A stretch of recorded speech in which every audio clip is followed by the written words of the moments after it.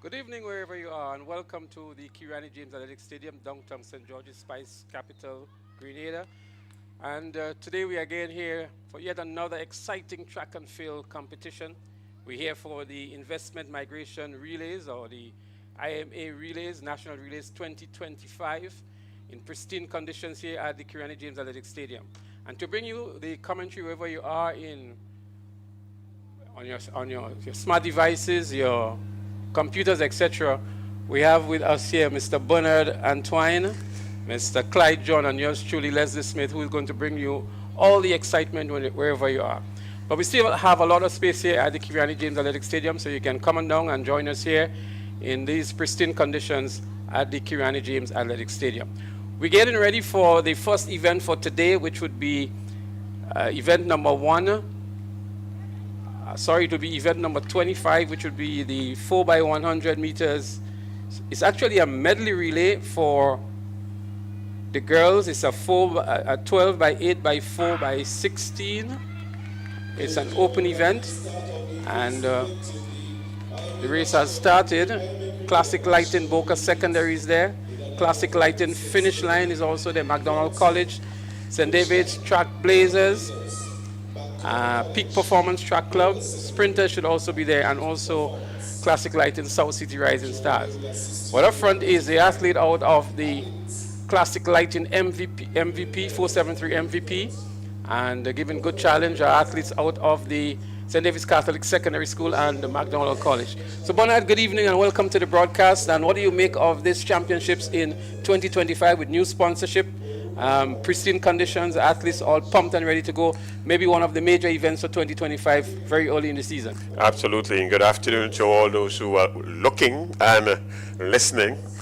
This is, as Smithy said, the IMA National Relays, and it's different name, same excitement. And exactly so. And one expects a keen competition today. So we have some 23 clubs registered here for competition today, Bernard, and I can just very quickly go through the clubs that are registered to compete. We have Ace Track Club, and we know Ace is out of the St. Andrew area, coached by Wayne McSween. Then we have Bolt.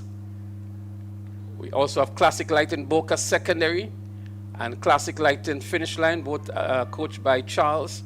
Classic Lighting 473 MVP, Albert Joseph. Classic Lighting South City Rising Stars, Lee Coffey and his team there. Then we have the community club out of the Willis Vendome area, Fusion Athletics, the Grenada Boys Secondary School, Classic Lighting McDonald College, Momentum Track and Field, Peak Performance Track Club, Runners Athletics Club, St. Joseph Convent St. George, South St. George Government School, also sponsored by Classic Lighting, Southern Pros, Sprinters Athletics Club, St. Joseph Convent Grenville, St. Andrew's Anglican Secondary SAS, St. David's Catholic Secondary, St. David's Track Blazers, Top Flight Athletics, and Just Sports Velocity Track Club. These are the 23 clubs that are listed here for competition today, Bernard, and already we see some of them on the track. 3 clubs here up front, St. David's Track Blazers up front, 473 MVP is also there, and so too is McDonald College.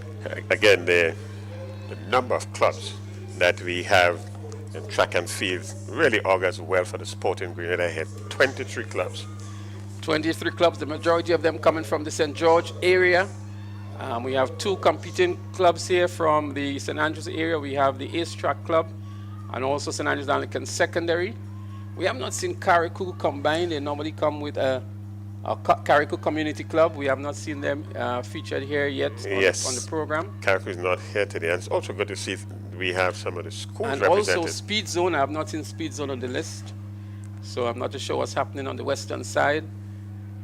But the event in progress is the girls' distance medley. It's a 12 by 8 by 4 by 16. It's an open event, and bunch at the front here, the leader pack, so to speak. St. David's Track Blazers in the purple, McDonald College in their conventional burgundy, and the 4-7 MVP in the red and black. So these 3 clubs, somewhere ahead of the other 2 in competition. Boca Secondary is there also, trailing behind. So it's the very first event on the track. The girls' distance medley, as it's referred to here, 1,200 meters, that's followed by 800 meters, 400 meters, and then a finish and last lap of 1,600 meters. They're just about making the first handover now is the Classic Lighting 473 MVP, followed by McDonald College. And then we have St. David's Track Blazers. But going out to the glory here is the athlete from the 473 MVP, setting a commanding distance behind the second place runner here from McDonald College. She's going to be doing here an 800 meter run, so 2 laps around the track. And that to be followed by a 400 meters, the sprinters, if you want to call it that, in these longer distances. Some interesting distances here in the relays, not the traditional type of relays as we know them, 4x1 and 4x4. But we have an interesting medley here to kick off the 2025 edition of the IMA National Relays. Yes, relays in general are always very exciting, and and oftentimes there are many lead changes in these longer medley events like this. So it would not be surprising with the lead that's there now, that could easily evaporate by the time you get to the second and third handover.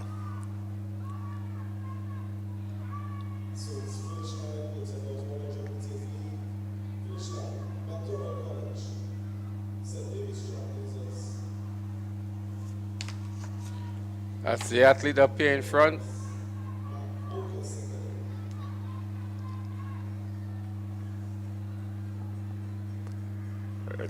It's quite a commanding lead, really. It's about 100 and 110 meters.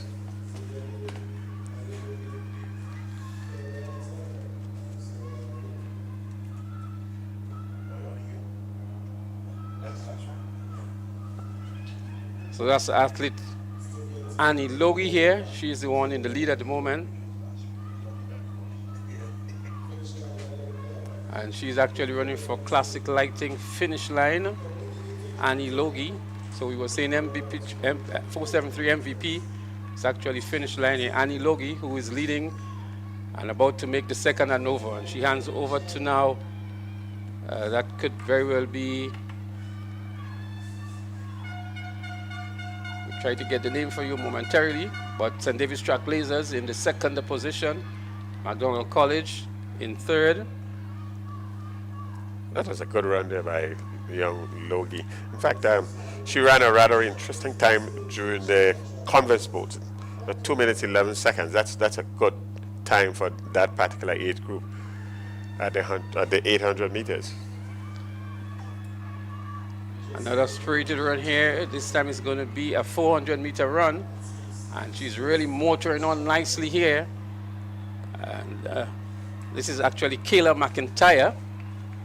Kayla McIntyre looking good on that 400 meter leg, and she's obviously going to bring in the baton first and with a commanding lead over the St. David's Track Blazers. So Kayla McIntyre hands over now, and she hands over to who looks like Kiana Alexander. And Alexander will do the last leg, 1,600 meters.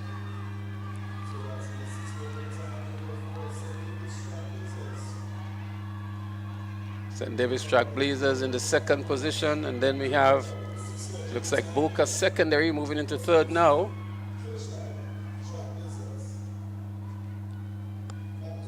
Looking good here is the athlete,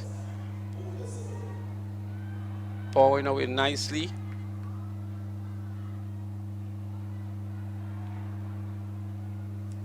That's Rihanna Thomas we saw on screen moments ago. And Rihanna Thomas is running for peak performance.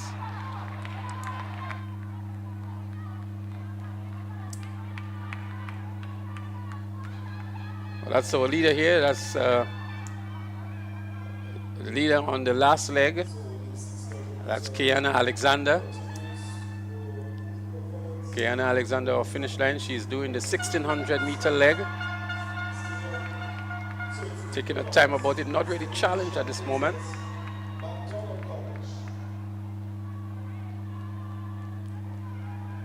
It's Alexander for finish line, followed by St. David's Trailblazers, and then we have, it looks like Boca Secondary School. It's quite a significant lead for. It's going to take a Herculean effort for anybody to run back here to catch Kiana Alexander or finish line. There she is. Measured performance, not been challenged, as I said. Maintaining good form and good rhythm. Pretty much flat-footed at this time. But we see a strong run being made here now by the athlete from the St. David's Trailblazers, closing in the gap here now on Kiana Alexander. As a matter of fact, she moves into the lead now. And it looks like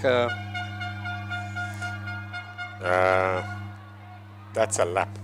It's just catching up rather.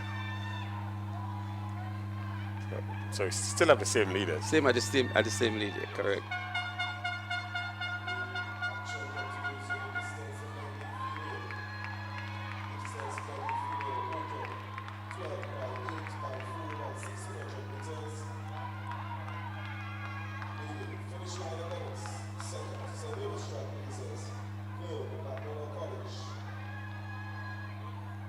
So finish line still in the lead.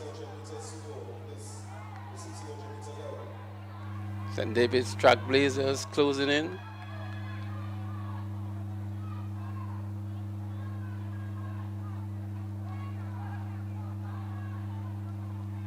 It's Kiana Alexander still in the lead here. He's about to lap again the athlete from the Boca Secondary. Trailblazers really closing in now and nicely positioned. And that really is the beauty of these long medley races.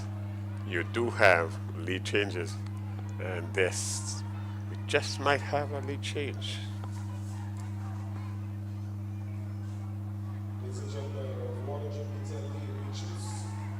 Trailblazers measuring the performance and the distance from Alexander. And it looks like Kamaya Telesford. Is it Kamaya Telesford we've seen there? It's actually Kanisha Pascal. She's back on the track. Kanisha Pascal, she's a veteran runner here out of St. David's Trailblazers. And I think it's curtains call now. There she goes. Having noticed her in the race now, Kanisha Pascal is going to take a very daunting task to beat her. She's just coming off a baby and she's back on the track. Kanisha Pascal it is. Former national athlete, would have represented Grenada for several years in the longer distances. And here she's doing the anchor leg for St. David's Trailblazers. It's 400 meters to go. With only 400 meters left, I think Kiana Alexander will have her work cut out for her, because Kanisha Pascal may be noted for the longer distances still than the 1600 meters, but the way she is positioned there now and the form that she was in years gone by, Bonan is going to be a good one towards the finish, but my money would be on Kanisha Pascal here. From the experience and the accolades that she have to her name, she would obviously be one of the favorites for this one. She already made up, 150 meters to catch the finish line athlete there. And now she's in the lead, only slightly, but she is. Well, I can tell you, Kiana Alexander is not going down just like that. She's putting in a good fight as well. And it's going to be a sprint for the finish. Kiana Alexander goes to the lead one more time. Would Kanisha Pascal respond? Does she have it in the tank here to respond? Alexander is actually pulling away from her, establishing maybe a 10-meter lead. And she's looking good. Let's see what Kanisha Pascal has in the tank. But it is Alexander from finish line. Maybe that 150 meters was just too much for Kanisha Pascal, but Kiana Alexander defying the odds here now and powering to the finish line with about 50 meters to go. It is Kiana Alexander out of the finish line. Classic lighting finish line it is. Kiana Alexander wins the first event of the day, brings gold to her club. Kanisha Pascal, although being a veteran and a favorite, would have to settle for the silver for her club. A good and strong run indeed by Kiana Alexander. She really did not panic, Bernard. No, she maintained her composure. She knew what she was worth. She knew what she had. And she was able to bring home the victory for her club. It's a beautiful run. Beautiful run. She did inherit a significant lead. So at one time she was leading by as much as 120, 130 meters. That was closed and in fact, Pascal erased that lead completely. But 30, 40 meters to the end, she regained the lead, and in the end, she won this rather easily. Well, I think the distance that Kenisha Pascal had to cover to get up to Alexander, that would have taken a lot out of her, and so she had nothing left for the kick towards the end. But again, a good run by Kiana Alexander, and I think what impressed me most is that she obviously would have known who Kenisha Pascal is. She didn't panic when Kenisha went past her slightly. She maintained her composure. She knew what she had, and then she chose the 200-meter mark to make the final kick. And there was no answer from Kenisha Pascal. It was curtains call from then on. Yes, and we have the final team is still on the track. It's completing this first event on the track. As the athlete from Peak Performance.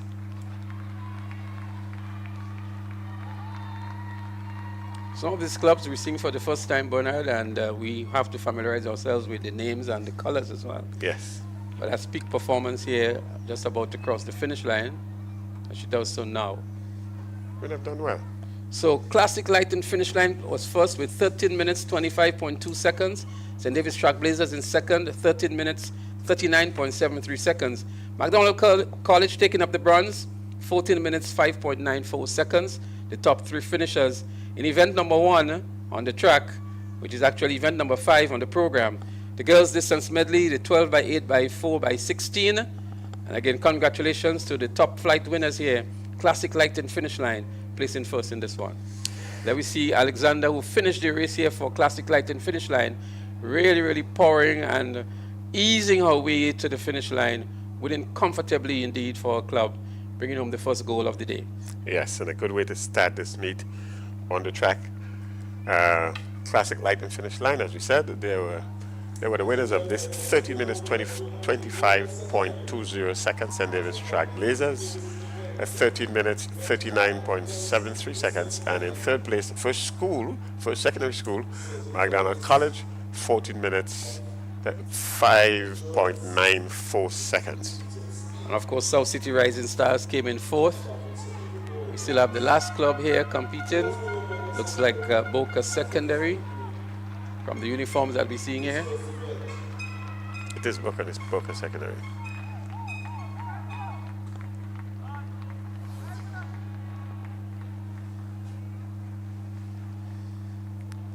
And that's the spirit to get the race completed. But this is indeed a very challenging event. I mean, you have 1,200 meters to start, then another 800 meters. 400 might be maybe the easiest of the legs, and then to finish it off with 1,600 meters. It means that you have to have a very balanced team, but this is more of an endurance type relay. It's a good start to the track. Well, the boys are making their way onto the track, or the males are making their way onto the track. It's going to be the same medley event, 12 by 8 by 4 by 16. And we expect to see in this event here, Classic Lighting, South City Rising Stars, St. David's Trailblazers, Grenada Boys Secondary School, Ace Track Club, Classic Lighting should be there as well. St. Andrews Anglican Secondary, Fusion Athletics, Bolt should also be there.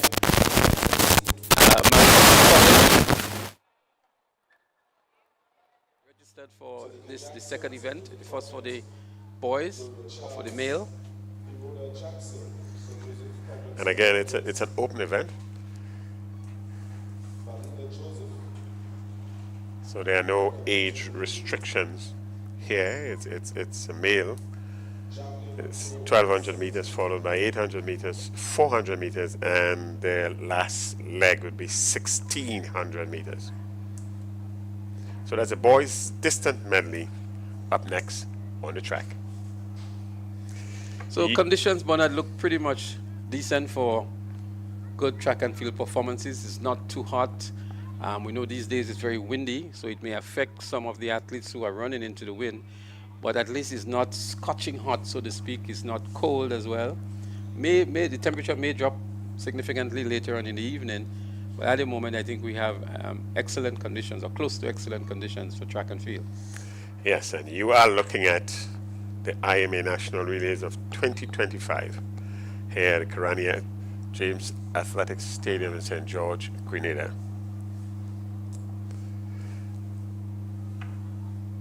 So the athletes are going through their final instructions for the event. Quite a number of teams we see line up here for the medley event in the male category. The 12 by 8 by 4 by 16.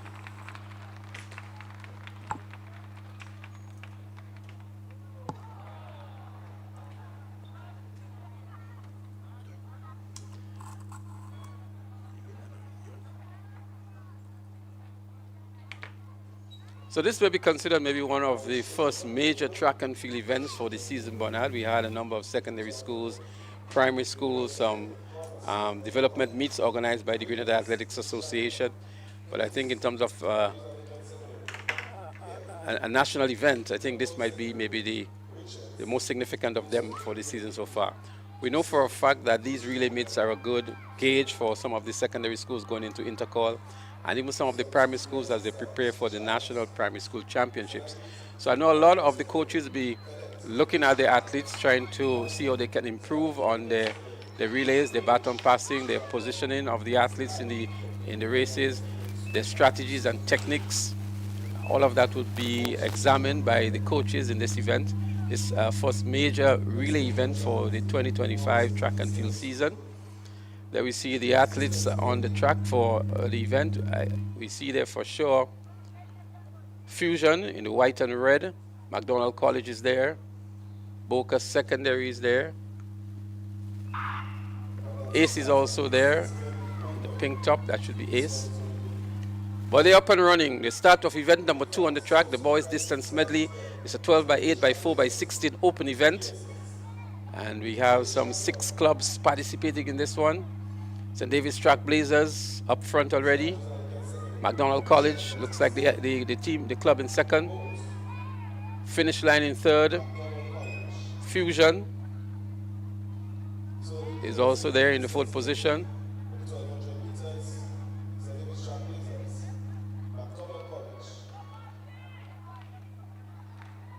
For St. David's Track Blazers is Jonty and Noel, sorry. He's leading for St. David's Track Blazers.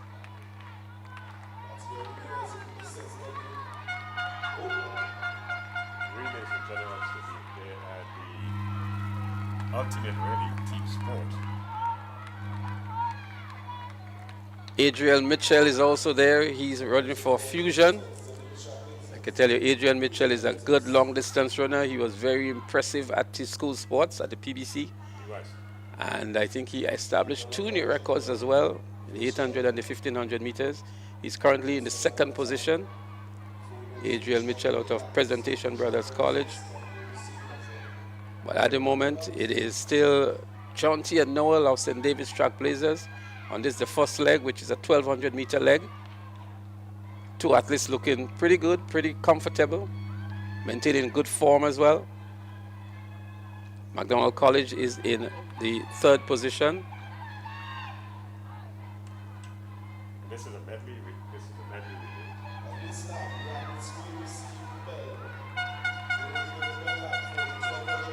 So they're going into the bell lap now. They would have just over 400 meters to go. Adrian Mitchell beginning to stomp his authority on this one. He moves into the lead. But Noel from St. David's Track Blazers is still there. They have 400 meters to go. Let's see who has the kick and who has the power. Adriel Mitchell for Fusion Athletics in the lead. But Noel is giving him excellent challenge here. He's right on his heels. And he's not giving up at all. It's going to be a close one for the first handover. Mitchell pumping a lot. But the challenge is on between these 2 athletes. Noel is about to make a move on the inside. A bad idea indeed. You don't ever try to overtake on the inside. He recovers nicely and comes back on the outside again. That's Jonty and Noel, Track Blazers. Adriel Mitchell is under some pressure. They're going stride for stride here with 110 meters to go on the first leg. Jonty and Noel recovers nicely here and distance himself a little bit here, 5 meters ahead of Adriel Noel is going to be John T. and Noel to hand over first for St. David's Trailblazers. Adrian Mitchell will have to settle for the second handover. And it is St. David's Trailblazers. Then Fusion Athletics Club. Just about 7 meters distance, these two clubs. And then in third position, maybe just about to hand over now,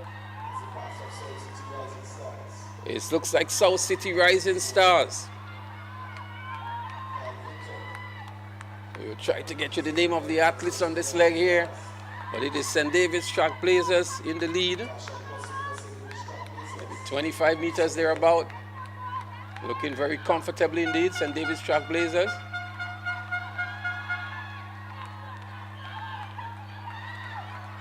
And that is Tayshawn Purcell for St. David's Trailblazers. He's the athlete in the lead. Tayshawn Purcell. Fusion is in second position.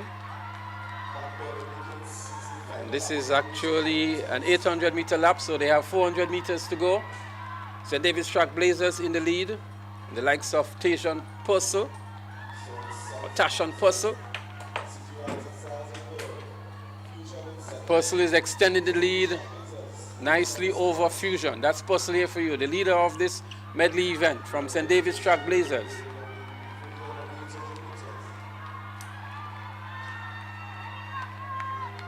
Purcell looking very comfortable indeed. Has just over 200 meters remaining here, and he goes into another gear now.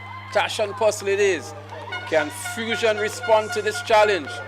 Fusion is looking a little bit tired. It is Purcell here. Purcell, a measure of concentration as he enters the home straight now. Arms are still pumping nicely. A challenge coming from Fusion here, but not enough at this point in time. With about 15 meters ahead, it is Tayshawn Purcell out of the St. David's Trailblazers. St. David's Trailblazers hands over now. Fusion making the second handover. And the lead continues to extend now, maybe about 40 meters or so. But it's a nice sprint for it. South City Rising Stars in third. Going down the back straight and sprinting hard. It's a 400-meter leg now. Let's see if he can maintain that speed that he started with. Bernard, it's a good run here from this athlete from Trailblazers.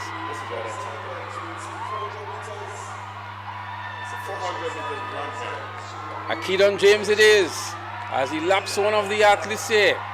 Akedon James from the St. David's Trailblazers. And let's see the athlete here coming in from Fusion. But it's a 400-meter leg. He's closing in the gap, but maybe not enough here to catch St. David's Trailblazers. The final leg here now, which is going to be a 1,600-meter leg. 1,600 meters.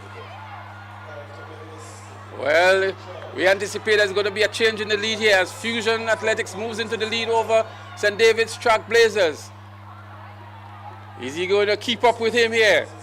But Fusion looking good.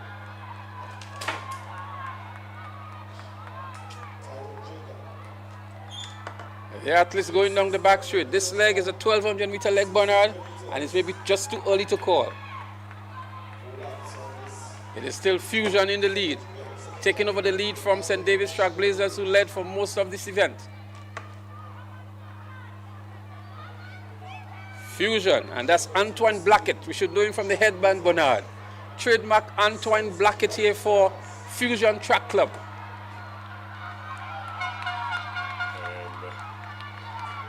Antoine Blackett, more known for maybe the 400 and 800, but he's here. Meters, he's doing a good job here. Very good job, actually. He has now established a lead of, 30 meters.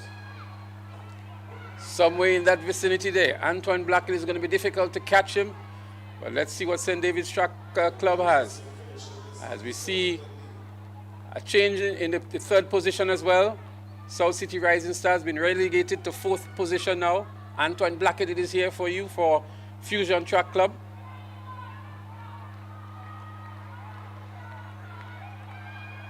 Blackett looking good. All by himself, no challenge whatsoever. Running against the clock, so to speak. A change in the second position now. St. David's Trailblazers moves into third. This could be Ace Track Club. I'm not sure. We'll try to get a close-up for you on the second position. But it is Antoine Blackett out of Fusion Athletics Club that is in the lead here. That's him right here for you. And he still has 2 laps to go on this final leg. So he has just about 800 meters. That's Antoine Blackett. That's the leader of the pack here. Still running rather composed. Well, he's not challenged whatsoever. The real competition now seems to be for second, third, and fourth. Trailblazers moves into fourth, as we see South City Rising Stars now moving into second position.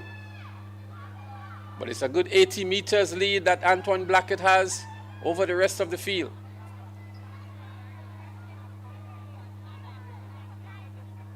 And Antoine Blackett, as we know him, still has a good sprint towards the end. So if he can... Yes, but there's still 2 laps to go. It's really anything can happen with 2 laps. That's 800 meters to go. Well, Blackett on challenge at the moment, looks around, glances around to see where the competition is going to be coming from. Does not see any competition really. And so he's just motoring on nicely.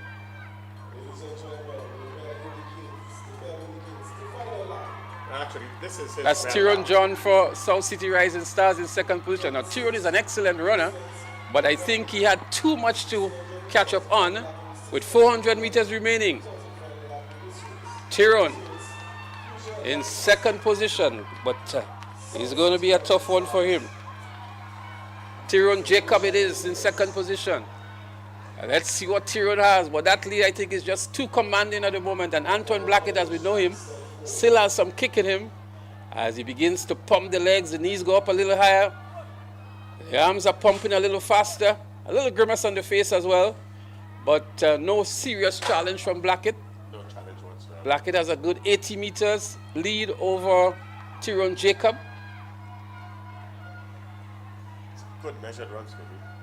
Good measured run. I think the Fusion Track Club is out to establish themselves fully in this track meet. They already won the first event of the day.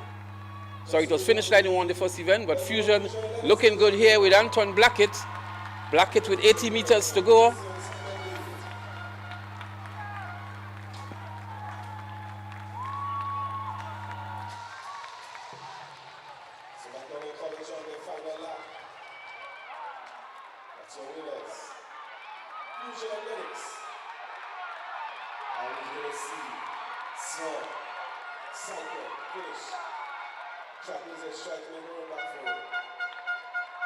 This one for Fusion Athletics Club and St. David's Trailblazers running back nicely here to pick up the third position in Akedon James.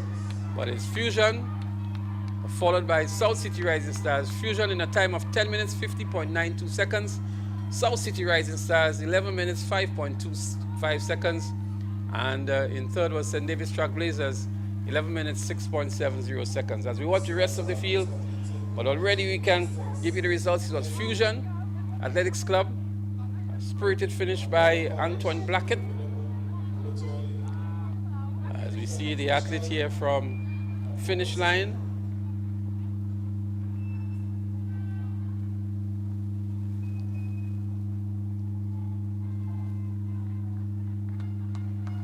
Followed by McDonald College, and then we have Boca Secondary.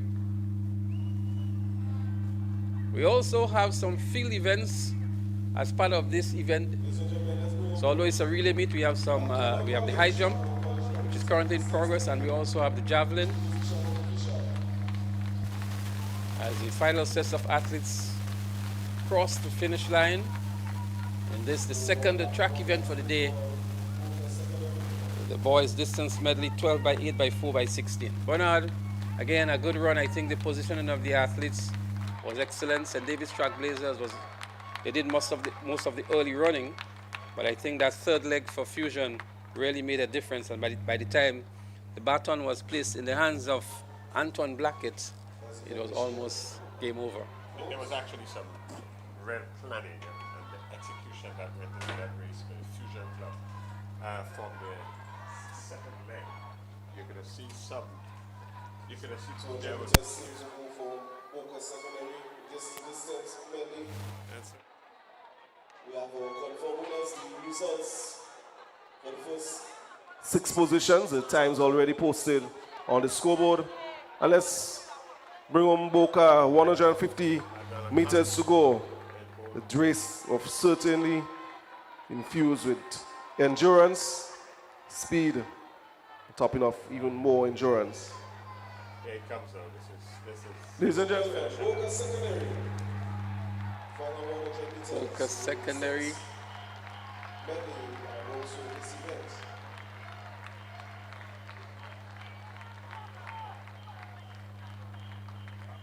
one of two schools represented in this race, Grenada College and Boca Secondary. And that's Derek Dolland here for the Boca Secondary, making sure he finishes the race for his club. Derek Dolland of the Boca Secondary. So that's the final results here, the official results for event number 6. The first event on the track for the male, the distance medley 12 by 8 by 4 by 16 open. And as we mentioned, Fusion Athletics taking the gold. And it was the South City Rising Stars for the silver and St. David's Track Blazers picking up the bronze. As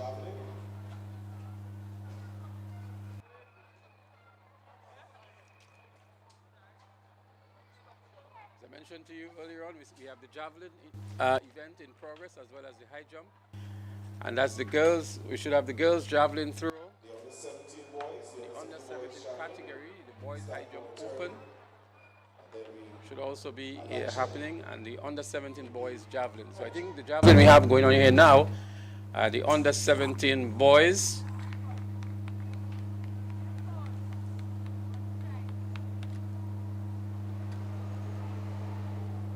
Seem to be going through their warm-up paces.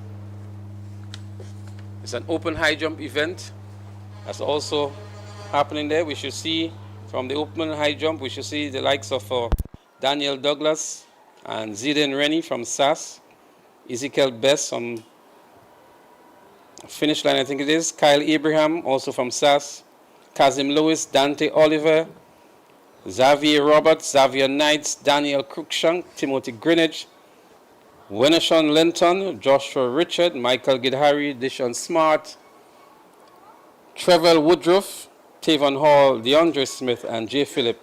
These are the athletes that have been registered for the high jump open. The under 17 boys javelin throw, we should see the likes of Caleb Alexander, Dejon Antoine, Dante Oliver is also registered here, Kazim Telesford, Jaden Lewis, Jelani Coffey, Danon Mitchell, Delron John, Jaden Lewis, Delron John, Ethan Bob, Trevon Joseph, Cameron Lewis, Ethan Francis, and Kalen Clarence. So that's the boys javelin. Well, Delron John would be one of the favorites here. He's a character athlete. He won the javelin at Intercol Games as well last year in the junior category. And he's now competing in the under 17 category here at the IMA National Relays. We are getting ready for some more action on the track. And up next on the track would be the mixed 4x100 meters relay for under 9s. This should be some exciting. Well, the under 9s will be doing a exciting 4x100 meter event. They have not made their way onto the track yet. They're just about doing so as we segue back to the javelin. And that's Dejon Antoine from Southern Pros, who just had an attempt at the javelin. It's Antoine from Southern Pros.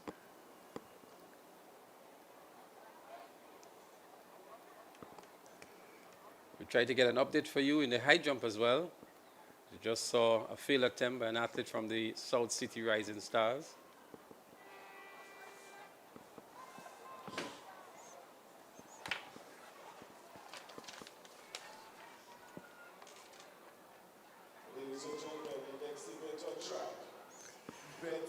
You're not missing anything on the track as we are getting ready for the mixed, that's boys and girls, 4x100 meters under 9.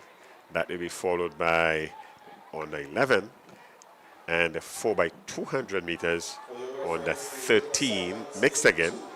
and the 4x200 meters under 15 mix. So we have a series of mixed relays for under 9, under 11, under 13, and under 15. That will be the action next on the track. We will still be viewing the javelin for boys and the javelin for girls under 17, as well as the boys high jump. So the athletes are taking up their positions on the track for the 4x100 meters relay under 9.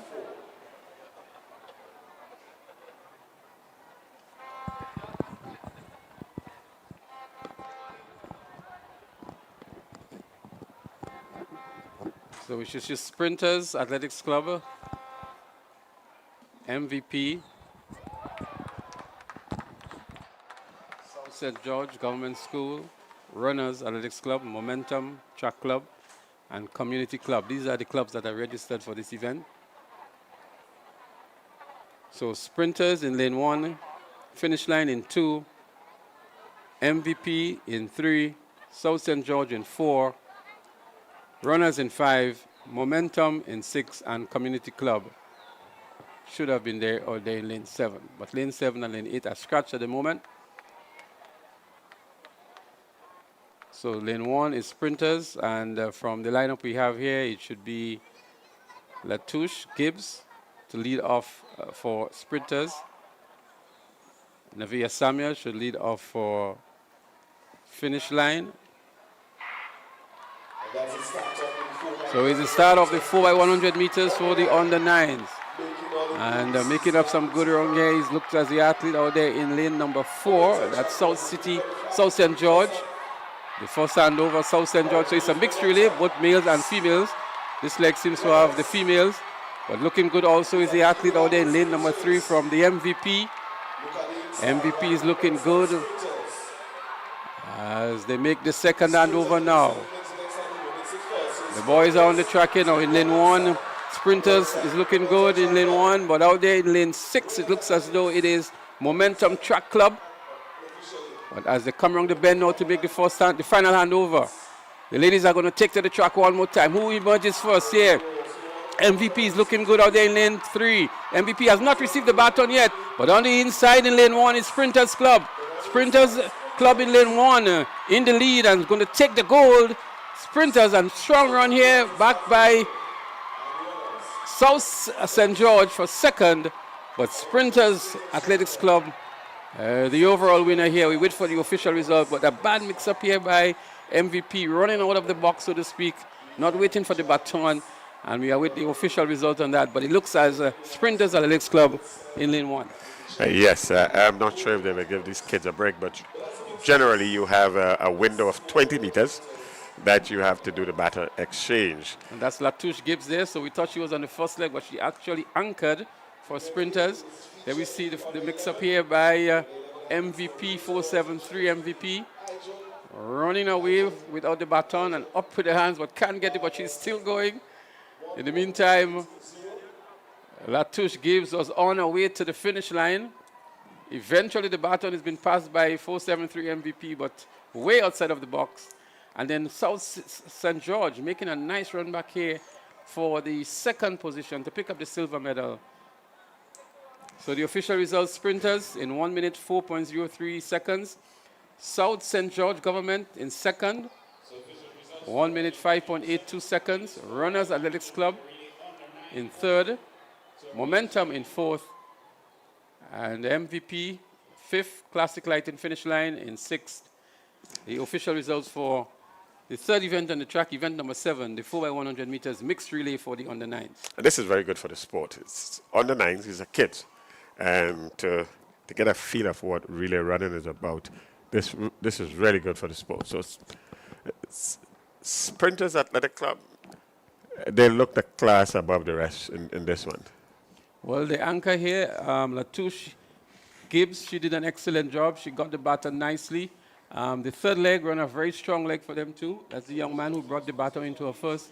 And from the moment she got the baton, she really sprinted towards the finish line and brought home the gold for her club. And again, relays really is about teamwork. And we saw good execution from those young kids there. Up next would be the 4x100 meters under 11. It's a mixed relay.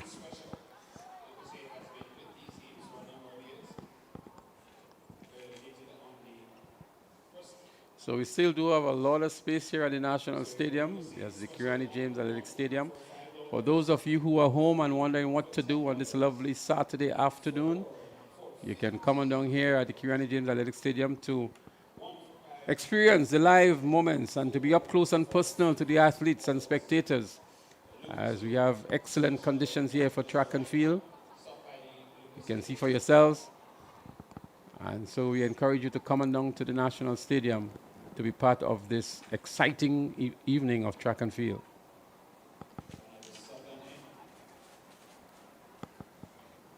So the athletes for the next event, that's the 4x100 meter relay on the 11, they're getting themselves ready. And that will be another exciting one we anticipate.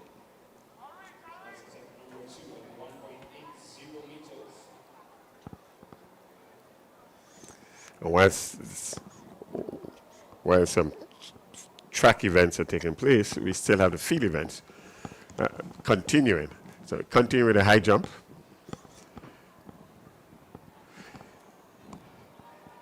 We'll get some information to you as to the progress of the high jump as soon as they reach our desk. Well, I can tell you they are going after now 1.80 meters.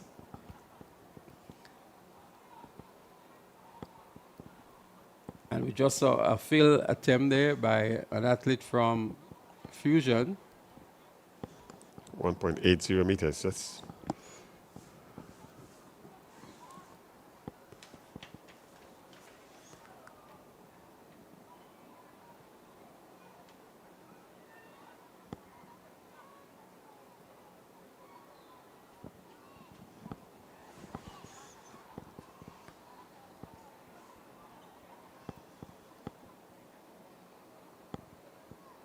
$1.80, a pretty decent event for these youngsters at this stage. yes, it is. It's on the 7th.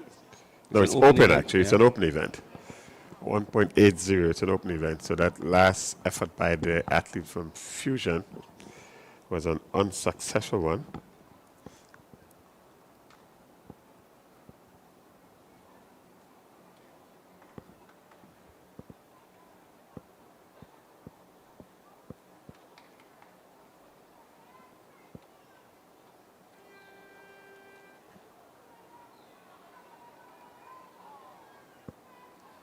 That's his third and final attempt. So his event is complete. Not been able to clear 1.80 meters.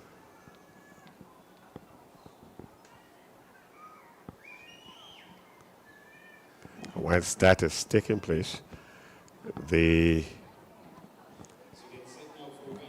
under 11s are getting themselves ready for the 4x100 meters relay mixed.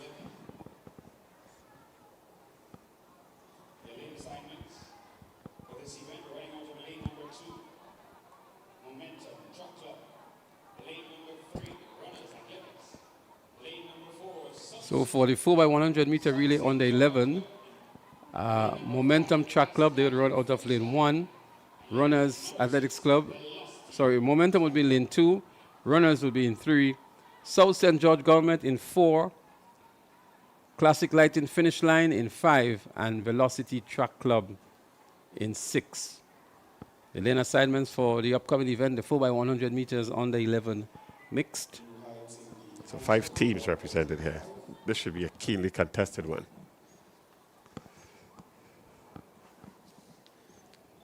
Primary school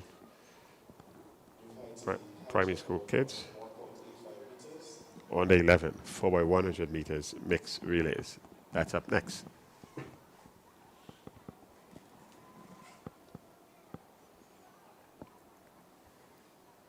Sprinters. It's not featured in this race, but we have Momentum in 2, Runners in 3. South St. George in 4. Finish Line in 5.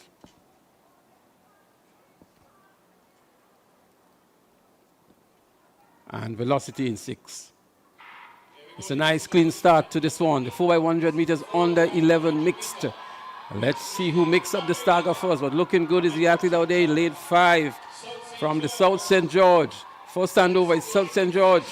But also looking good is finish line.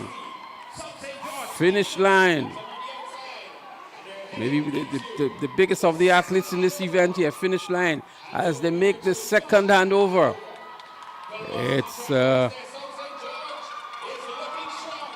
finish line looking good out there in lane number 5. Finish line hands over first on the final handover. As she had maybe a good 10-meter lead on the rest of the field. Finish line, South St. George in second position. Out there in lane 2 is Momentum Track Club. But it is finish line running for it. Here comes South St. George. Is she going to catch her? She doesn't. Finish line followed by South St. George. Another exciting conclusion to the 4x100 meters under 11 mixed relay. Under 11, and I dare say very, very, very competitive. It was Jasmine Glean who anchored here, receiving the baton now and really maintaining her composure and form here. Jasmine Glean from the Finish Line Club. She did receive some challenge towards the end from South St. George Government School, but she was still able to maintain the lead and bringing home the gold for her club. I thought it was rather impressive. Jasmine Glean, there she goes there. Easing up towards the finish line, but maybe knowing where South St. George was. Yes. We really expect them to run through the finish line. There we see it again, finish line finishing first in 59.76. South St. George in second, 59.98. Momentum Track Club in third with 1 minute, 0.74 seconds. And runners picking up fourth, velocity picking up the 5th position. The battle passing was fairly smooth on this one. It's not much of hiccups or anything in this one compared to the first event with the under 9s. The under 11s, they were much smoother in terms of the battle passing. A little bit of waiting and so forth, but no battle was dropped or anything like that in this one. As we look back to the replay of the final leg in the 4x100 meters under 11. Glean here, receiving the batter early. Good run here by South St. George. South St. George been featured nicely in some of the early events within the age categories. We know they're actually a powerhouse in the St. George's Primary School Championships. Yes, and that's coming up soon. We know the St. George's Anglican School is another top school in the St. George's area for the primary schools.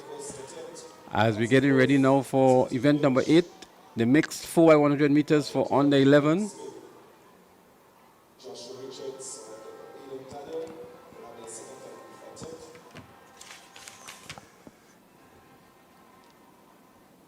It's actually for the under 13s.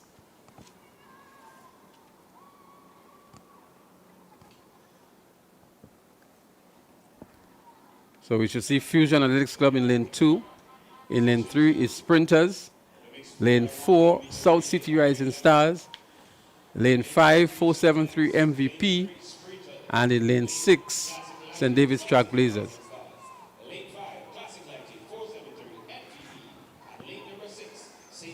So it's Fusion, Sprinters, South City Rising Stars, 473 MVP, St. David's Track Blazers.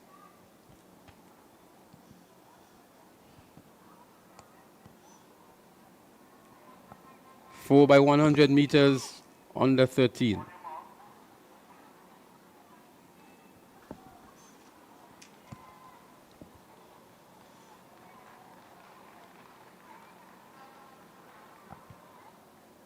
They're under starters orders. And there they go. Nice clean start here. Let's see who makes up the stagger first. St. David's Track Blazers out there in lane 6 looking good. St. David's Track Blazers hands over forward. Here comes MVP 473. 473 MVP taking the lead, but a good run on the inside too. The athlete in green out there in lane 3 from sprinters. The second hand over, it is 473. They fumbled the bat. The batter has been faulted here by what looks like sprinters. But on the outside, St. David's Trailblazers is coming back nicely on 473 MVP. What a good run here by Trailblazers.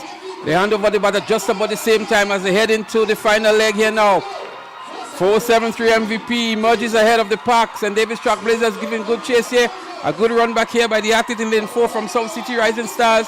But it is 473 MVP who brings home the goal now. St. David's Trailblazers settles for second. And it looks as though it is South City Rising Stars to pick up the bronze. But a good run here by the third leg for the 473 MVP Bernard. Very, very impressive. Very, very impressive run by these young people here. And even though they had a fumbling in one of the batter passing, they picked it up and they continued running. And the last leg runner did rather well. So Jalen Antoine it was who anchored for 473 MVP. She had some challenge on her right shoulder from the St. David's Trailblazers, but she was a measure above her and was able to power to the finish line and to bring home the goal for 473 MVP. Their first goal on the night, 473 MVP.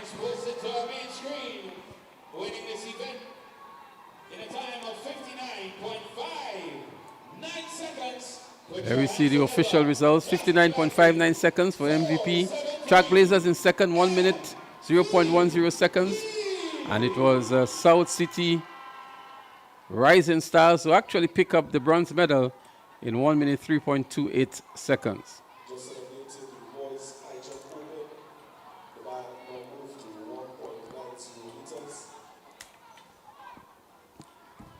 So we're going to continue with more live action on the track. As the action begins to heat up here, the high jump is still in progress. And that's an athlete here from finish line, a failed attempt. The bar is now raised to 1.90 meters as we welcome Mr. Clyde John, who has just slipped into the chair to replace Mr. Bernard Antoine. And I'm going to say good afternoon to you, Clyde, and welcome to the broadcasting. Welcome to the IMA National Relays 2025. Your impressions from what you've seen so far? Well, pleasant good afternoon, Leslie, and really the excitement is on. The students are really, even the adults. We've seen Kenisha Pascal on the track again, so I think it makes for a really good day. From what I've seen, I think we have a lot in store. It's early days still, but we definitely going to bring you all the action. We're going to be here to, just keep you updated as to what's happening. Absolutely. As we see Timothy Greenwich from Ace Track Club getting ready to attempt 1.90 meters on the high jump. So although it's national relays, Clyde, we still do have some field events happening. I guess it's just to sharpen the craft of some of the athletes and to offer something a little bit different too in terms of the variety of events that is going to be happening here. But we see the athletes for the 4x200 meters under 13 getting themselves ready. And I can tell you that in lane 3, we will see South St. George Government School, I beg your pardon. Momentum is in 5. South City Rising Stars in 7. Bolt is in 8. And Southern Pearls, this is the first time we see them for the day. They should be, or their lane is actually scratched.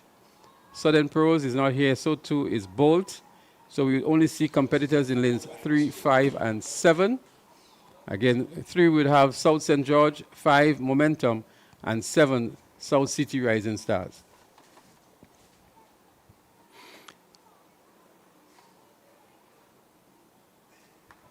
Yeah, so quite a lot happening.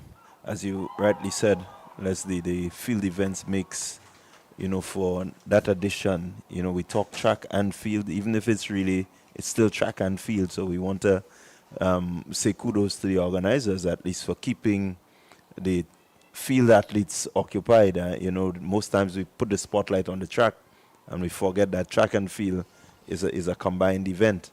And I'm sure, Clyde, that there are some persons, although they like the track, they might just be here to view the field events. And definitely so.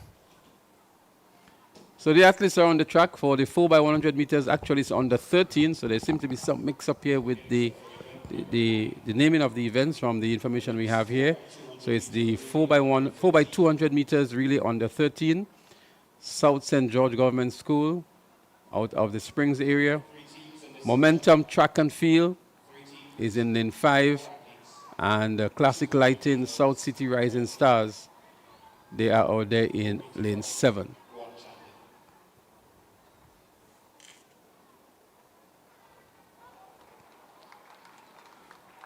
You know, Clyde, a lot of the schools and a lot of the track and field pundits are actually here today to measure themselves against each other and to sharpen their craft and to gain some race readiness, so to speak, as they fine-tune their craft for some of the schools who still have their track and field meet to go.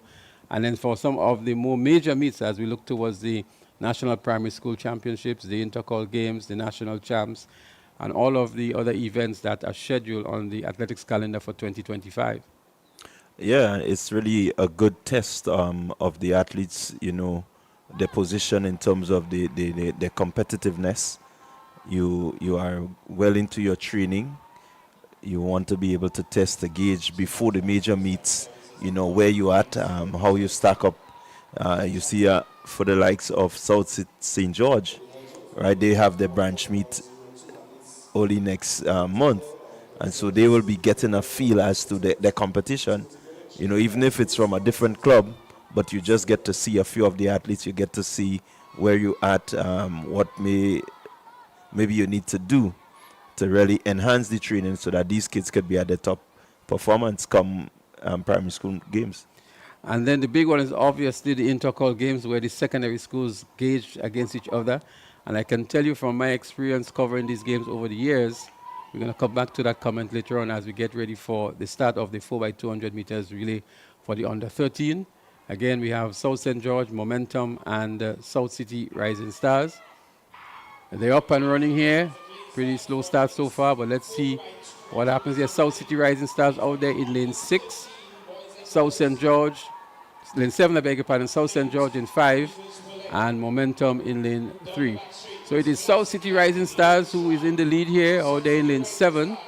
South St. George in 2nd, and Momentum on the inside in 3rd. It's a mixed relay again, so the boys taking off on the lead, handing over to the ladies now.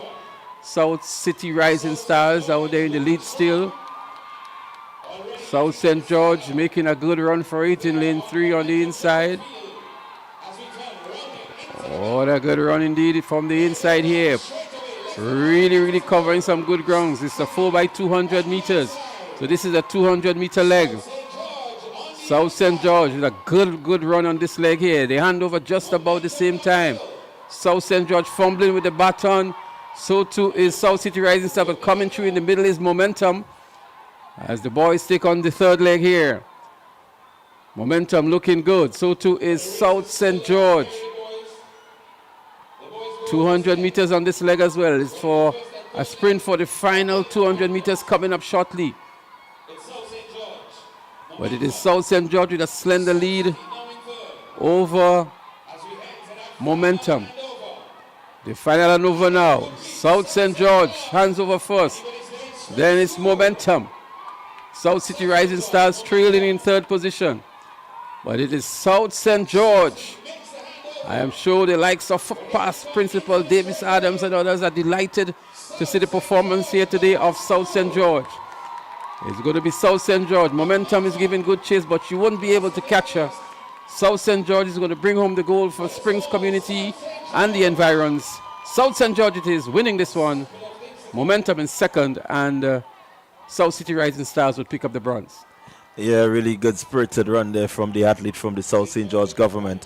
And like we were saying, you know, they get a feel as to what condition the athletes are in. They've been training, preparing, and so now it's time to execute. This will give them, you know, really good, strong hopes of, you know, maybe upsetting some of the bigger teams. Well, we know that South St. George, when it comes to the St. George's branch sports, has been a force to reckon with.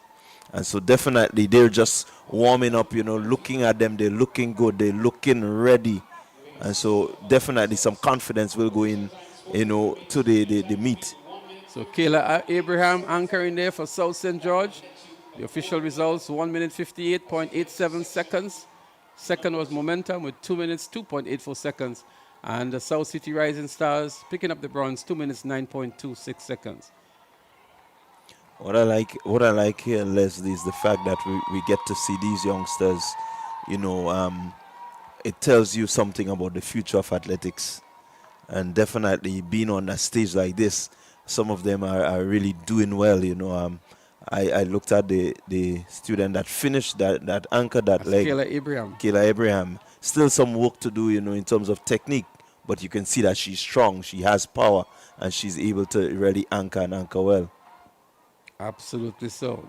In the high jump, just for those of you who are monitoring, the bar is now moved to 1.95 meters as the athletes for the next event get themselves ready, which would be the 4x200 meters for the under 15.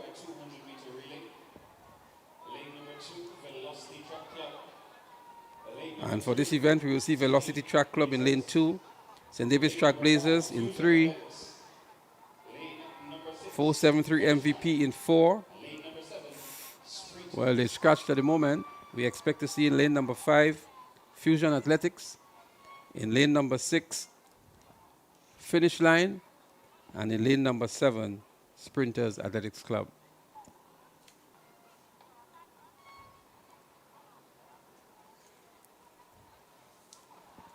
So again, the youngsters really being able to be on the track here. I like the confidence that I see from some of them. I stood out there just a while ago looking at the under 11s, and I saw a little one that was just ready to go. They knew exactly what they need to do. So I think we need to also give kudos to some of the coaches that have been working. You can see a lot of these youngsters, as small as they are, they tend to understand what it takes to be at this level. So I think the level of education and awareness that the coaches put in is tremendous with these athletes, as we see a failed attempt from a finish line athlete in the high jump in the background. But I'm making the point that the level of preparation, and that is a testament to the number of clubs that we have throughout Grenada now, where at a very early age, the kids are exposed to top-class training from these coaches. And we see the level of preparation and readiness when they come onto the track. So, for example, from the attire, the spikes, the uniforms, and the awareness of the markers and the starting positions and so on, is obviously that the coaches have put in a lot of work to get these athletes up to that level, as compared to some of maybe the other islands that are comparatively speaking to Grenada, where we see something of a lower standard happening, with athletes still running bare feet and not aware of the rules of the game, so to speak. So kudos to our coaches and the number of clubs that we have here. We have 23 clubs registered to participate today. And I'm sure there are other clubs and schools, of course, that are not here who may have athletes in some of these clubs as well.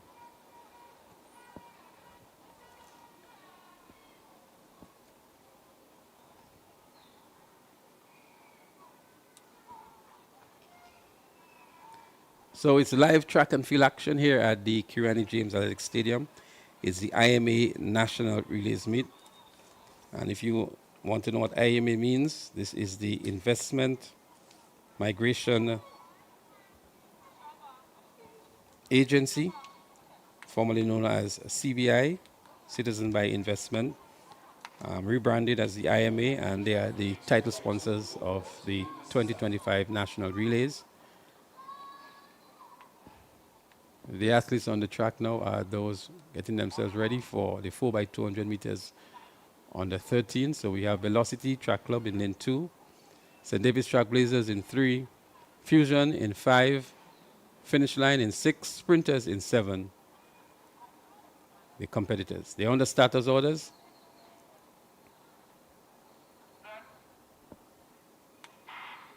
And there they go. The start of the 4x200 meters on the 13th. Let's see who makes up the stagger first. Fusion is looking good in the white and red. And Fusion is out there in lane 5. Out there in lane 7, we also have sprinters, but making the first handover, completing 200 meters. It's Fusion who hands over first in the white and red. On the inside, I think it is Trailblazers in lane 3, handing over second. But it is Fusion looking good too on this 200-meter leg. Fusion Athletics Club. Good run is coming on the outside here from finish line. Out there in lane 7. It's actually sprinters out there in lane 7. But Fusion is going to hand over first, it seems. Indeed, it is Fusion, followed by sprinters. And then it looks like finish line. But on the inside, it is Velocity. But still up front, with a good lead, is Fusion Athletics Club. This is the third leg, with maybe just about 30 meters to go before the final handover. It is Fusion. Sprinters on the outside is giving some challenge. The final handover now, it is Fusion. Fusion with a good lead here. It's going to take a real effort for sprinters, who has just handed over the baton to catch the athlete from Fusion. It's Fusion with about 80 meters to go. It is Fusion all by herself, running against the clock. No real challenge whatsoever. She's going to win this one very comfortably. Fusion picking up the goal here, as the battle is for second and third, with Velocity on the inside. Been challenged here. It's a close one, maybe very close to call. We need to go to the finish line, to the photo finish for that one, between Velocity and St. David's Trailblazers for the second and third. Yeah, really good run to the line, and this is what you want from your youngsters. Really putting in the work to get to that finish line. It's a matter of who wants it more, and definitely the photo finish will be needed there to decide second and third. But third and fourth, rather. Fusion picking up the gold in the 4x200 meters under 13. And it was a real close one to call for the second and third. As you see, the spectators are really building up here. The premium seats would be those right next to the finish line. And they attract premium price as well. Yeah, it's good to see so that. It's Fusion Athletics in 1 minute 56.01 seconds. Sprinters was in second with 2 minutes 0.89 seconds. Velocity picked up the third position, 2 minutes 4.77 seconds. And David's Trailblazers pick up the fourth position, and the finish line was in fifth. As we look back here, the very close call for second position. In the end, it was sprinters over Velocity for the second position.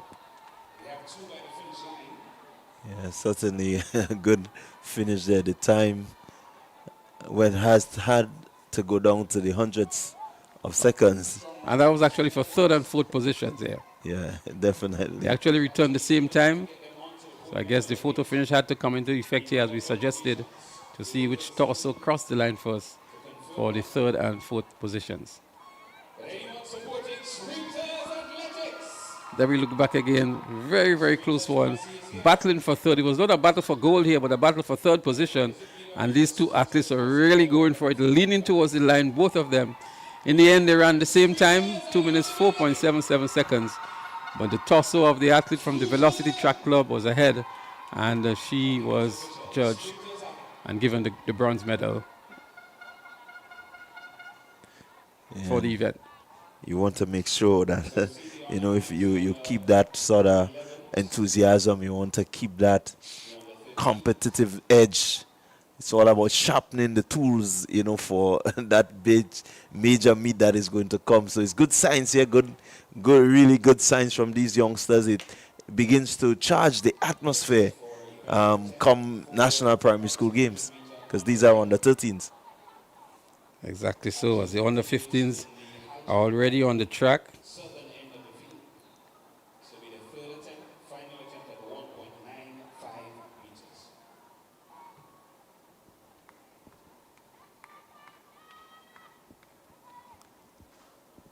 The under 15s are on the track at getting themselves ready. We should see For the 4x200 meter relay under 15, the likes of Finish Line, Bolt, Southern Pro, SAS, and Sprinters.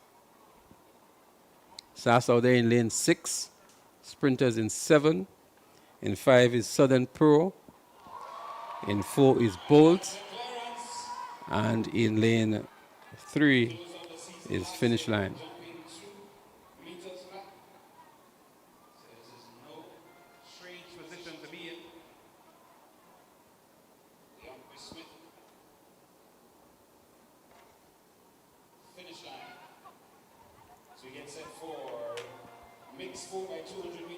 Under 15. So the athletes are getting themselves ready. They're waiting on the officials to call this one. It's live track and field action here at the Kirini James Athletic Stadium, the IMA National Relays 2025. We're down to event number 10, which would be the 8th event on the track so far.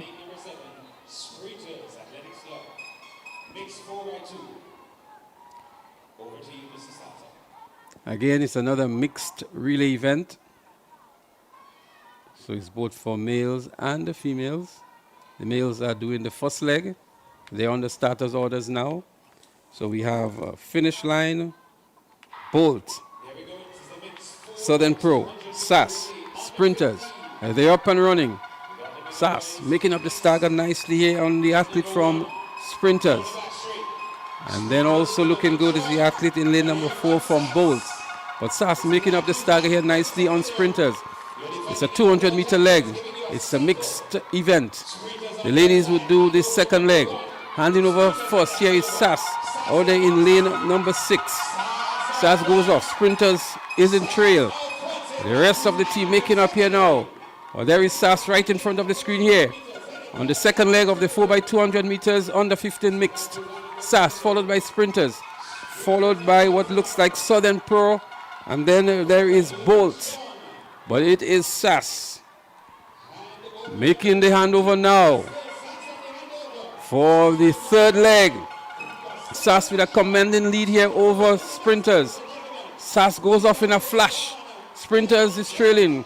The others are trying to catch up, Southern Pro and Bolt. But it is SAS with about maybe 60 to 80 meters lead. Not very often you see that kind of lead in a relay event. A commanding performance here by the athletes from SAS. And it's going to take a Herculean effort to catch SAS on this final leg here now. The ladies have it as she sprints towards the finish line here with 200 meters on this leg. SAS with a commanding lead. It's almost 100 meters SAS is leading by hereby. Let's see what happens as she runs down the finish line. SAS with 80 meters to go. And we see Southern Pros making a run back here, but it is SAS. It's not going to be catching her today. She wins comfortably in the end. A commanding performance by SAS to win this event. It's the first time I think we've seen them on the track for the day. And what a way to establish themselves and to announce themselves on the track. The athletes from SAS. As the rest of the athletes come in now, but indeed a very good run from SAS. Yeah, tell you what, even if it's mixed, the machinery of SAS seemed to be well oiled. You look at the execution, you look at the way they commanded the track, it tells you that, you know, they are really looking to gauge their positioning. It's really good for these athletes. Again, you look at the physique and the way that they approach their races. It says something is happening. Well, a good run here from the athlete from SAS. That looked like Philip Michelet anchoring for SAS. So there's the official result. SAS 1 minute 47.94 seconds. Southern Pros in second. Classic Light in Boca secondary in third. Sprinters in fourth. And Bolt Legends in fifth. The high jump continues. The bar is now at 2 meters. Finish line is still in competition there. So too is Ace Track Club. The action continues to build up here. We still have a lot of relays to go. And from the looks of it, we should have 33 events today. At the moment, we're down to event number 10. We've just completed event number 10. and that includes a couple of the field events. So quite a large number of events still to go. So there's a lot of time for those of you who are home to still journey down to the Kirani James Athletic Stadium to relive or to experience in live color the IMA National Relays 2025. An attempt here by the athlete from Ace Track Club, a field attempt in the high jump open.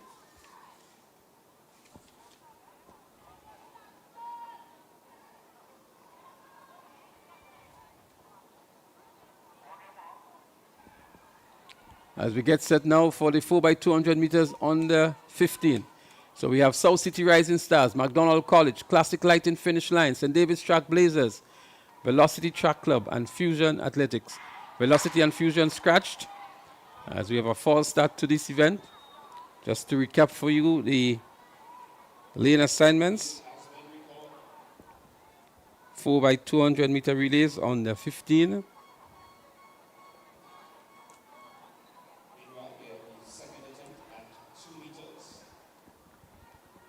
In lane 3, we have South City Rising Stars. Lane 4, McDonald College. Lane 5, Finish Line. Lane 6, St. David's Track Blazers.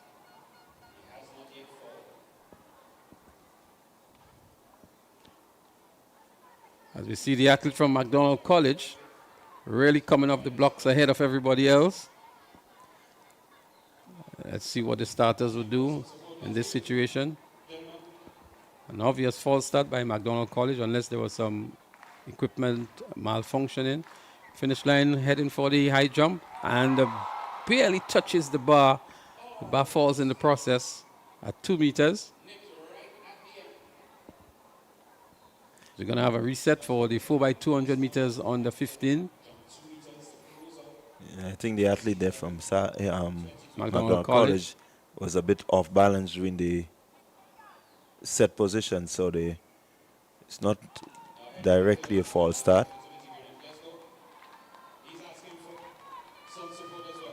So again, to call the lane assignments for you, South City Rising Stars in 3, McDonald College in 4,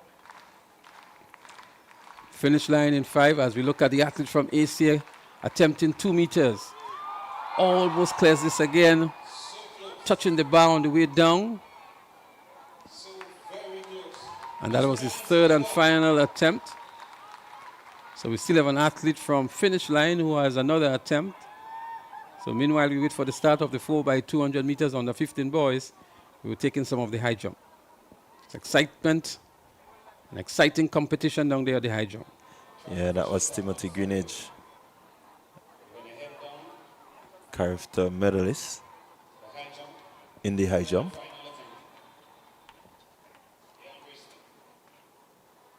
And he represents East Track Club. About to make an attempt now.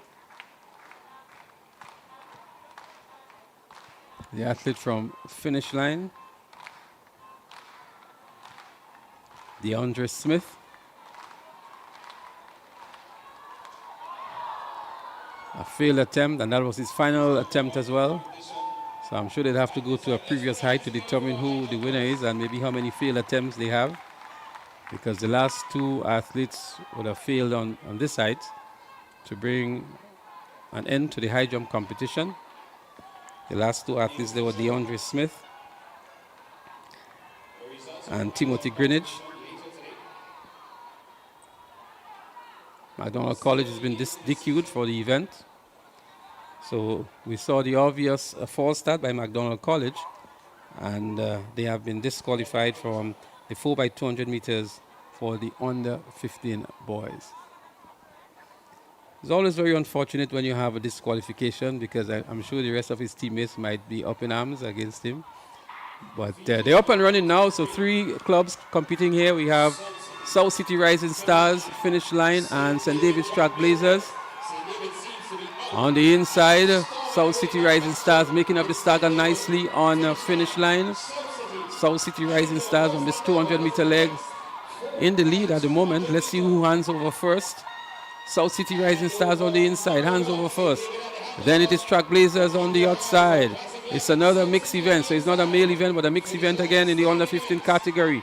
Running back here is finish line nice, but South City Rising Stars on the inside and St. David's Trailblazers on the outside, actually in the lead now. Finish line is trying to make a run back here, but it is Trailblazers on the outside. Trailblazers about to hand over now. This is the second handover. Trailblazers. And it is South City Rising Stars on the inside. South City Rising Stars moving into the lead now. A very strong run by the athlete from the South City Rising Stars over the St. David's Trailblazers. There they go. Heading for the final handover. South City Rising Stars and St. David's Trailblazers battling for it here. Let's see who makes the handover first. It is South City Rising Stars. St. David's Trailblazers maybe some 10 meters behind. South City Rising Stars off and going. 15 to 20 meters lead here. It's going to take a real effort to catch on this 200-meter leg, the final leg in the 4x200 meters under 15 mixed relay. South City Rising Stars.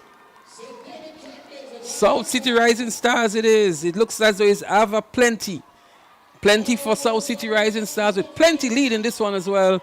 She's going to win very comfortably over St. David's Trailblazers. A good run indeed by South City Rising Stars. Yeah, really good run there from the athletes. Well coordinated. They ran, a really good executed leg. Each of them, you can see that they well pieced. Even if St. David's Trailblazers had a slight lead at a certain point, but they were composed and they were able to just run back. The confidence that they have, says that, these athletes are really something to look forward to.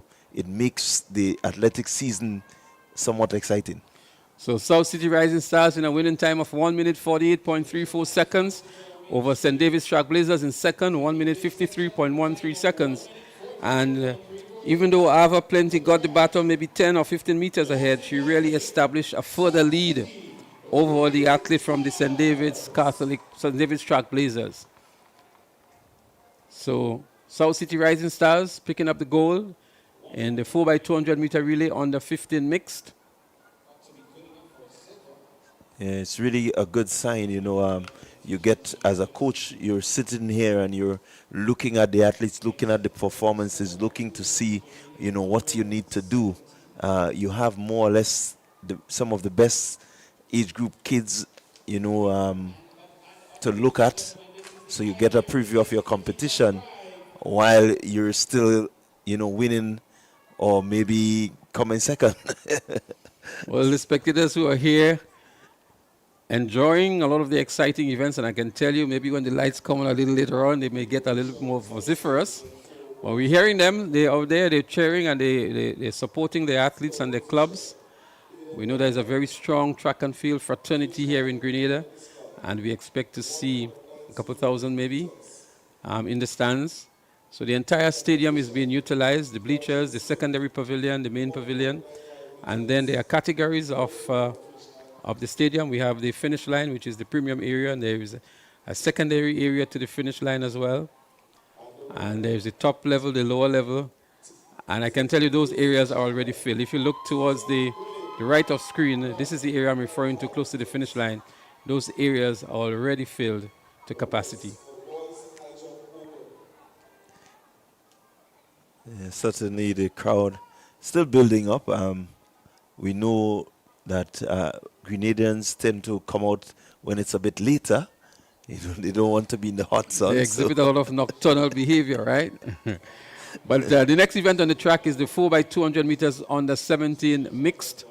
In lane 1, we will see St. Andrews Anglican Secondary, SAS, St. David's Trailblazers in 2, 473 MVP in 3, South City Rising Stars in 4, Velocity Track Club in 5, Classic Light and Finish Line in 6, and the McDonald College would be in lane 7.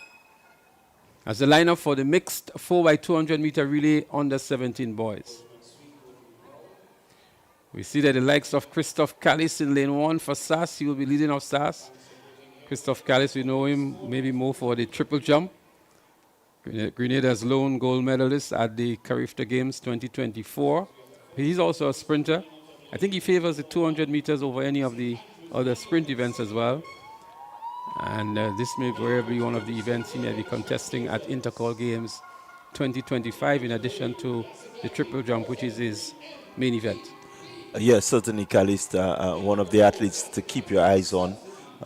Represented Grenada really well, as you mentioned, in the triple jump, but I know him to be a very good 400 athlete also. You know, so he's quite the versatile athlete.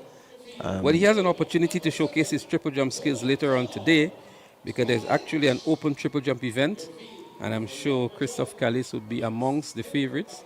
Although he is only a junior athlete, and this is an open event, he would actually create some anxious moments for the other competitors in this event.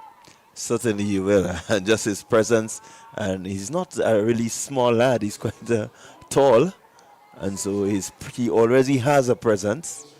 And so, I mean, by the time he gets maybe his first jump in, he will announce himself to say, hey, I'm here. So St. David's Track Blazers is also featured in the event upcoming, and also is the MVP.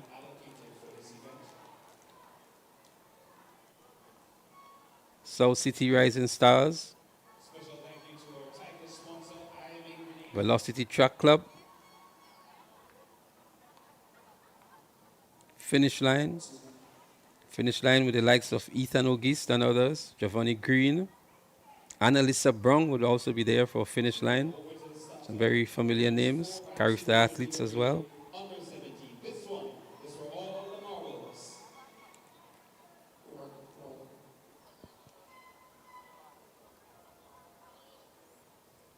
So the athletes are just waiting for the starters' instructions.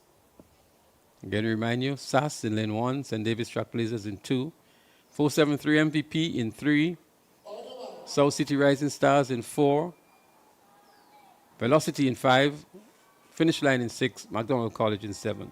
They're called to the marks. It's a mixed relay. The males on the first leg, females on the second leg, the males again on the third leg, and anchoring would be the females. And they're up and running. It seems to be a nice clean start here. The first leg, 200 meters. Let's see who makes up the early stagger. South City Rising Stars making up the stagger nicely over Velocity Track Club. As they come down that back straight, Callis also making up the stagger nicely on St. David's Track Blazers. The first handover, finish line looking good here. McDonald College also looking good. In the middle of the track, it looks like South City Rising Stars also looking good. SAS on the inside, but it is Finish Line who is up front. Finish Line and McDonald College on the outside, making a good run to his MVP in third position now. But it is Finish Line who would hand over first. On this is second handover. Finish Line followed by McDonald College. 473 MVP is also looking good out there in lane 3. SAS on the inside in lane 1, beginning to appear in this race, maybe for the first time. But 473 MVP is looking good. Delron John for SAS is running really, really strong on the inside. It is SAS on the inside, MVP, finish line. Here comes South City Rising Stars. South City Rising Stars hands over first, but they tumble in the process, and what a mishap there for South City Rising Stars. They're all in the middle of in the single lane now, so it's the final leg. They all scratch to the inside lane here. It is Finish Line, followed by SAS. Let us see who is hungrier for it here. Finish Line, followed by SAS. Finish Line, SAS, St. David's Track Blazers. It's going to be Finish Line who wins this one. SAS picks up the silver. St. David's Track Blazers picks up the bronze. McDonald College for fourth. 473 MVP. But what a mishap here for South City Rising Stars. We need to find out who did that third leg there for South City Rising Stars.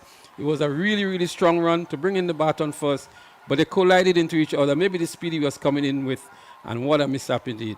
Yeah, really, really not what you want at this stage. They really, South City Rising Stars seem poised to really put in a challenge to the front runners, and definitely that would fall just offset the whole thing. I think we would have had some more excitement coming to the finish of this race. Yes, it's unfortunate, but here's where they're practicing and they're practicing and they're practicing. comes into play. You never can do enough really practicing. And we see the great USA. We see many, many international clubs and teams falter on that baton passing. The transitioning of the baton is so critical, it can determine the overall winners. So it's finish line, classic lighting finish line, 1 minute 40.07 seconds. SAS in second, 1 minute 41.09. St. David's Trailblazers picking up the bronze. McDonald College picking up the fourth. McDonald College was looking very good in the early runnings, but faltered towards the end. I thought Delron John for SAS ran a very good third leg as well, but it was South City Rising Stars to me who had the most impressive run in the relay. Unfortunately, he collided into his teammate on the final batter transition and did not finish the event. Yeah, you want to make sure when you run the relays, you clear the athletes. That's why you have the lane and you choose which side you're taking the baton so that you don't have that mishap that we just had, the collision. So the execution there is something that they have to go back and work on, clearing the lane as you hand over. It's excitement galore here at the Kirani James Athletic Stadium for the 2025 edition of the IMA National Relays. We want to thank TNR Communications for bringing this event to all of you who are viewing in the diaspora throughout Grenada, the region, who are unable to make it down here at the National Stadium. We're happy to bring this to you in your living rooms, on your mobile devices, wherever you are, and viewing this broadcast. We say good afternoon to you. A lot of excitement in store. Pristine conditions, as we see here at the Kirani James Athletic Stadium. The infield is looking superb. The track, a newly laid track, so the track is also in excellent conditions. And the athletes, at the beginning of the season for most of them, just sharpening their craft and really pacing themselves to see where they are as the season develops. The coaches too doing a lot of work as well, monitoring the athletes to see how race ready they are. Some of these athletes will have already participated in the school's annual track and field meet. Others are gearing up and getting themselves ready. And then we have the National Primary School Games, the National Private Primary School Games as well, and of course, the big one, Intercall, where these athletes would culminate from the level of preparation throughout the season. We're also going to be having later on in the season the National Champs, and I was made to understand there's going to be a new event on the track and field calendar this year, sometime in May, and we're looking forward to that as well. The more competition for these athletes, and of course, the ultimate one for them would be the Carriacou Games on the Easter weekend in Trinidad and Tobago. Yeah, certainly looking forward to that. Even in this race, you have a number of Carriacou athletes, the likes of Shaffonia Houston. We've seen Amaya Chandler, Kyle. Quite a few of them are here in this event. You can look forward to Ethan Sam and these boys. And that's the 4x200 meters mixed relay for the under 20. So a number of our top athletes are on show here, and as Clyde was mentioning, the likes of the Ethan Sam, who has run a 10.45 this year, easing towards the finish line as well, so he is definitely one to look out for. Shaffonia Houston, she's also the Carriacou athlete. But quite a number of top-class athletes are in this one. Yeah, you have the likes of Shade John and Kamaya Tellis, but they also featured. Michael Redhead is also in this one for St. David's Trailblazers. Andon Daniel, Kayla McIntyre for finish line. Amia Chandler, she's also there for classic lighting finish line. Shante Augustine for the 473 MVP. Egypt Regis Benjamin Regis, another top athlete out of the Anglican High School. She's campaigning for the 473 MVP as they get ready here. So it's going to be Ace Track Club in lane 2, McDonald College in 3, Classic Lighting finish line in 4, Trailblazers in 5, MVP in 6, and Velocity Track Club in 7.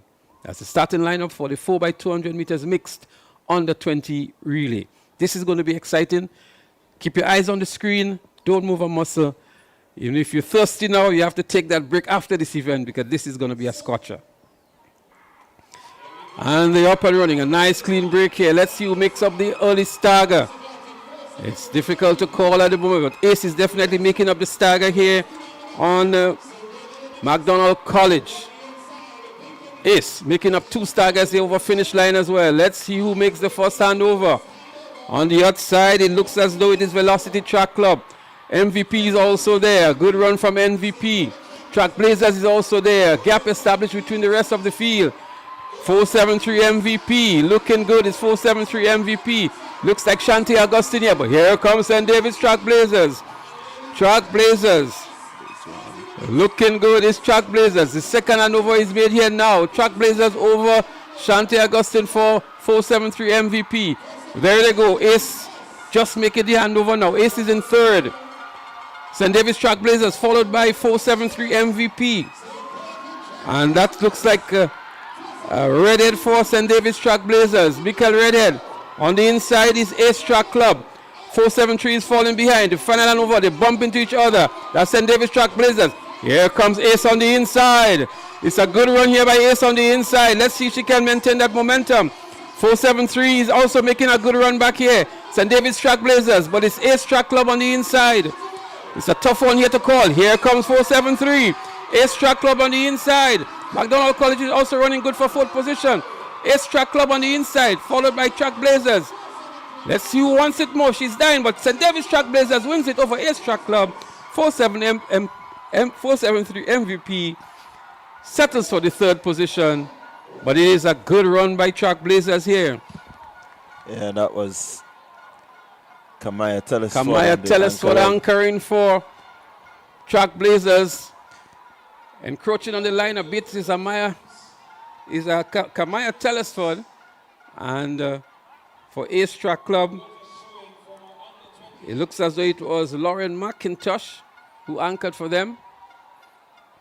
She was ahead at one point in time, but really faded towards the end. And in the end, it was St. David's Track Club in Kamaya Telesford who brought home the glory. Tell you what, looking at these athletes, these will be some of our Carif athletes in Telesford and Regis Benjamin, who finished there for MVP. An interesting thing I noticed here is that Shephonia Houston actually is registered for Ace Track Club. So we know her campaigning before for, I think, was South City Rising Stars. But now she is with Ace Track Club. St. David's Track Club winning 1 minute 36.69 over 1 minute 36.95 of Ace Track Club. And 473 MVP picking up the bronze, 1 minute 37.27 seconds. Yeah, even if it's early days, but seeing these athletes on track and seeing how they progress will be very interesting. A lot is placed on them in terms of being able to remain healthy, remain strong, and really put on this sort of showing, because I think we did really well last year in the Carifta Games, and so this year we're looking to bring even more heat to the Carifta Games. So having these athletes healthy and performing like this at this time of the year is a good thing. Absolutely. Most of the athletes are not yet peaking, but it's always interesting to know what event they are peaking for, whether it's the school sports, whether it's intercall, whether it's Carifta, and that's a challenge that these coaches have, to maintain a high level of performance throughout the season. But we know obviously the coaches prepare them to peak for a particular event.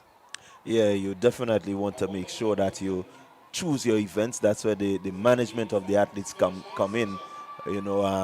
Some meets they may just need them to give maybe a 80%, and hold back something just to make sure that they get themselves into that prime for the prime meets. So it's very important, the periodization of these athletes. These coaches have a lot to do. So it's not just about getting them running, but you have to, prioritize as you go forward. So we have on the schedule here the next event to be the 4x200 meters mix for the 20 plus. And 2 clubs are registered for this event. That's St. David's Track Blazers and Finish Line. So we have not seen the athletes making their way onto the track yet for this event. But that's the next event on the track, the 4x200 meters mixed relay 20 plus. So a while ago, we saw some of the top athletes in Grenada, even at the secondary school level, competing in the 4x200 meters mixed relay for the under 20. And it was an exciting event indeed in the end. Scheduled to have a 200-meter mixed forward and 20 plus. Yeah, the timing, the timing of some of these races will be important. Even if they're mixed events, remember we sent a mixed team to the Carifta Games. We had them running. So, there's just so much that looking at these races now, and I think that's where they having the relay meet this early is quite important on the calendar of all the different clubs and schools and so on. Well, earlier this afternoon in a conversation I was having, some people was of the opinion that preliminary national teams should have been here to compete and to help assess and to determine who is going to make the final cut for a national team for the relays for Carifta. And maybe that would have been a good idea to select a number of students who, not say students, athletes who have the potential to represent Grenada and to bring them on show here as a measure of a selection process for the Carifta team. But nonetheless, they're competing for their clubs and the selection process can still take place. But we want to underscore the point that the more they race together, the more they practice together, the more they get used to each other, especially for relays, gives an advantage over the others who have not yet been practicing together or who have been put together at very short notice to compete. Yeah, quite agree with you there. Having them, work together, it builds the team morale because it really is, definitely is a team event. You want them to gel, you want them to be able to be comfortable with each other, and it will help the synergy and make sure that, when it's time to really compete, they know their partner so well that they know exactly what their partner will do. Absolutely, absolutely. So you're not missing anything on the track at the moment. As I said moments ago, you're waiting for the start of the 4x200 meters mixed relay for the 20 plus. And there are two clubs registered for this event, St. David's Track Blazers and the Classic Lighting Finish Line.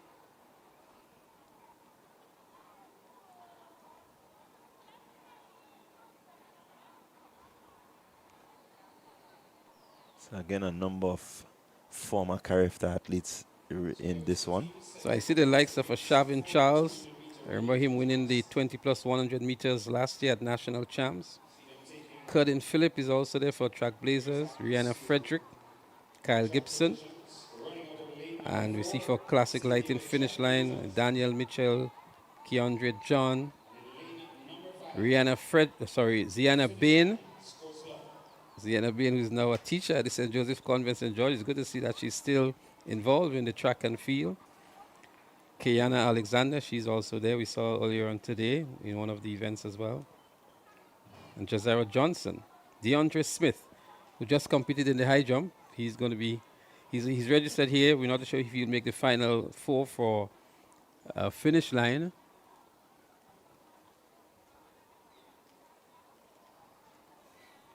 Yeah, it's certainly good to have them on the track. Athletics is not just about intercall, and after intercall it's over. There's so much meets getting to And you're Diamond correct. League I and all was so these happy things. to see Kenisha Pascal coming back and running today. I mean, she had a baby maybe a year, 2 years ago, and I'm sure she was not training a lot, but to see her come back on the track here and participate in one of the relay events, that was a breath of fresh air for me because she has really blazed the track here in Grenada for several years, maybe a decade or two, as Grenada's premier long-distance female athlete, and has represented Grenada throughout, not just in the region, but throughout the world. And it was really, really a pleasure to see her back on the track here in 2025. And again, having her in a race like this, the youngster, I think it's Alexander, being able to run off and leave her, it's momentum. It says to Alexander, hey, I've defeated one of the greats, so that just spurs her on. Absolutely. The sort of impetus that they would get, the fact that I'm competing with somebody who, has dominated this sort of events, 5,000, 3,000. It gives you that sort of motivation to want to continue. As we see the athletes getting ready for Event number 14, the 4x200 meter relay 20 plus. St. David's Track Blazers and Finish Line, the two clubs competing in this event. Track Blazers will be running out of lane 4 and the Finish Line out of lane 5. But Clyde, for a fact, we've seen a very impressive performance so far from Finish Line. They've been doing a good job today. Some of the maybe bigger name clubs, the Ace Track Club from St. Andrew, 473 MVP. But Finish Line holding their own. Even South City Rising Stars, coached by Lee Coffey, not been as impressive as we've seen them over the years. I'm not sure what's happening with South City Rising Stars, but it's early days in these games. Let's see what happens later on in maybe the quote-unquote sprint relays, you know, and see how these athletes are performing.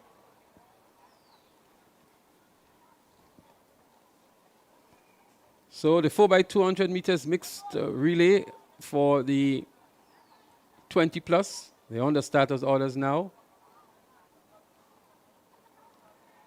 St. David's Track Blazers in lane 4 and Finish Line in lane 5.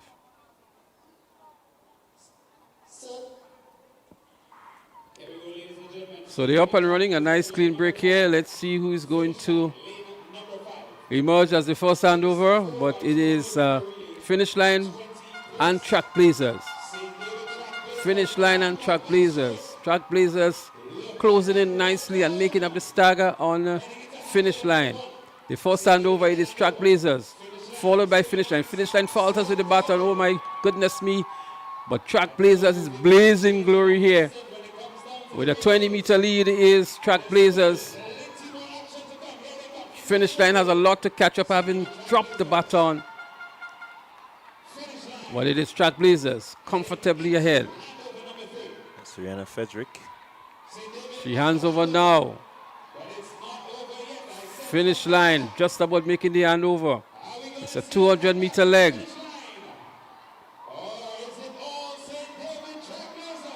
Track Blazers with about 30 meters ahead of Finish Line. It's a 200-meter sprint relay. They're going to hand over to the ladies now. Track Blazers in the lead, followed by Finish Line as they scratch towards the inside lane.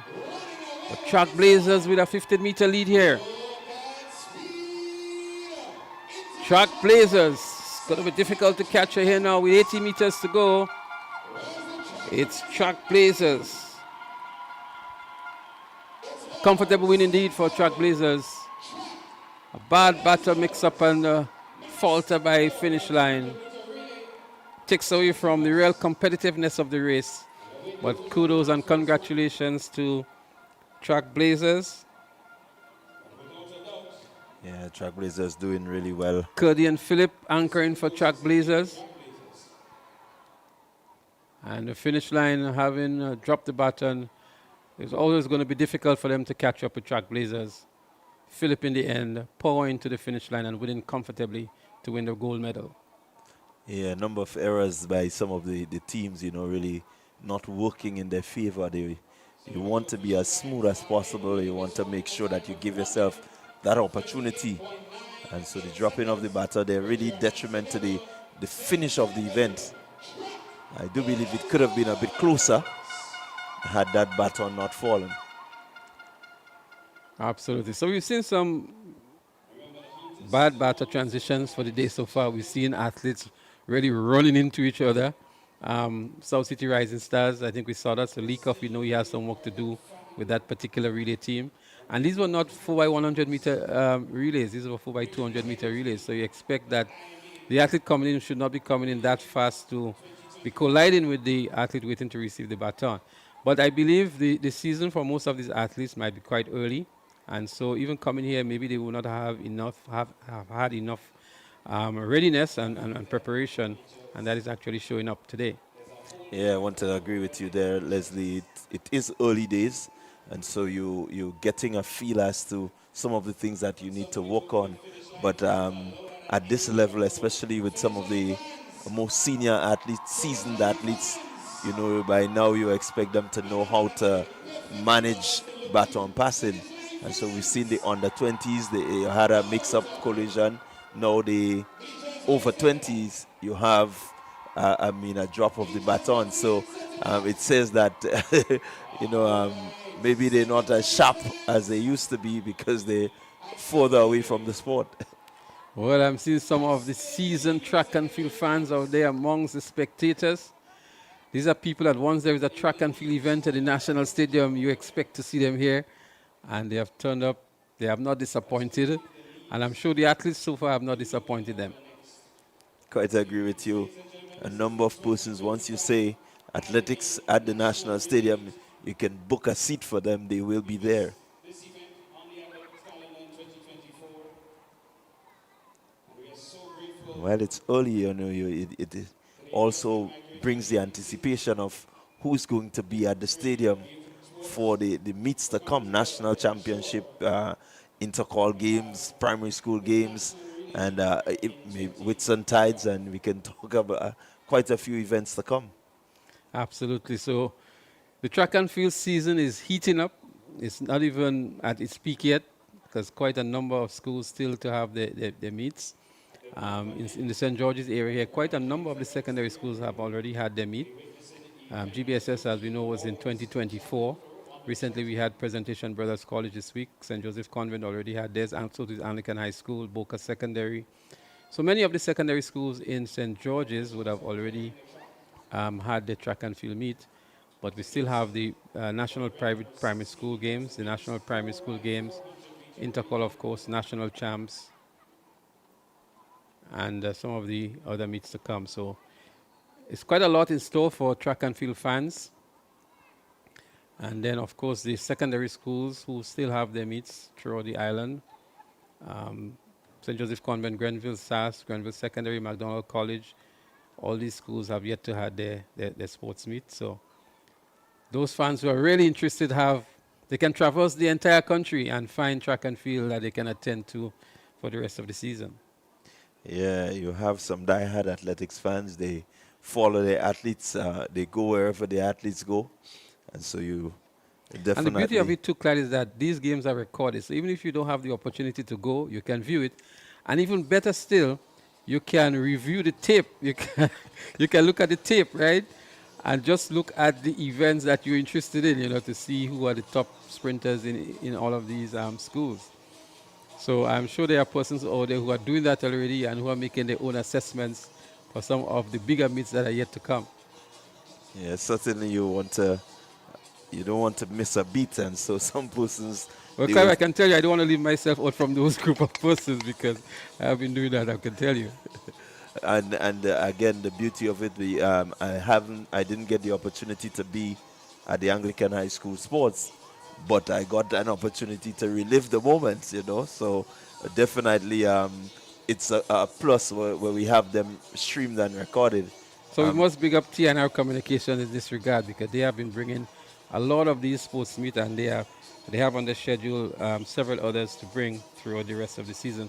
So we ask you to monitor the Facebook and YouTube pages of TNR Communications. They'll be bringing a lot of the track and field meet throughout the season, and some of the national meets as well. As the premier sporting broadcasters in Grenada, I would think TNR Communications, and we absolutely happy to bring it to you wherever you are. For those of you who cannot come on down to the various playing fields and the stadium, and those of you who are out of Grenada and are following track and field, we're extremely delighted to bring it to you wherever you are. Yes, certainly TNR has been the leader and continues to be the leader in broadcasting of the sports on a whole here in Grenada. And just to give some of the athletics fans a bit more information on what's to come, we have the Nexa Primary School Games 2025. You have the different branches having their meets. So you're going to be looking at St. David's branch on the 28th. That's next Friday. The St. David's branch, primary school branch, will have their meets. St. Patrick's on the 6th of March. So quite a few of them, getting in and gearing up for the National Primary School Games. St. Andrews branch will be on the 27th of February. So what we're going to have now, Clyde, is going to be a prize giving ceremony and the opening ceremony. So momentarily we're going to segue to that as they get themselves ready for the opening ceremony and the first medal presentation. But again, we want to alert people to keep monitoring.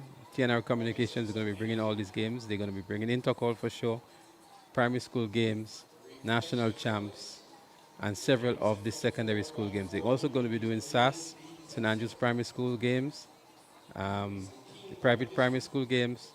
So keep monitoring TNR Communications. They're going to be bringing you all of these events. So what we're going to do now, we're going to take a short break as we get ready for the opening ceremony and the medal ceremony. And we'll be back with you as soon as that is completed with more live action on the track.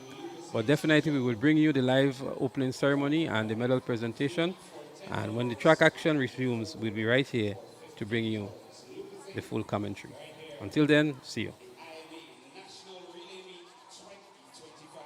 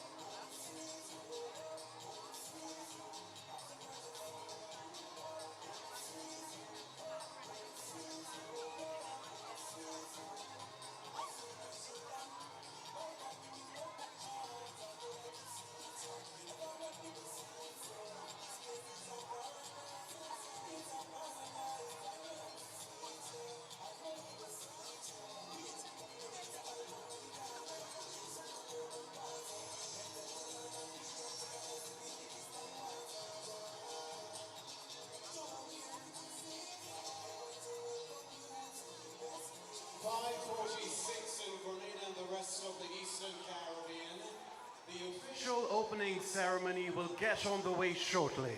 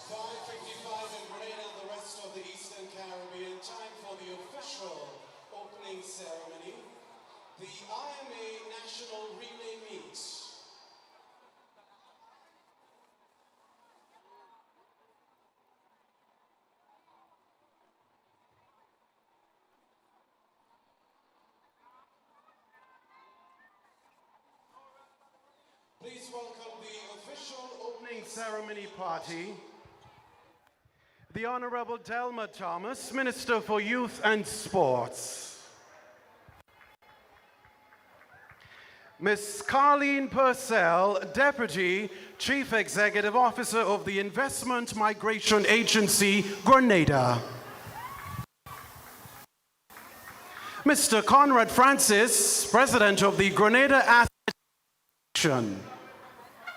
Mr. Conrad Francis, President of the Grenada Athletic Association.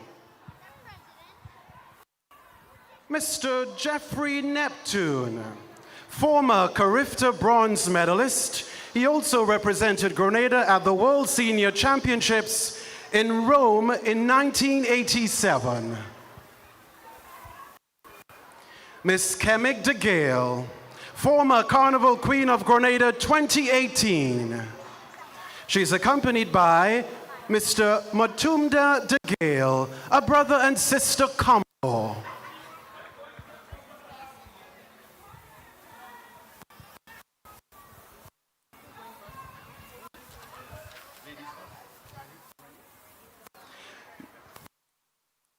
Miss Renee Cooper, technical official. And Mr. Ethan Sam, athletes, Classic Lighting Caribbean 473 MVP.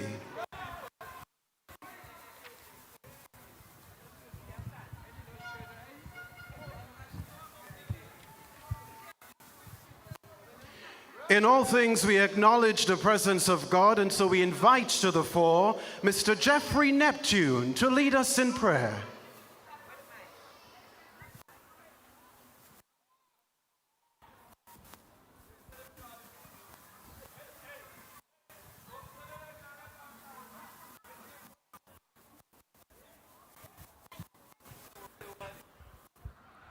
Shall we stand for prayer?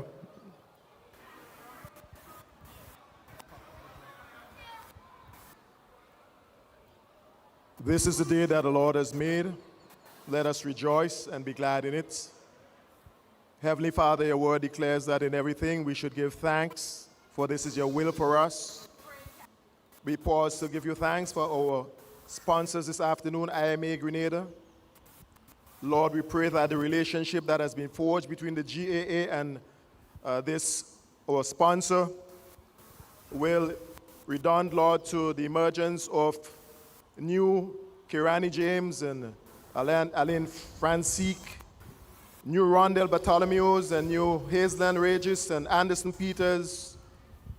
Lord, we pray that this relationship will be to the mutual benefit of both the association and the sponsors, and that track and field will benefit in the end. Lord, we thank you for the organizers of this meet. Among them, Lord, are members who have given decades of time and other resources to the development of track and field. We thank you for them, Heavenly Father, and remind them that you're no man's debtor, and Lord, they'll receive their due recompense for all the good deeds they've done. Lord, we thank you for the spirit of volunteerism that exists even here today.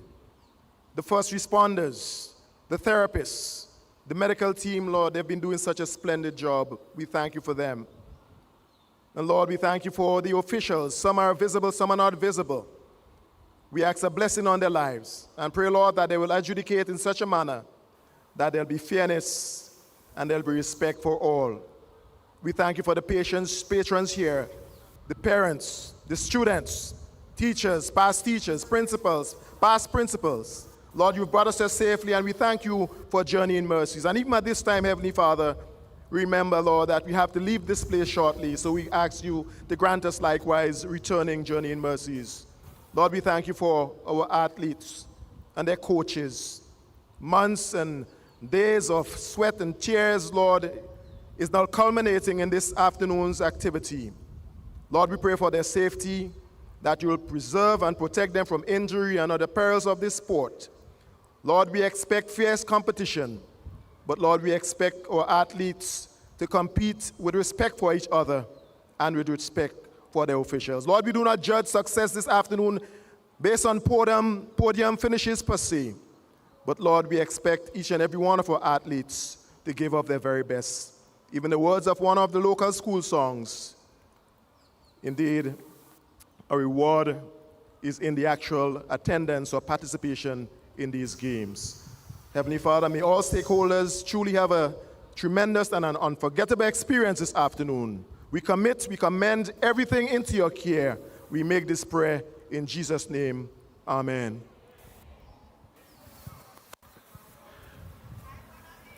Please remain standing for the national anthem of Grenada. Please welcome Ms. Kemig de Gale on the steel pan and Mr. Matumda de Gale on the drum.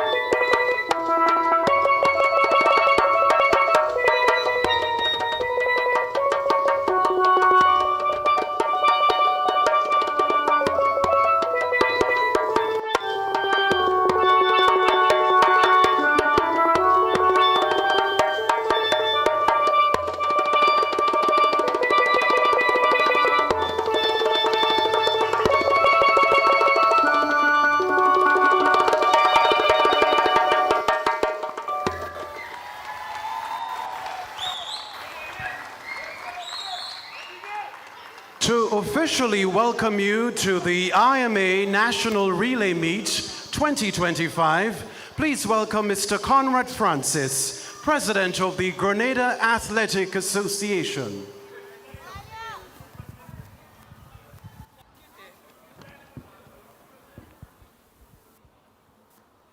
Honorable Minister of Youth and Sports, Delma Thomas. Ladies and gentlemen, distinguished guests, athletes, officials, and spectators. It is with great excitement and anticipation that the Grenada Athletic Association welcome you to the inaugural IMA-sponsored National Relay Meet. In collaboration with IMA and the Ministry of Youth and Sports, the GAA is confident that today's meet will be a memorable one. We are thrilled to have you here. So sit back, relax, and enjoy the show. Deepest gratitude is extended to the Investment Migration Agency for their swift and generous support.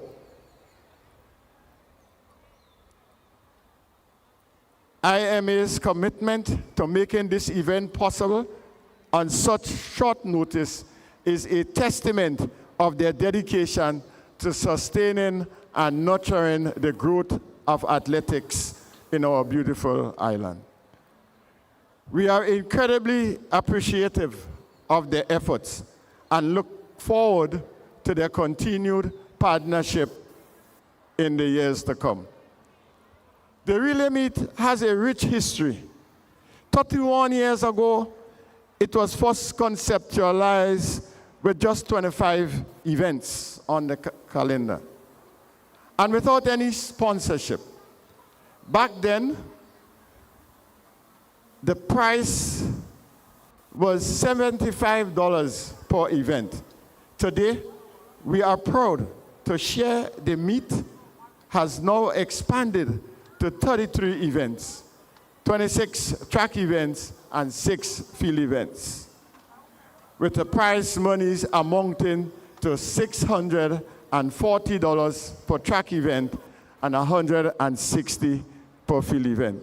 And I must add here, as you have witnessed, we have over 700 athletes are participating in the meet this afternoon. Let's give them a big round of applause.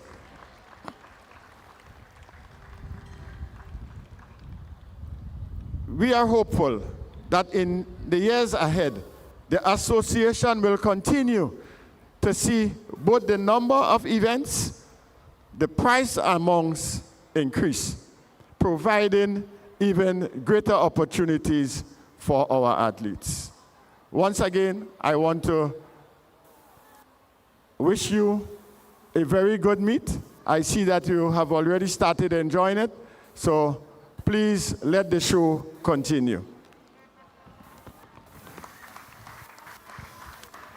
As mentioned earlier, in our midst is the Honorable Delma Thomas, Minister for Youth and Sports. She'll address us at this time.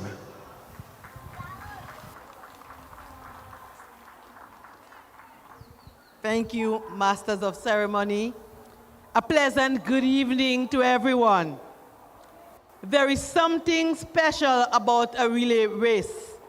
It's not just about speed, it's about trust, teamwork, and the understanding that success is never achieved alone.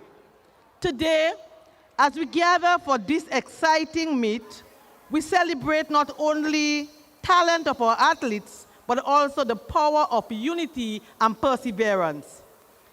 Each baton pass represents hard work, sacrifice, and the belief that every contribution, no matter how small, moves the team forward.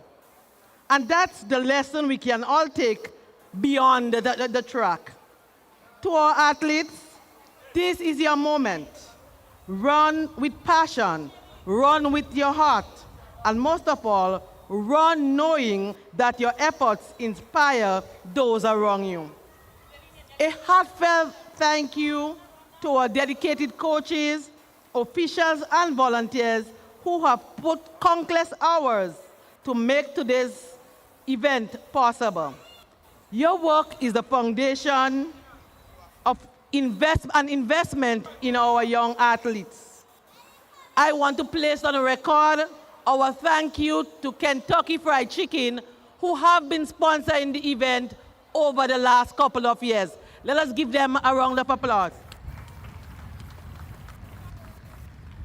But I am happy to announce that IMA Grenada has proudly come forward to sponsor this very important meet. Let us commend them, brothers and sisters. I also want to thank the Grenada National Stadium Board, the Ministry of Sports, and the government of Grenada.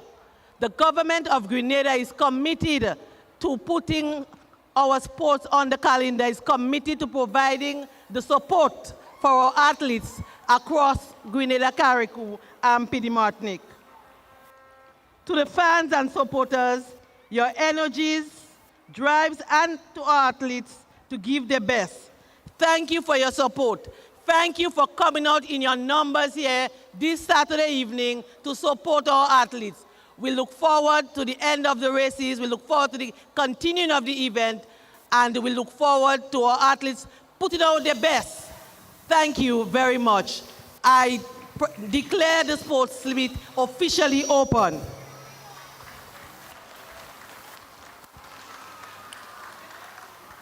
Ms. Carleen Purcell is the Deputy Chief Executive Officer of the Investment Migration Agency Grenada, the title sponsor of the National Relay Meet. Ms. Purcell, we invite you to speak to us at this time.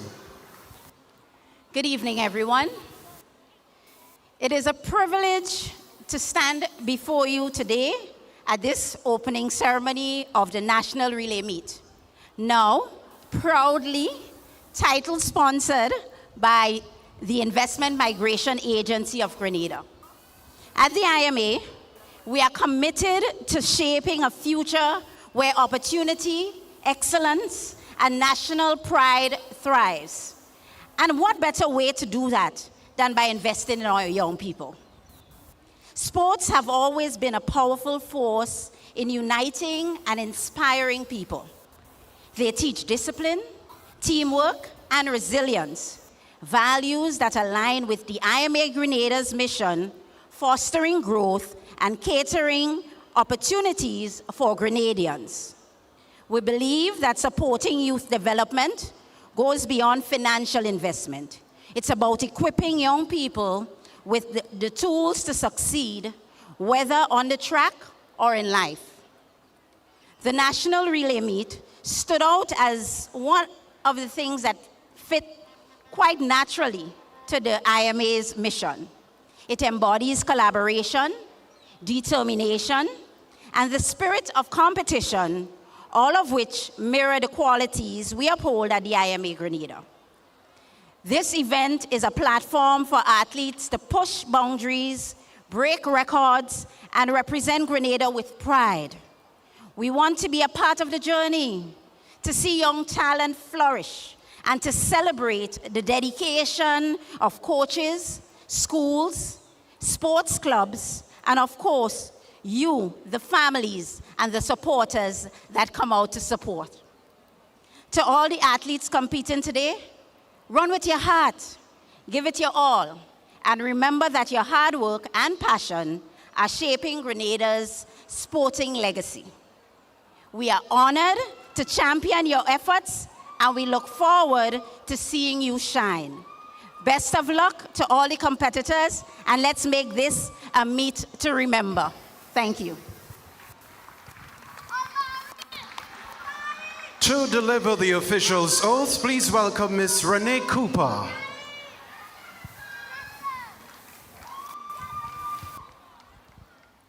Good evening.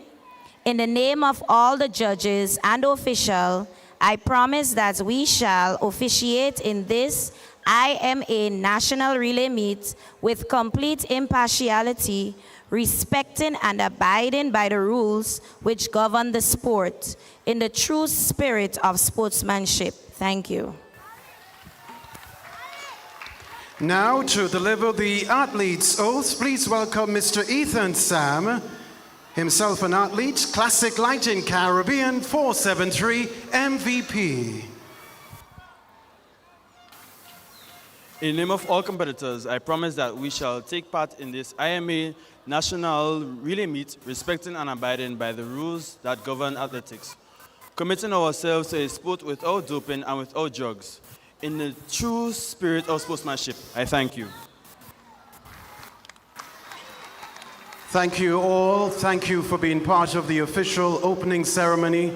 As the minister said earlier, let, of course, the games happen. It has since happened, and it's continue, no doubt. So thank you very much, Honorable Delma Thomas, Minister for Youth and Sports. Thank you, Ms. Carleen Purcell, Deputy Chief Executive Officer of the Investment Migration Agency. Mr. Conrad Francis, President, Grenada Athletic Association. Mr. Jeffrey Neptune, former bronze medalist, and he also, of course, represented Grenada at the World Senior Championships in Rome in 1987.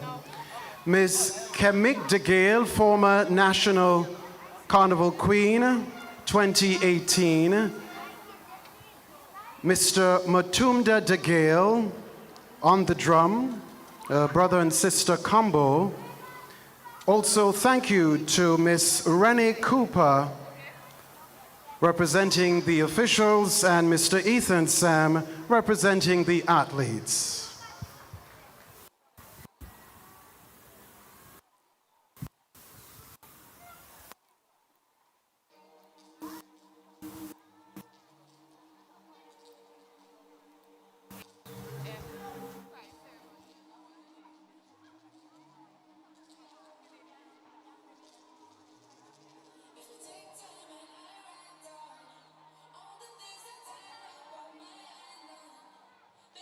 It's now 6:15 in Grenada, rest of the Eastern Caribbean. It's time for an award ceremony. Please welcome the Honorable Delma Thomas, Minister for Youth and Sports, and Ms. Carleen Purcell, Deputy CEO of the Investment Migration Agency, Grenada.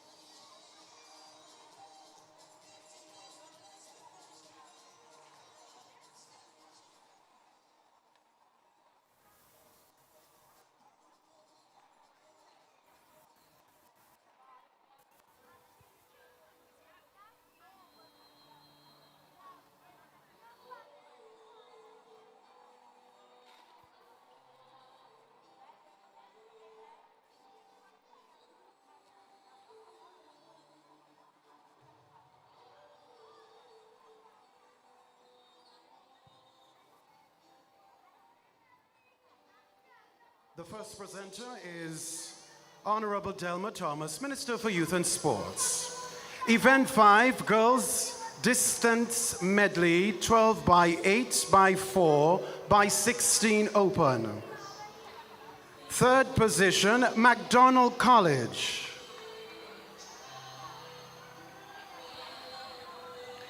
A time of 14 minutes, 05.94 seconds.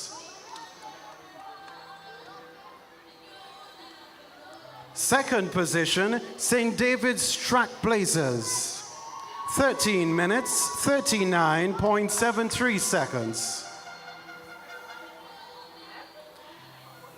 And in position 1, Classic Lighting Caribbean, finish line. 13 minutes, 25.20 seconds.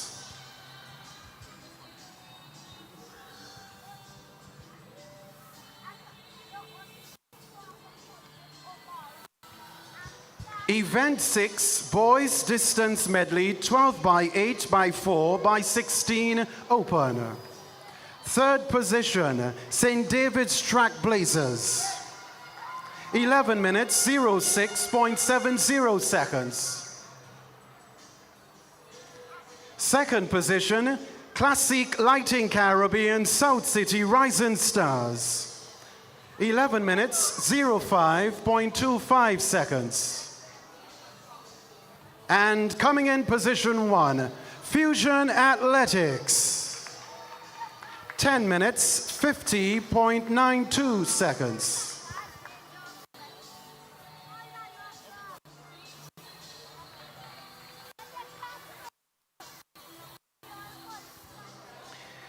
Event 7, Mixed 4x100 meter Relay Under 9. Third position, Runners Athletics Club. 1 minute, 06.27 seconds. Second position, South St. George Government School. 1 minute, 05.82 seconds. And position 1, Sprinters Athletic Club. 1 minute, 1 minute, 04.03 seconds.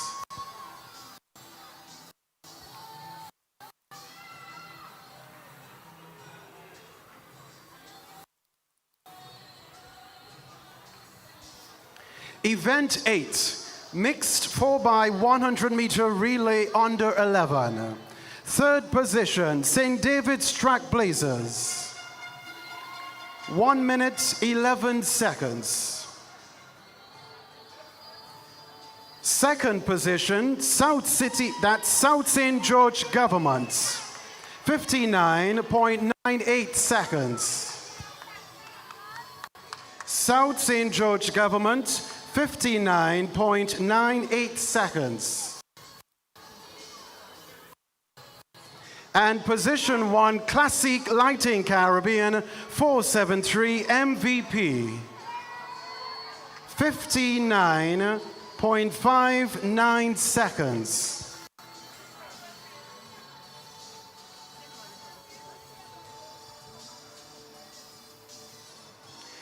Event 9, mixed 4x200 meter relay under 13. Presenting position 3, Sprinters Athletic Club. 2 minutes, 89 seconds. Second place, South St. George Government School. 1 minute, 58.87 seconds. And position 1, Fusion Athletics. 1 minute, 56.01 seconds.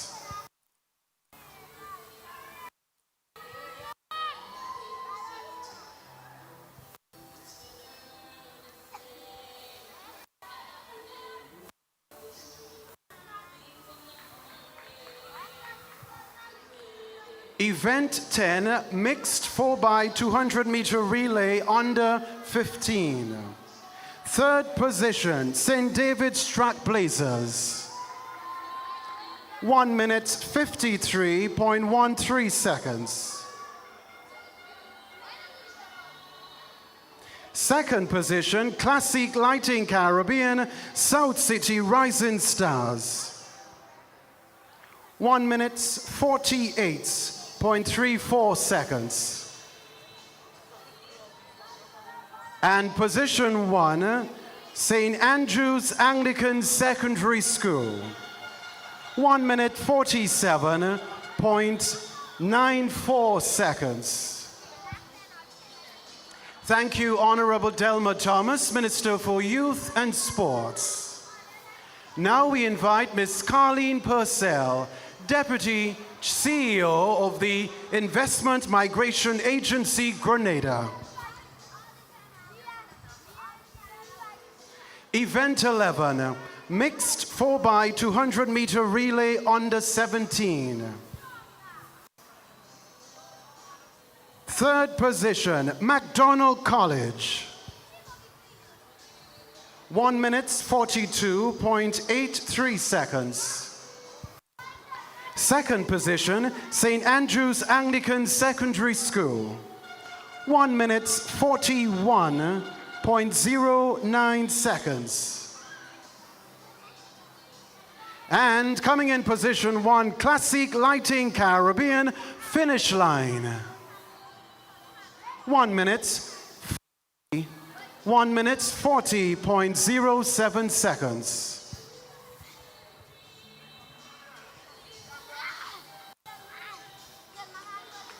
Event 12, mixed 4x200 meter relay under 20.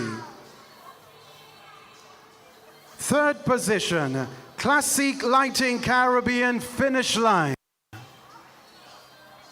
1 minute, 41.82 seconds. Second position, Velocity Track Club. 1 minute, 39.29 seconds. And coming in position 1, Classic Lighting Caribbean, 473 MVP. A time of 1 minute, 37.27 seconds.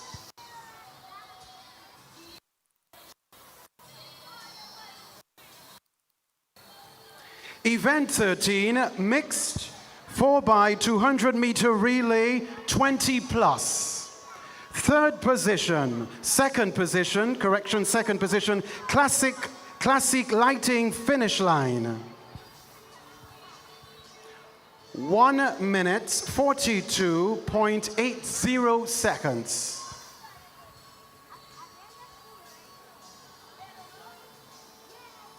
And position 1, St. David's Track Blazers, 1 minute 38.98 seconds.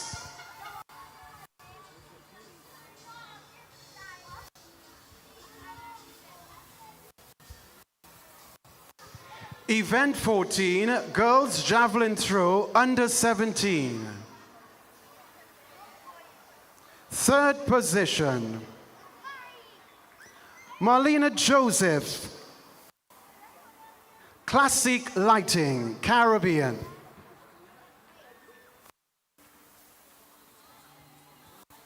A time 21, a distance of 21.34 meters. Second position, Zuria Charles, St. Andrew's Anglican Secondary. A distance of 24.37 meters. And position 1, Theona Jackson, St. Joseph's Convent, 25.75 meters.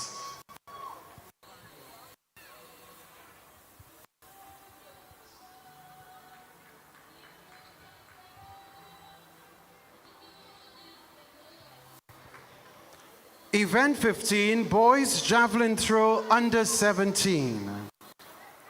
Position 3, Caleb Alexander, Fusion Athletics. A distance of 48.07 meters.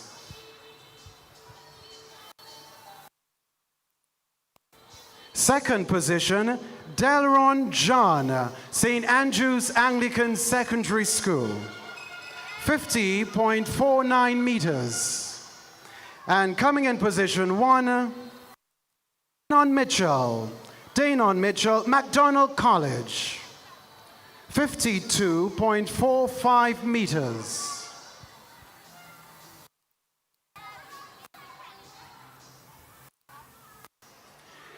Event 16, Boys High Jump Open.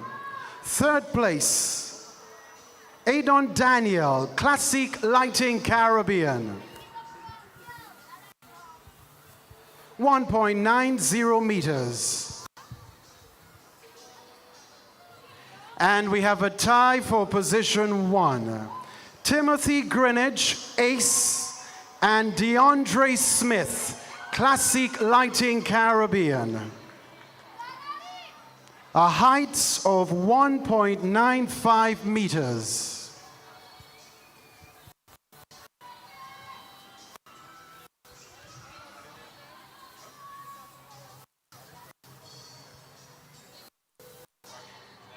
Thank you very much, Ms. Carleen Purcell, Deputy CEO of the Investment Migration Agency, Grenada.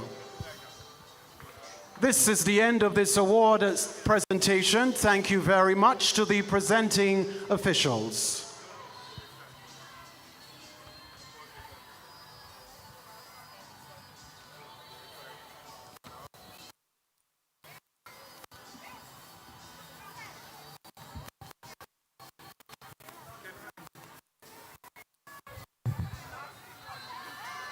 It's now 6:29 in Grenada and the rest of the Eastern Caribbean. Welcome once more to the IMA National Relay Meet 2025, right here at the Karani James Athletic Stadium in St. George, Grenada. IMA Grenada, unlock the possibilities.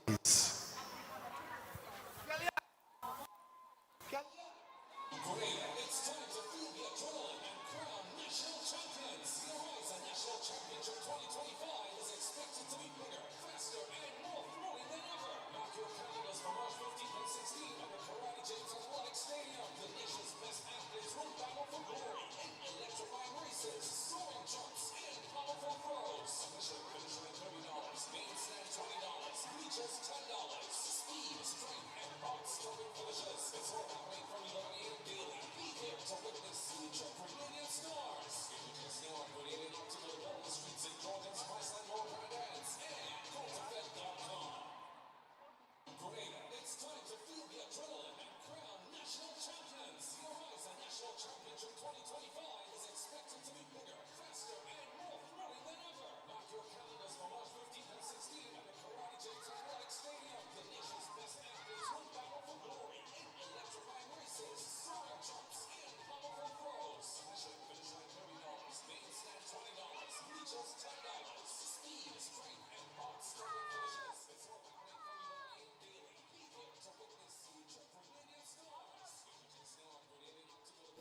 Well, welcome back here at the Kirani James Athletic Stadium, and we are bringing you live coverage of the IMA Grenada Relay Meets 2025.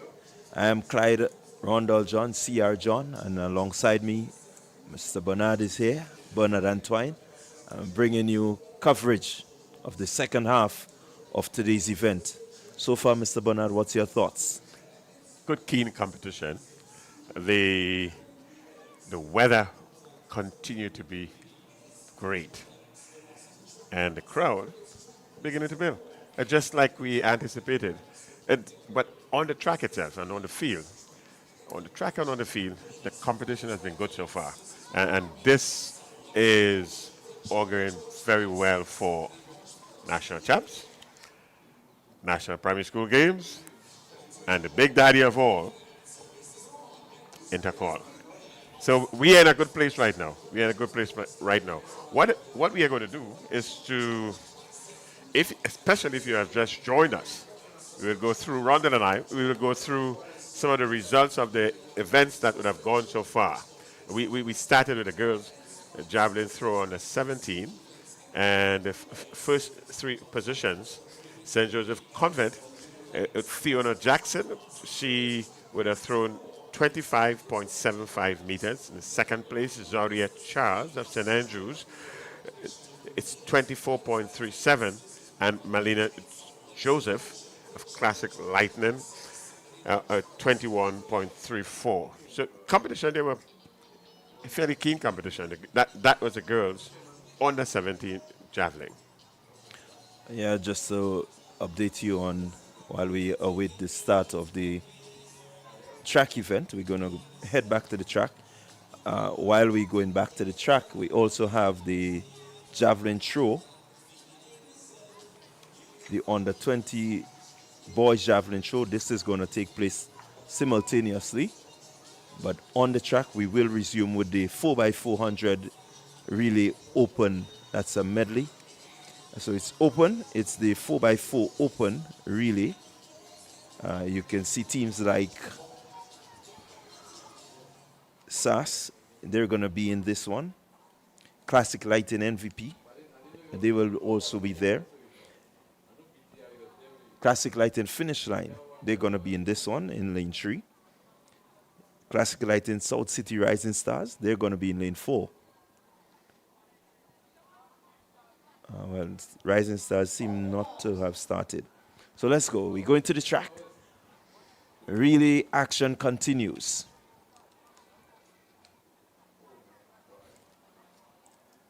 So just to run through the field, McDonald College, they will run out of lane 5.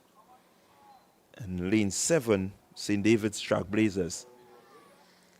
So that's event 16, the 4x400 relay open. Yes, we expect a keen competition. A 4x400 meters mixed relay open. So it's SAS in lane 1.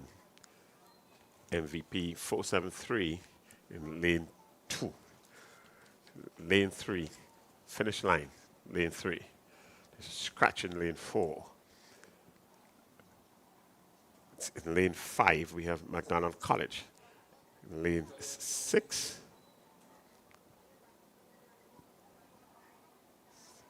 we have another scratch in lane 6.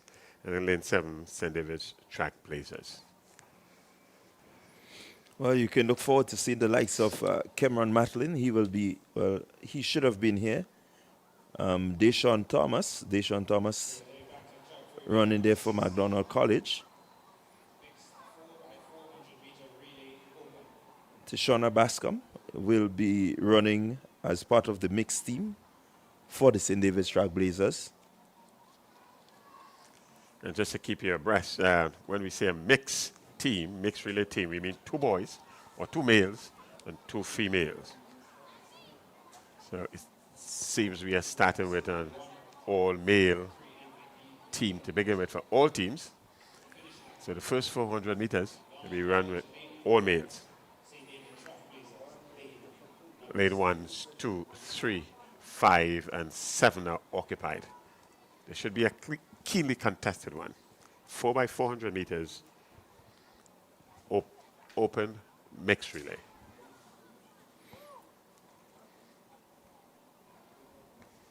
Can also look forward to Annalisa Brown in this one.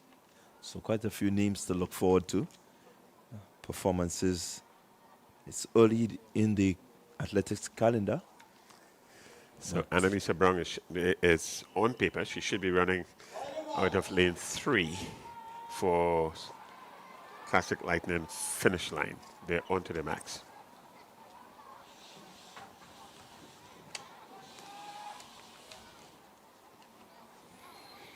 So here we go.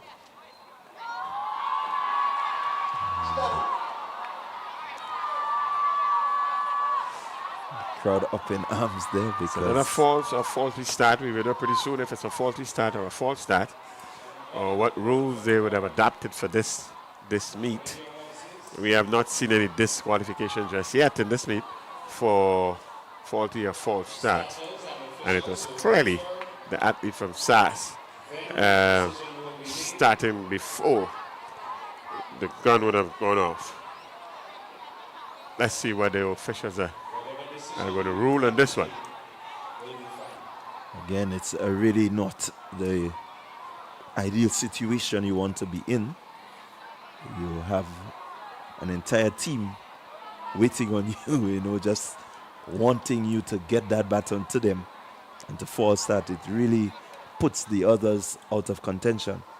Absolutely, and that's a burden and pleasure of team events.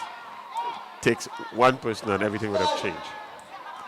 So there seems to be a green light for the entire field, so they're treating this seemingly as a faulty start. Well, as the officials deliberate, they will come up with... Yes, a yellow card for the entire field. So it's a faulty start. No disqualification here, run out. A sigh of relief will be breathed by the persons down in the stands, those that are supporting SAS.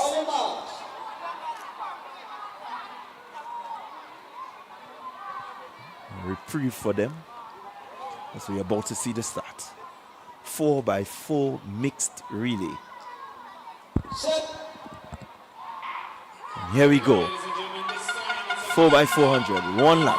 Each team member with the early running. It seems to be St. David's Trailblazers establishing quite a lead. Seems to be Classic Lighting MVP just making up some grounds. We're well inside 200 now. St. David's Trailblazers is way out front. Seem to be slowing somewhat. Needs to put in the afterburners here, make sure that he gets the first handoff. And he does. He keeps his team with a good 20 meters lead as they go into the first handover. MVP. Trailblazers. MVP making up the saga. Let's see how they go. Classic Lighting finish line, moving into second. The MVP striding really nicely, looking to open up a gap. And here comes the break. Everyone now in lane 1. Still MVP out front. That seems to be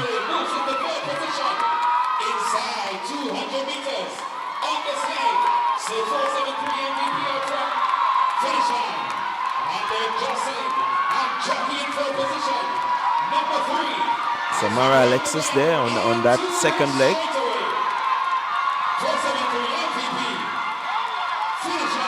MVP in the lead. Finish line is there. Closing in.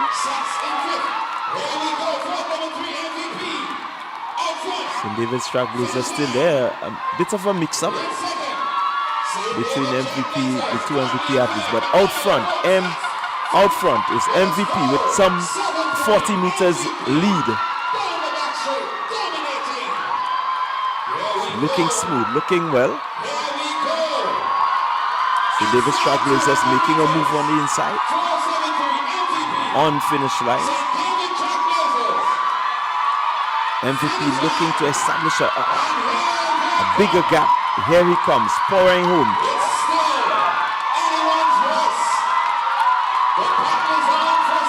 Some 60-meter lead. That's the handover now.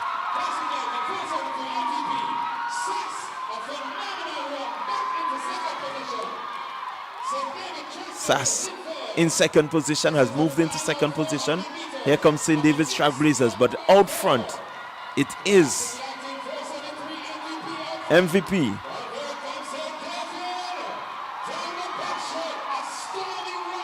St. David making up some distance.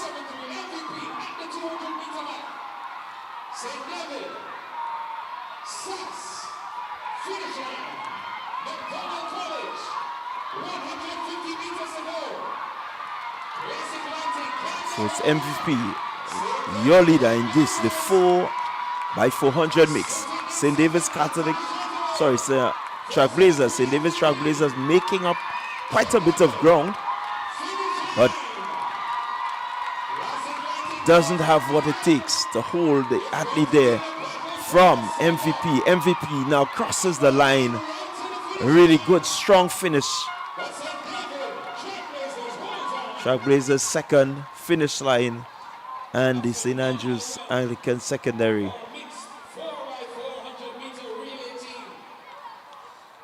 Really good, strong run there from the athletes from MVP Track Club. They did really well in terms of getting that baton and having maintained their speed throughout the event.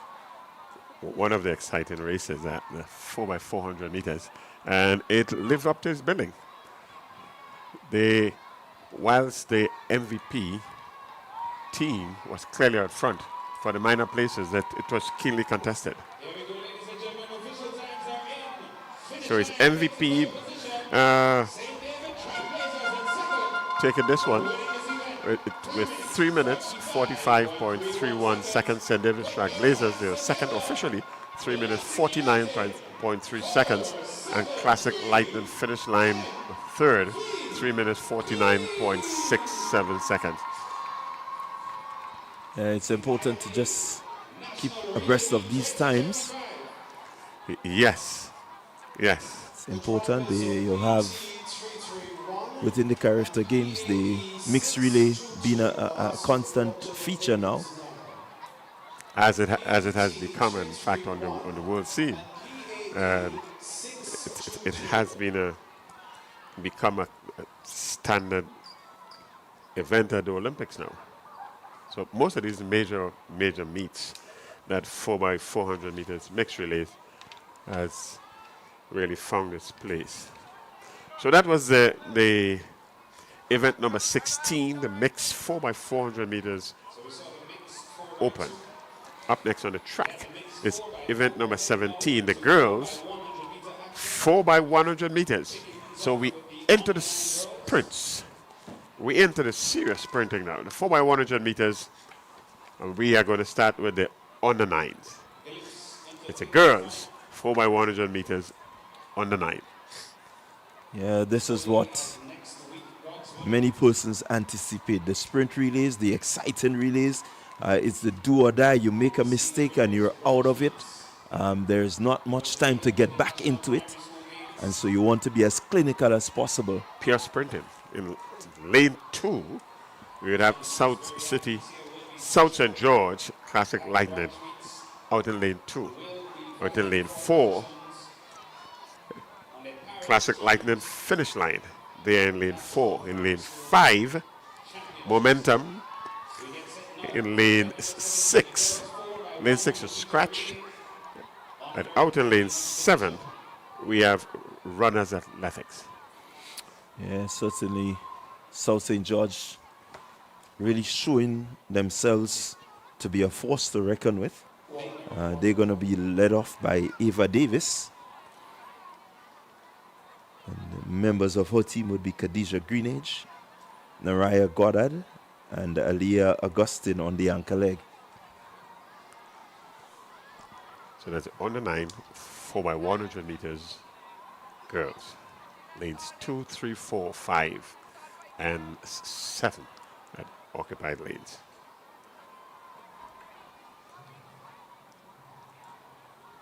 So it's good to see the tiny mites are there. They're gonna do their thing. I'm looking at lane 7, and while she will be on the 9, she seemed to be maybe, I don't know, I don't want the height to fool me, but she seems to be about maybe 6 thereabout. You really can't start too young. So this is actually a beautiful sight. It really is. You know, growing up in my days at primary school, I could not have said that I ran at the national stadium. There we go. At the age of 6. And a national competition. So it's really good early exposure for these youngsters. So just to remind you, you're looking at the IMA National Relays for 2025 at the Karani James Athletic Stadium, St. George, Grenada.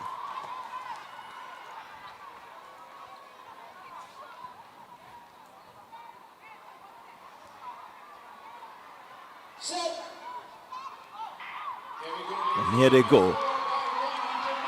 On the 9, girls, 4x1.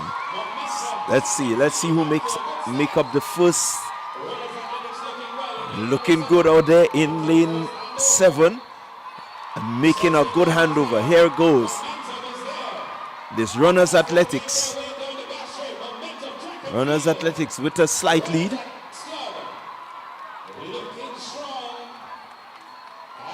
Momentum Track Club is there as they make the handover.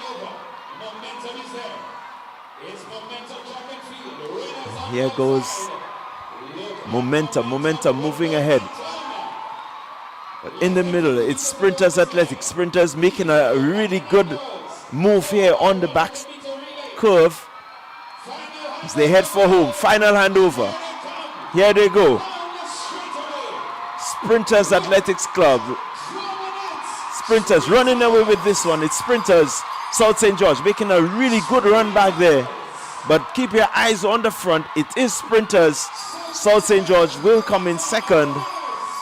And you just may have Runners Athletic running back there. Very keenly contested. And I tell you something, John. The execution of this race is a testimony to the coaching. The batter passing is rather smooth. This is still very, very young people. It's on the 9. Yeah, really good running there by these young ones. Again, no batter falling, no handovers, not as smooth and as quick, but at their age, I mean, that's reasonably enough. The goal is to get the batter to the next runner within a certain zone and get to the finish line with batter in hand. They did that. Well executed. All the teams. Well executed. So there you have it, your winners in a time of 108.59 seconds. That's Sprinters Athletics Club. South St. George Government coming in second, and the Runners Athletics in third. Just to remind you, this is coming to the compliments of TNR Communications, the Grenada Athletic Association IMA Relays 2025. The Grenada Athletic Association, they're celebrating 100 years this year. This is no spring chicken. Yeah, definitely no spring chicken. You reach 100 years, and it's a huge milestone. And putting on a good show, I must say so, thus far. The next event on track, is the male version, the 4x100 meters on the 9. 4x100 meters on the 9. Lanes 1, 2, 3, 4, 5 are occupied. In lane 1, that is the boys on the 9. Lane 1, MVP 473. Momentum Track Club is in lane 2. In lane 3 is Runners Athletics. In lane 4 is South St. George Classic Lightning. In lane 5 It's Speedsters Athletics. So there you have it. Lanes 1, 2, 3, 4, and 5 all occupied. The boys 4x100 meters on the 9. Athletics Club, lane number 3. South St. George Government, lane number 4. So again, we're looking forward to some really exciting battle passing. It's the sprint relays. Edge of your seat stuff. You see the youngsters as they go around you. You will be there holding your breath, hoping that they get the baton in and out. And so far, they're doing pretty well. We do have a team running out of lane 8, Southern Pros. So Southern Pros is running out of lane 8.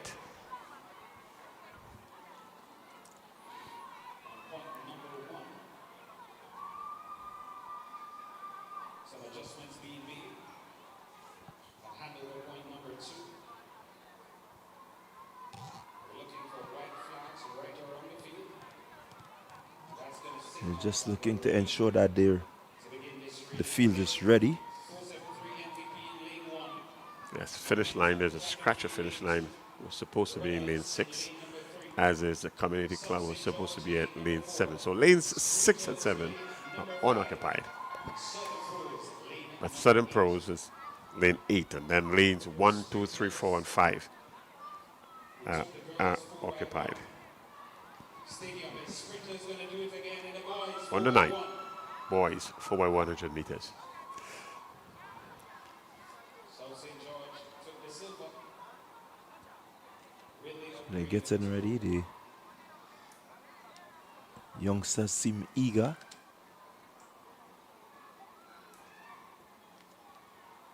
South St. George just keeping himself warm there while the others taking it just a bit more calm. If you're a parent in the crowd now, you can't be calm because your son or your daughter is out there, or your son rather.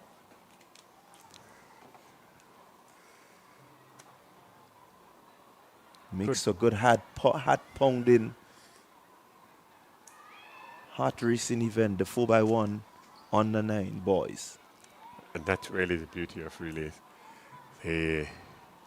It's teamwork, teamwork, teamwork. Some of the technicalities in the relays is that, especially sprint relays, well, all relays, you're expected to pass the baton within a certain range, 20 meters.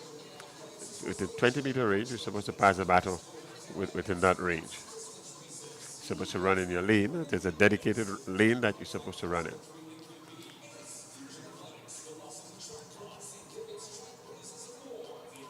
So just to remind you, some 23 clubs registered here for today's meet. And so far, they've delivered. We have the likes of Velocity Track Club, Top Flight Athletics, St. David's Track Blazers, St. David's Catholic Secondary, St. Andrew's Anglican Secondary, St. Joseph Convent Grenville, Sprinters Athletics Club, Southern Pros, they are here, South St. George Government School, St. Joseph Convent St. George, the Runners Athletics Club, Peak Performance Track Club, Momentum Track and Field Club, they're there, McDonald College, Grenada Boys Secondary School, Fusion Athletics, they're also there, the Community Club, Classic Lighting, South City Rising Stars, Classic Lighting MVP, Bolt Breaking Out Legends, they're there, Classic Lighting Boca Secondary, and Classic Lighting Finish Line. Yes. And we are just about the halfway stage because we have some 33 events that will be run off today. So we're just about halfway stage. It's 7 p.m. local time in Grenada here. And we are about to witness the start of event number 18. the 4x100 meters, boys under 9.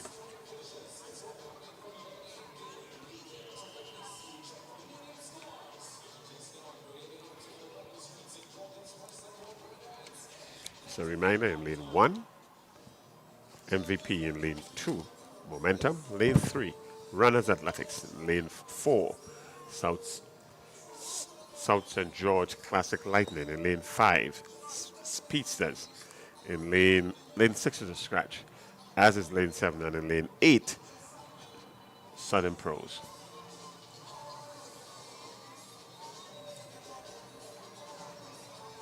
Slight hold up on the track. You're not missing any action. Just the officials are getting all the technicalities attended to before we see the start of event number 18. The boys, 4x100 meters on the 9th. So again, a lot of these athletes will feature in the National Primary School Games. They should. And so this is a preview of what's to come. South St. George, lane number 4. Sprinters, lane number 5. Southern Pros, lane number... At that age, you have to exercise a lot of patience, and that's exactly what's being done now. You are witnessing the IMA National Relays at the Karani James Athletic Stadium in Grenada, and they're on the status orders. So here we go, 4x1, under 9 boys. They're off. Let's see who makes up the stagger as early as possible. MVP in running. South St. George government looking good. But making the first handover will be Sprinters Athletics Club. Sprinters moving off. But South St. George is right there, not giving any room for them to breathe. There goes Sprinters Athletics and South St. John as they make that handover. Here they go. Coming around the bend. Still nothing between them. St. George looking to move ahead. He does, but keep your eyes on lane 1. MVP making a move on the inside. South St. George, MVP.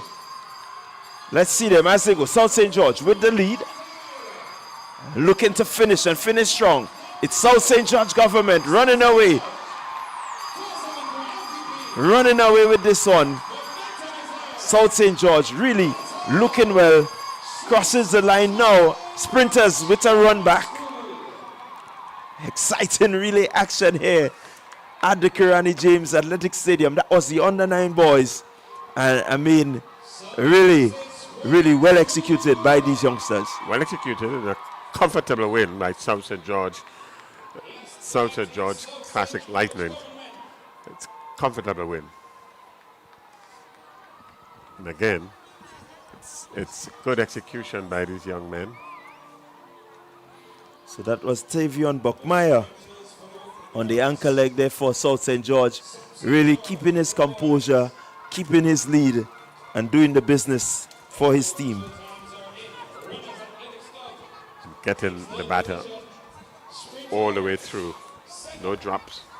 So there you had it. That's your result. South St. George government. Time of 1:06.16 seconds.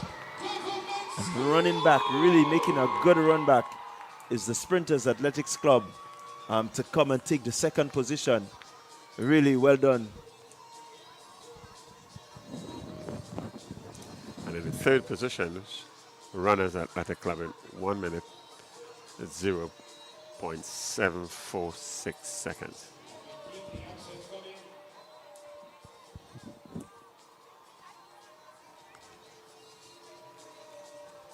Up next is the girls 4x100 meters on 11. We have 2 flights in this one. And flight 1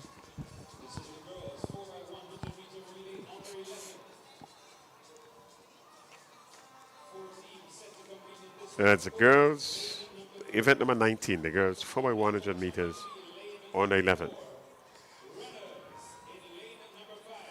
We have 4 teams in flight 1, Bolt, in lane 3, in lane 4, Momentum, in lane 5, Runners Athletics, and in lane 6, South St. George Classic Lightning.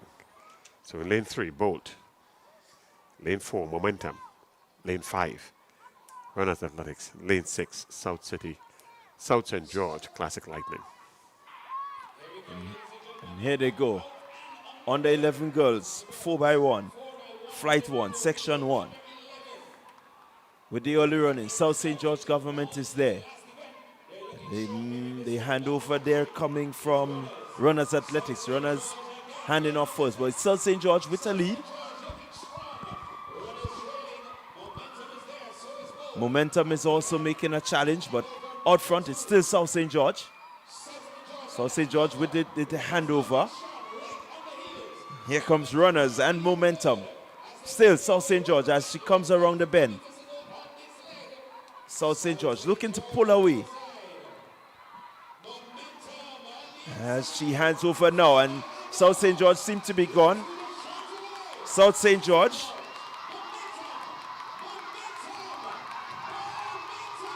Natalia McKnight, but here comes Momentum Track Club looking to mount a challenge. South St. George looking to hold on. Momentum takes it.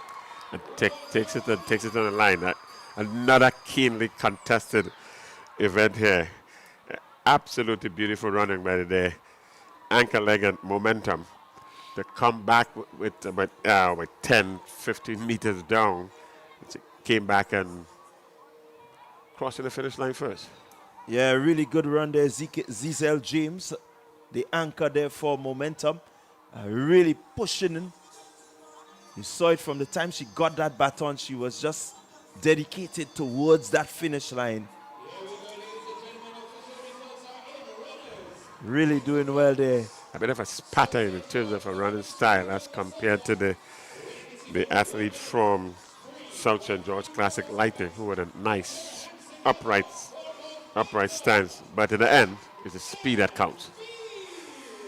Yeah, I quite agree with you. It is speed that counts, and they completed their race in a time of 63.34 seconds. Really good 4x1 run in there at the under 9 level. So we keep a note of the time here because there are 2 flights to get the eventual winner. So it's 63.34 seconds was the first place finisher in this one. So flight number 2. Flight 2 of the girls under 11. And you can get the lineup. Lane 2 is occupied by Classic Lightning finish line. Lane 3, Classic Lightning MVP. Lane 4, St. David's Track Blazers. Lane 5, Speedsters Athletics. Lane 6, Velocity Track Club. So it's lane 2, 3, 4, 5, and 6, all occupied. And the girls, 4x100 meters on the 11. Again, as you say, you keep your eyes on the time. It will determine who finishes in the gold medal position. 63.34 is the winner of flight 1.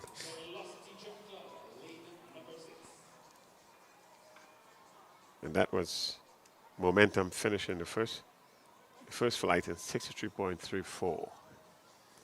So let's see what this flight 2, section 2 will come up with here. One expects some really keen competition here. Yeah, definitely some keen competition. We've seen some really good action from the track from these youngsters.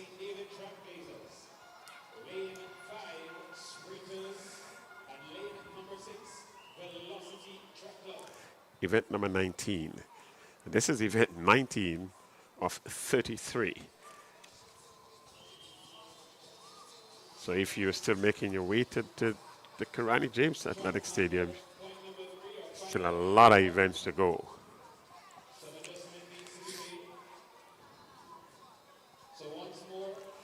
And as is tradition, we are going to end with the 4x400 meters boys open or male open.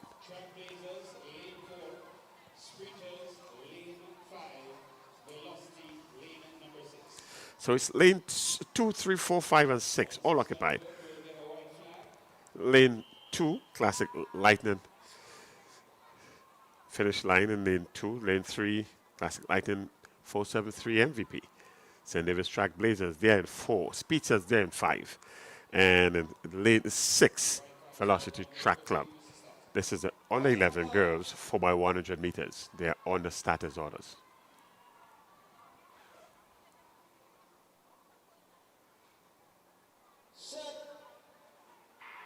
And here they go. 4x1, under 11 girls, section 2. Let's see. Out front, Velocity Track Club is there, but making up the stagger is sprinters. Sprinters covering some good ground. St. David's Track Blazers is their MVP. Looking to move. Sprinters still ahead. Here comes Velocity Track Club. MVP with a move on the inside. So they go towards the second handover. Second handover, it's MVP with a lead. Moving out, moving ahead. Sprinters looking to make a run back. MVP, a slight bobble. Sprinters is there. It's MVP, it's Sprinters. Let's see how they finish. Sprinters. Sprinters. Chaya pair for Sprinters, just moving ahead and taking this one. Sprinters Athletics Club looking good. What a finish. What a finish. That's how a finisher ought to finish. She colored that last leg. Made up the stagger, made it up quite easily. Yeah, you look at it there. MVP got the baton quite early. Sprinters with a decent handover, and Chaya was just able to power her way through. Look at her, look at the determination on her face. She knew she had this one in the bag. She made up the 5 meters deficit, and she won by 15 or 10 and a half meters. And the time seemingly is faster, so let's get official time.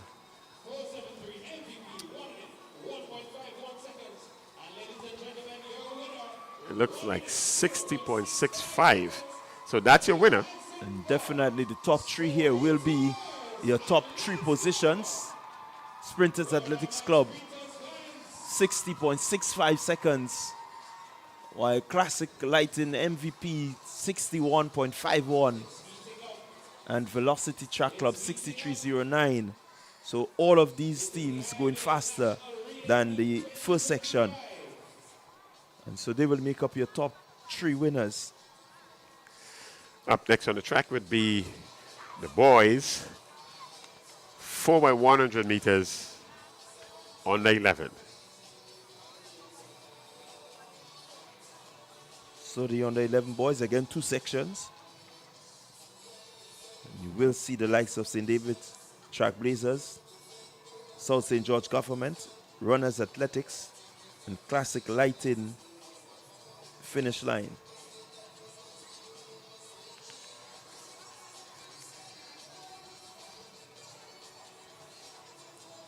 And that was a very, very keenly contested race just now.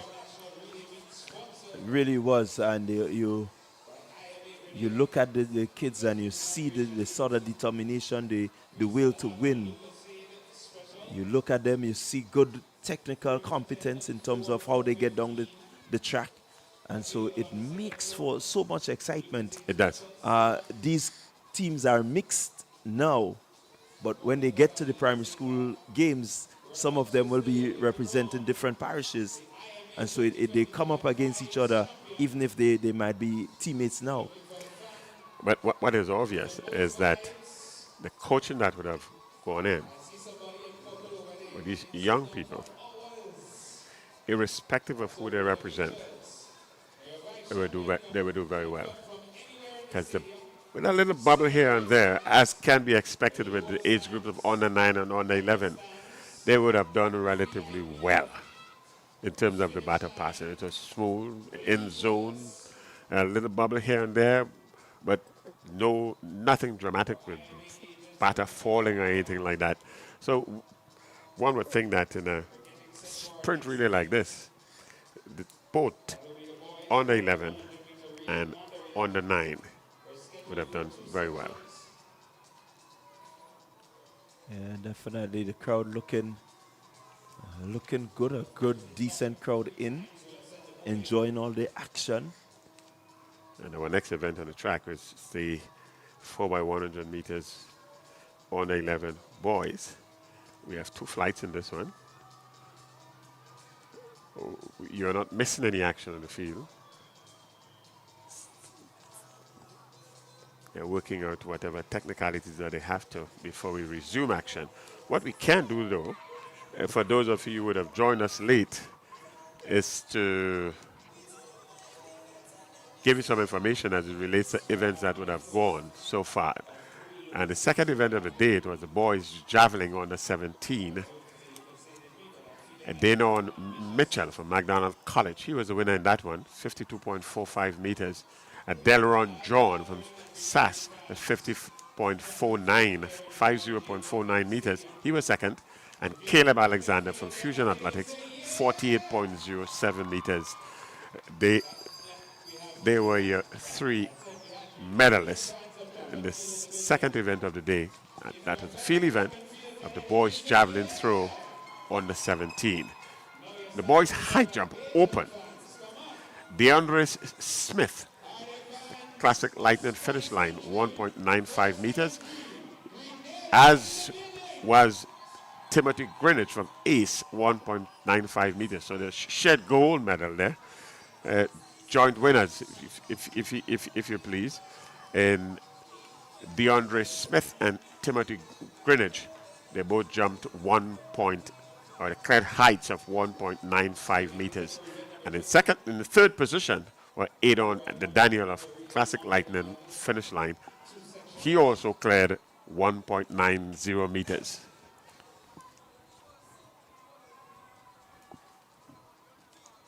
Yeah, that was good high jumping there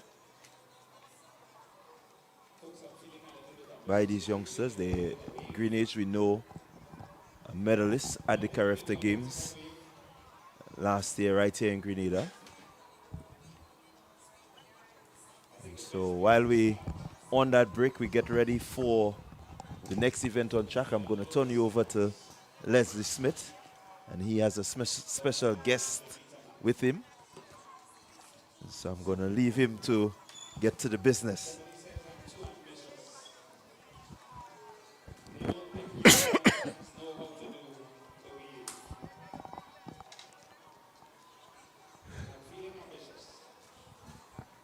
So good evening one more time, and I greet you again from the Kiwani James Athletic Stadium for the 2025 edition of the National Relays, sponsored by IMA, the Investment Migration Agency of Grenada, our new sponsors. But the pleasure is mine now to introduce to you a stalwart in the track and field administration, a former national athlete, the man at the helm of the Grenada Athletics Association. I speak of none other than Mr. Conrad Francis, who has graciously joined us here in the commentary position. And we're going to talk a lot about these national relays. We're going to talk about the new sponsors that the Games has. And we're also going to talk about the level of competition, preparation, and so on. So we're getting ready for the next event, which is the 4x100 meters relay for the under 11s. And Conrad, welcome and good evening.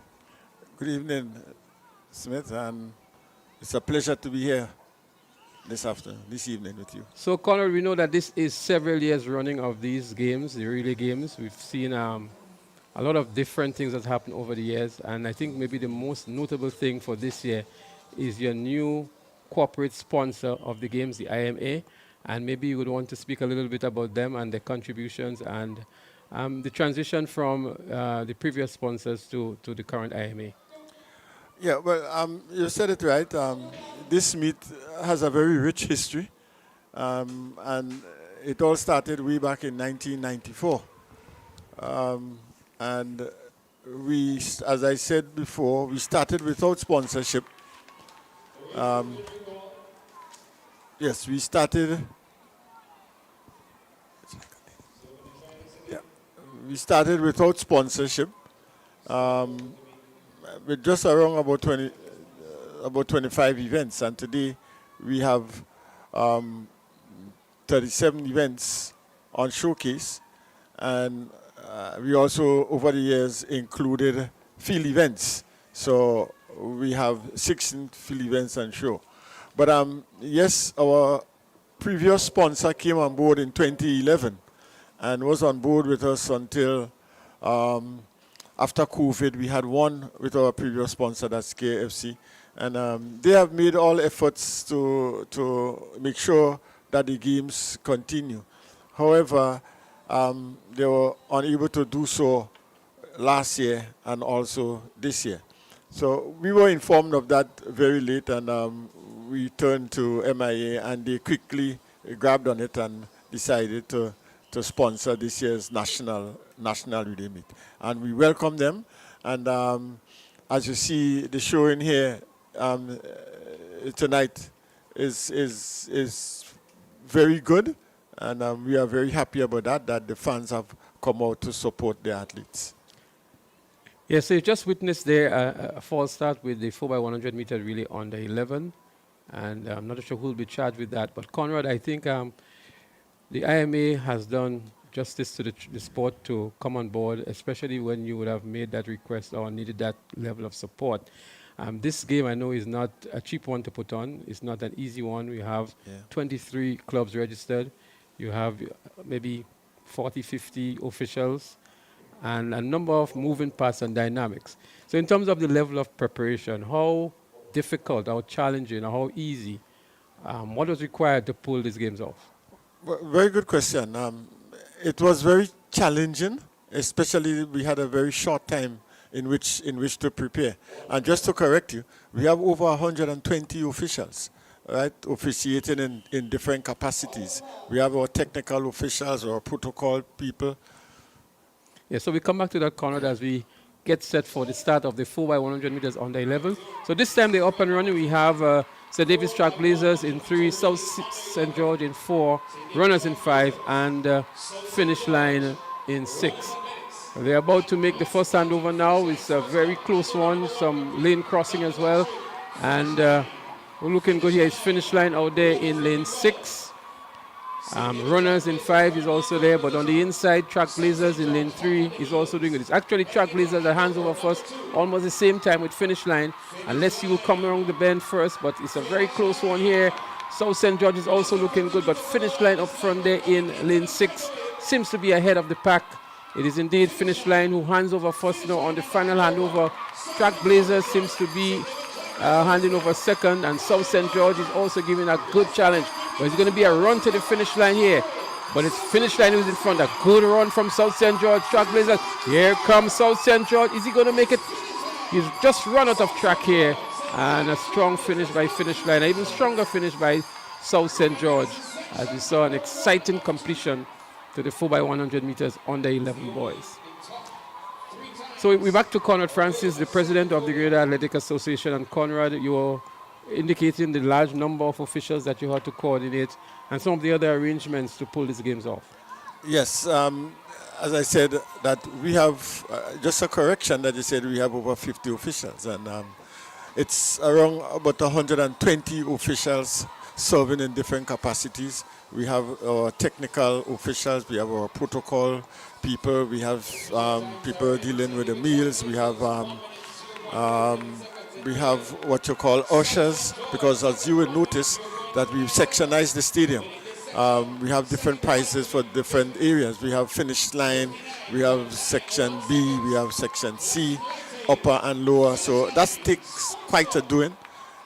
So we have been very fortunate to have a group of volunteers that we can always call upon to serve us when we really need them. And it's something I always say, you know, when our athletes, our elite athletes go out there and perform well, it is a number, variable people are responsible for the performance that you see outside there. Because if our officials do not come out and officiate in these games, we will not be able to have our meets. And therefore, the athletes would not get the exposure they would need to show us their talent, so that this talent could be harnessed and then show it to the outside world and go out there and compete and get medals at the highest level. So that's why it is very important to have our sponsors on board, because our sponsors, the relay meet, as I said, started in 1994, and all of our elite athletes have competed in that event. And we hope to continue this. As you see, the young kids running the under 9, they are creating quite a buzz. I'm not sure if you're hearing the excitement downstairs, but with these events, they're creating quite a buzz downstairs. People love to see the youth, and that's where we start from. That's where we see them and nurture them and continue with that development through the different pathways until they reach the highest level. So we were commenting earlier on about the level of preparation of these athletes, especially the young ones, the awareness, the understanding and the rules of the game. And we saw that very evident from the way they conducted themselves on the track, you know.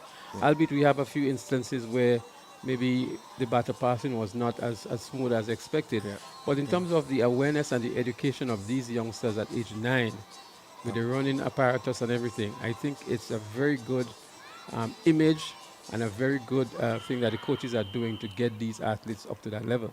Yeah. But over the years, as a federation, we've always encouraged our coaches and so on to form clubs. And over the last 10 years or so, there has been a mushrooming of clubs, especially in the St. George's area. And these coaches, they put And we're going to come right back to Mr. Francis in a moment as we witnessing now the start of the 4x100 meters for under 11 girls in progress.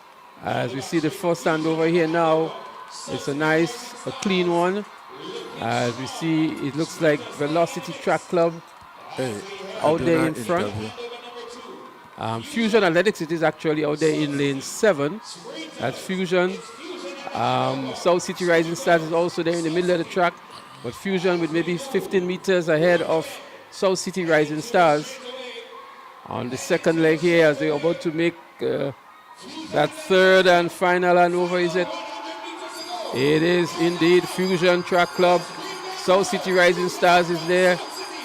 And running out of lane 3, it looks like sprinters as well, but it is Fusion out there in lane 7 that wins this one, a close one for second and third, and indeed another exciting conclusion in the under 11 category. Conrad, I want to go back to something. We come back to the coaching and the program, but as we are speaking about the officiating and the officials, I noticed we have the video referee being involved here, and I was in the video referee room moments ago, and there has been quite a number of disqualification that people who are looking at the broadcast may not be aware of and thinking that this club crossed the finish line first, second, or third, and maybe not be featured on the medal podium. But the video referees, as I was looking at them, they are going through every leg, every race after it is completed, to look to see who infringes, who crosses the line, who infringes on the lane, and then they communicate with the results people on the outcome of the investigation. And other people may be not aware of that. And I think it's a good addition to the sport to detect these things, these irregularities, if you may call them that. Yeah. Well, our sport is continuously evolving, and that has been one of the things that have been added towards our sports. I mean, in football you have VAR, right? So in track and field we have the video referee. It's basically the same thing. So we have trained our officials in that, and Mr. Cyril Cox is our main video referee, and he has had extensive experience in that. He has officiated in other countries like Trinidad and so on, right? So he knows exactly what he's doing, and it is a very useful tool. Therefore, there is a demand on the clubs now to actually put emphasis on the batter passing, and we've had a lot of courses with coaches, really teaching them the rudimentals of passing the baton. And as I said before, that we are seeing a lot of, I would say, poor batter passing. But we hope as time goes on, and by the time intercall reaches, you will see better batter passing, because now you have points, and you don't want not to pass that baton. So that's something we are talking about in terms of the stage of the athletic season. and how much preparation has gone into the athletes. We know some schools have already had the annual track and field meet, and others still to have theirs. But in terms of what you're seeing here, not just the batter transition, but the performance level of the athletes, how do you rate that as compared to the time of the season we're in? And we're going to take that comment from you just after this race, Conrad. So just remember the question. As we see here now, the start of the 4x100 meters for girls under 13. We have a community club in 2, momentum track in 3, velocity in 4, finish line in 5, and Southern Pros in 6. The first handover has been completed and looking good. Seems to be South City Rising Stars. But looking good is also momentum out there in lane number 3. But on the outside in lane number 5 is also finish line. Velocity Club is also there. As they're about to make that final handover now. The athlete there in lane 3 from Momentum Track Club. Momentum is in the lead here with a good momentum to his momentum. She is going to win this one, it seems, from our vantage point here. Momentum heading for the finish line now and crosses it just ahead of the athlete in lane 6 from Southern Pros. A good run here from Momentum. As we go back to Mr. Conrad Francis, who is here with us, and Conrad, the question was raised about the level of performance and the technical capabilities of the athletes at this stage of the season.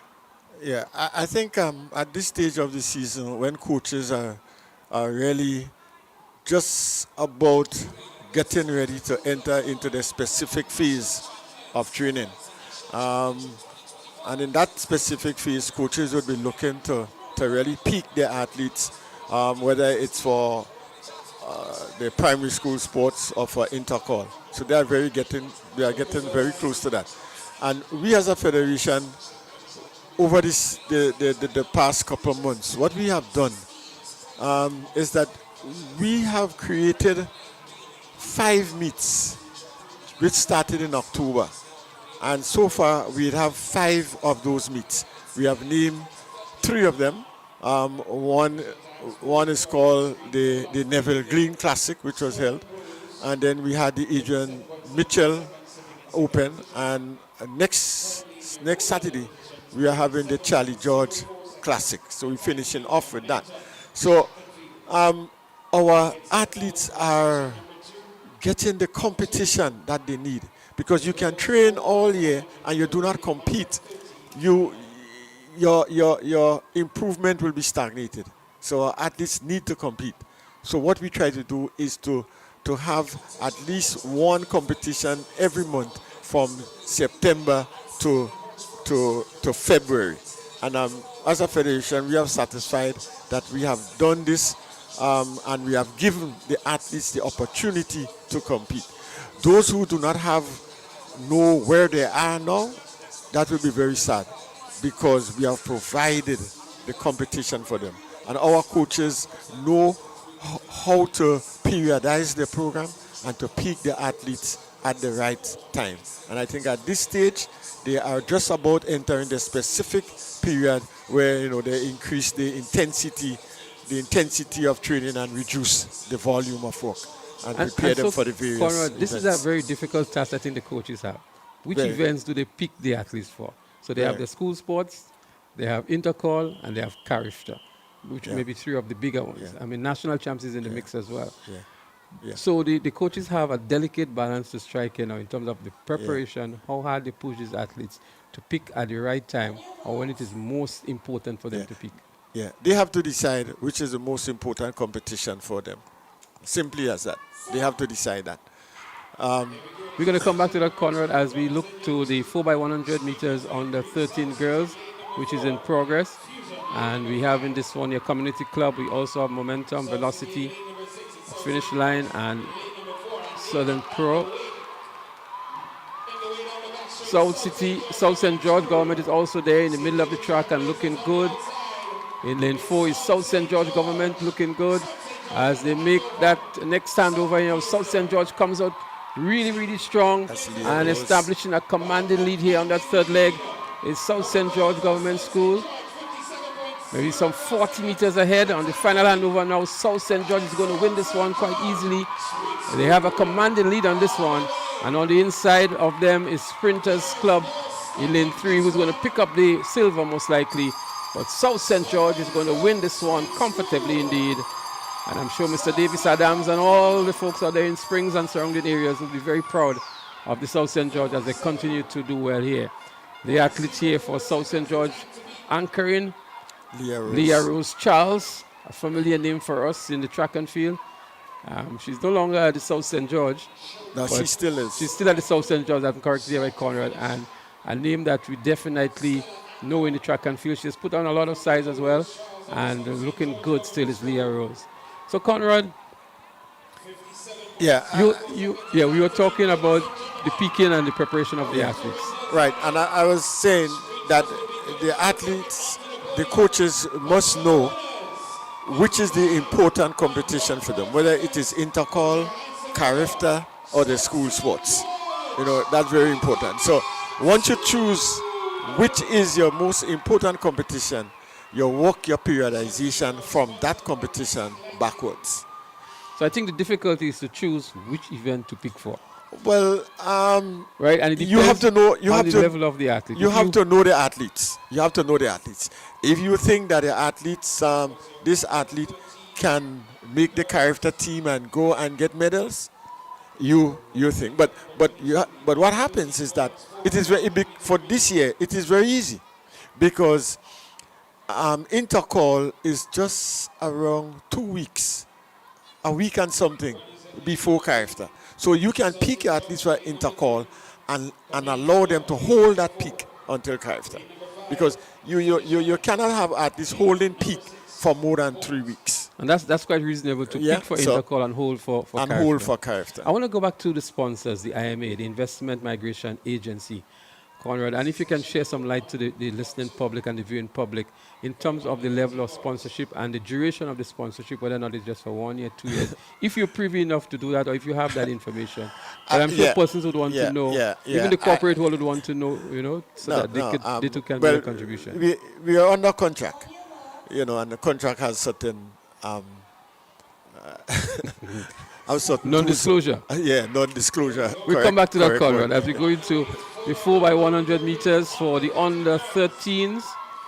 And we have here runners, South St. George Community Club, Classic Lighting, finish line, and both.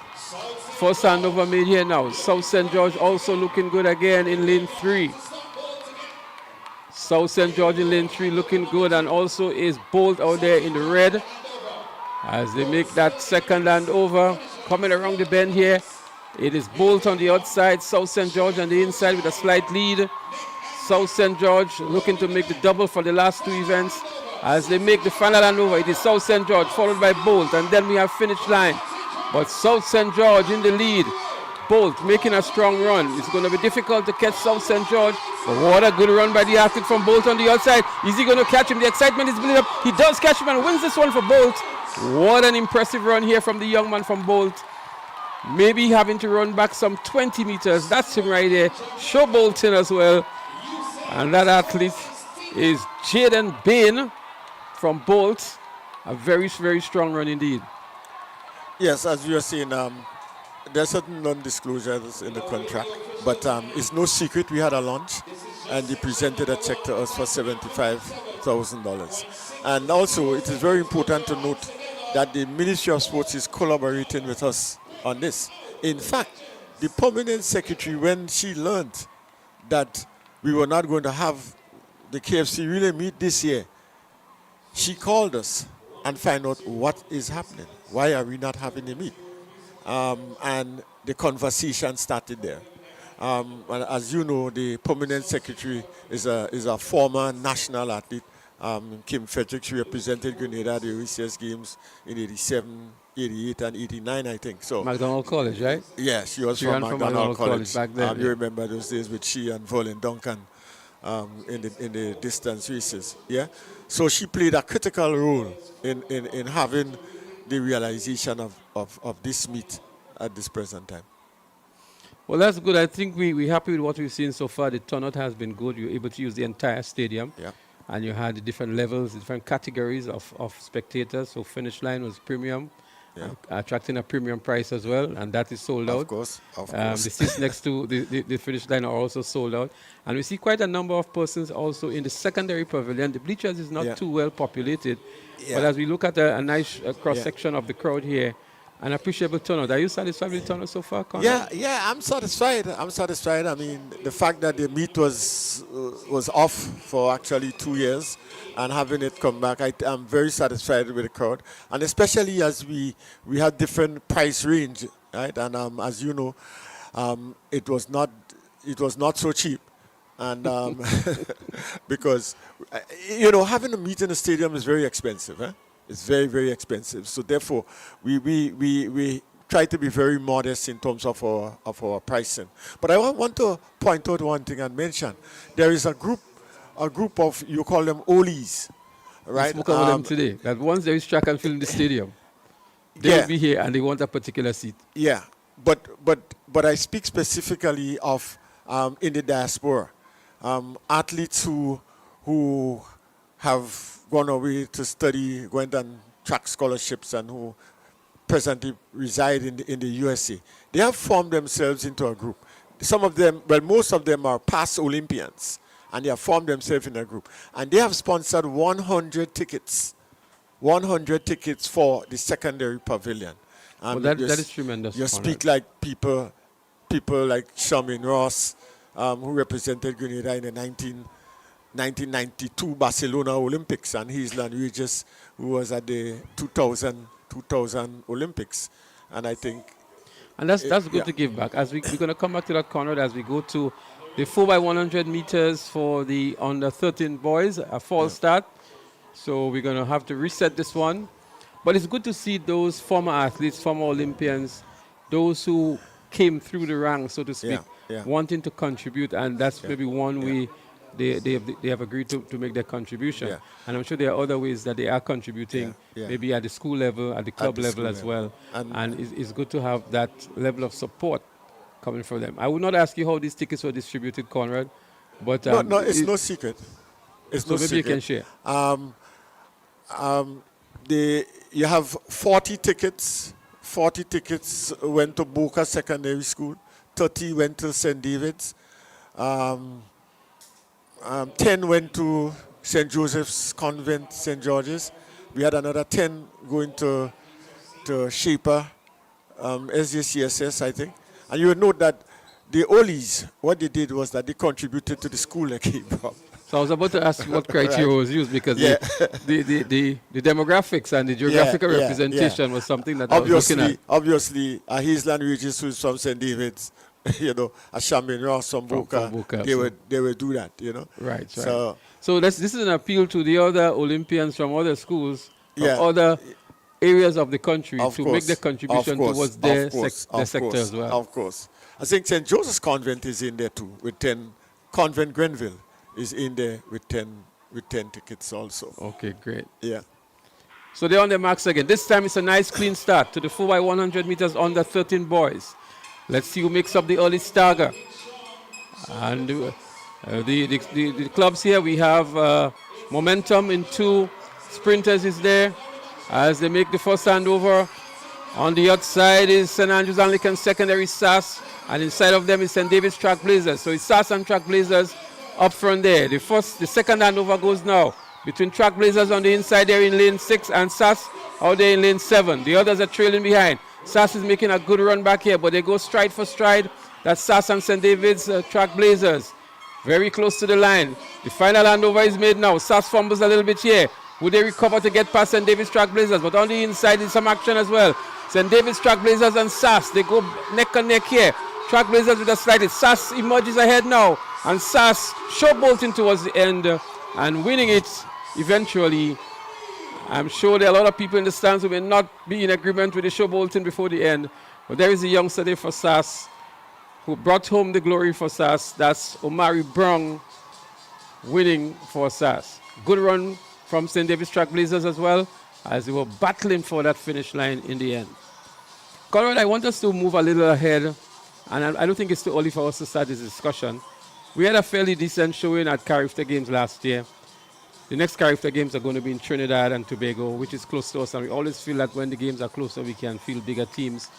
What sort of preparation is already ongoing for maybe selection of the team or having a cadre of athletes in a particular environment for preparation? Is there anything happening towards Carifta preparations? Yeah, I'm glad you mentioned this because actually they really meet, this really meet, the funds, if they are surplus, that will go towards the financing of the Carifta team.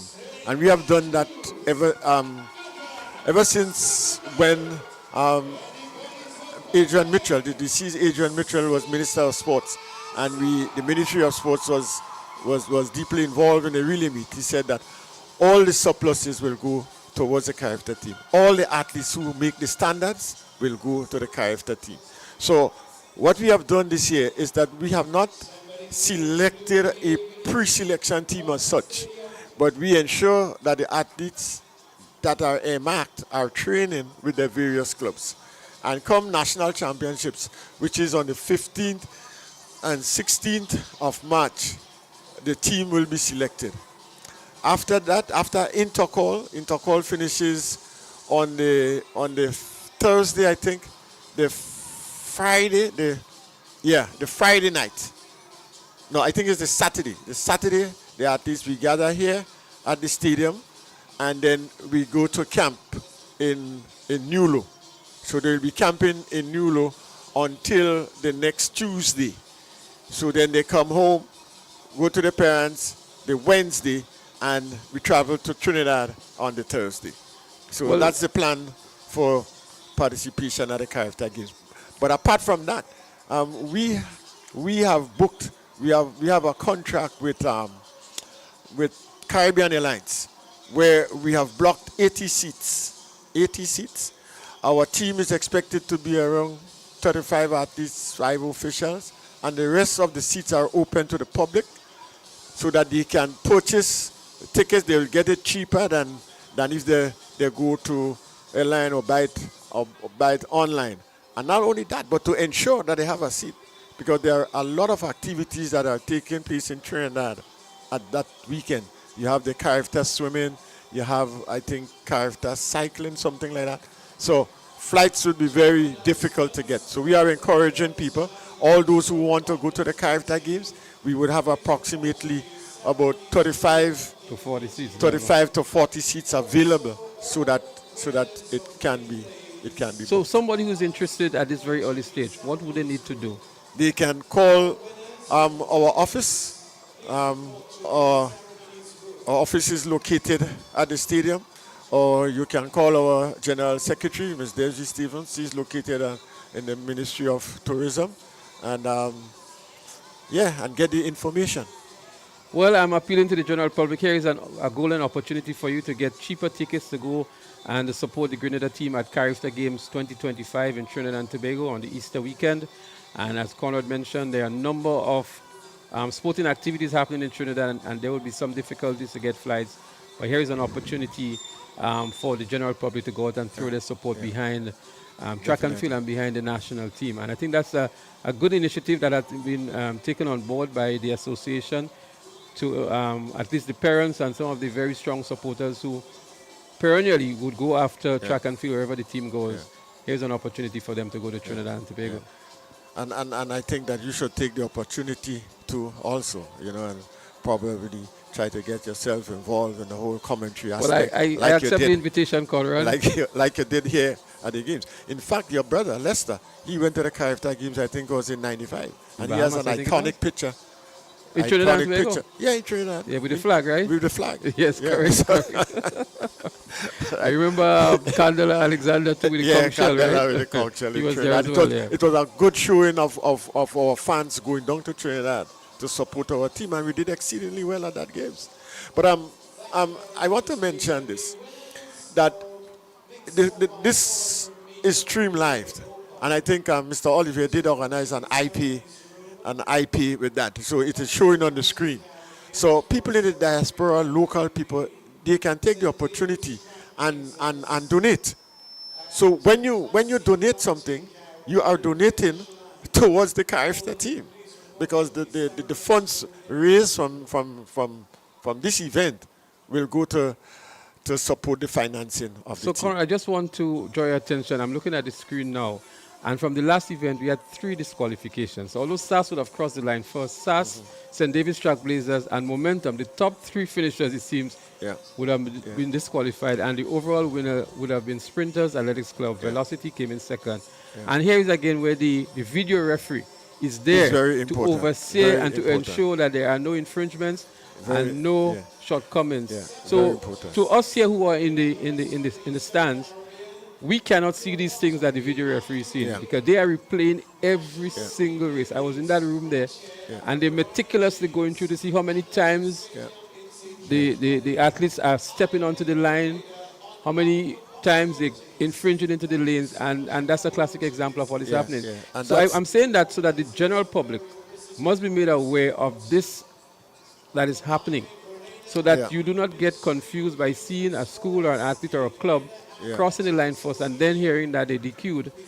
But that is because of the procedures that are in place. And I'm very happy that this event is being streamed, and most of our events now, courtesy TNR Communications, are being streamed, so people can really see that this is happening, because I think it is played in slow motion, so they can actually see that these athletes have had an infraction. And I cannot help but talking about football with the VAR, because I mean I watch. I'm a fan of the Premier League. I hope it's not Manchester United. You hit the nail on the head, you know. Although we're not doing so well I know now. you feel, Conrad. I know you feel. But I raised the point that sometimes you see a goal score and everybody, and then VAR say no goal. It's the same. It's the same thing. The same thing. The video referee does the same job as what the VAR does.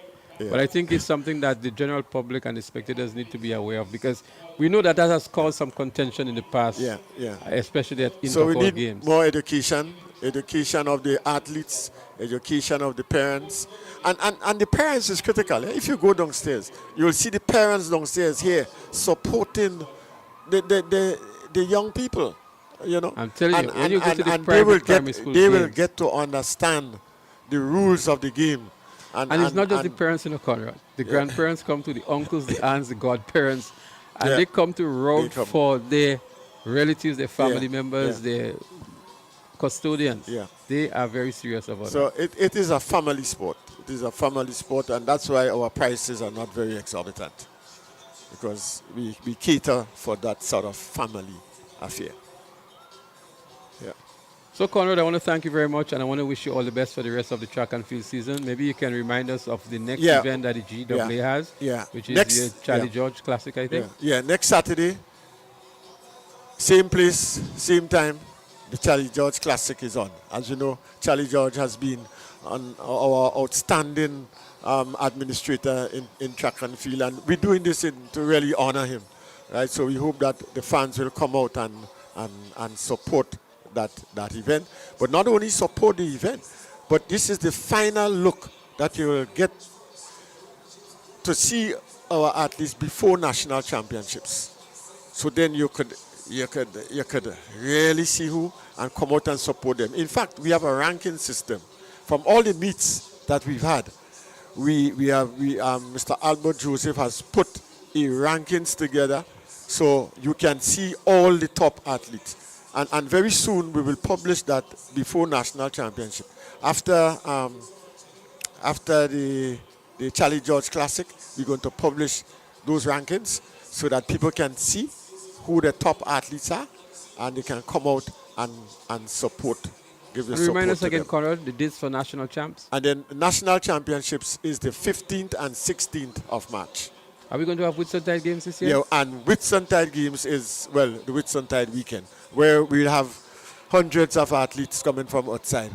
I'm also hearing about a new track and field meet in the month of May. Is the GWA associated to that? No. Okay, great. So there we have it. Thank you very much, Conrad, for stopping by and enlightening us on all of these activities, about our new sponsorship, the games, the level of preparation, the organization, the upcoming events. preparations for Carifta, and of course, we'll see and hear much more of you because the GWA will be involved in many of the other meets like the National Primary School Games, the Intercall Games, and I'm sure there are other games that the GWA would be involved in. Okay, yeah. I will just finally want to say, Lester, Leslie, you have been doing a fabulous job together with your team, and we hope that you will continue bringing the sport in the people's homes so that they can understand track and field and to really understand our plight. As we say, and as some people do not know that, but the Grenada Athletic Association is a voluntary organization. We do this for the love of it and for the development of the sport. And we really hope that people would really support us, and especially in the streaming of this event, if they can give a donation so that we'll be able to meet the cost of hosting these games. So thank you, Conrad. As we look on screen now towards the 4x100 meters on the 15 girls, first handover has just taken place here, and it looks as though it is a Velocity in the white up front and closely followed by Finish Line.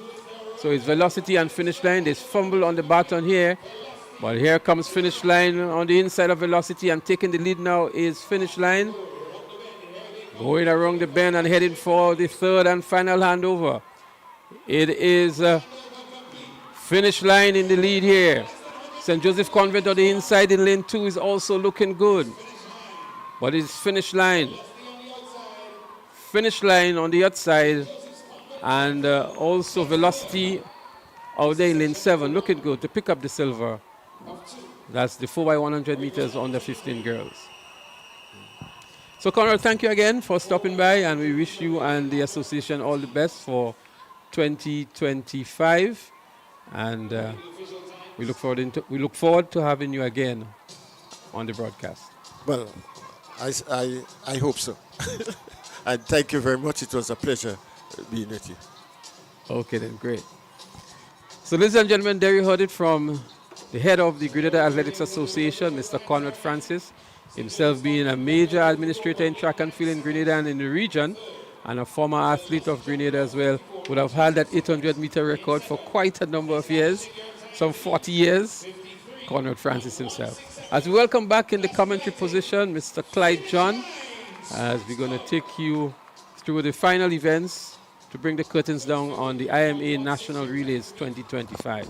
So there we have it, the results of the 4x100 meters on the 15 girls. Classic Lightning Finish Line placing first in 53.16 seconds.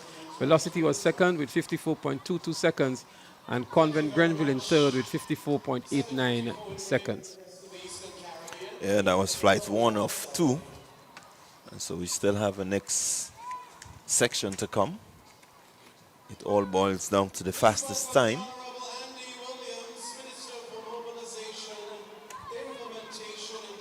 And as Conrad remarked, Clyde, the GWA is extremely satisfied with the turnout, notwithstanding the cost for the various sections, and quite an appreciable amount of spectators here. What we're going to do, we're going to take a break from the commentary and go downstairs for a medal presentation. And as soon as the action resumes on the track, we'll be here to bring it to you wherever you are.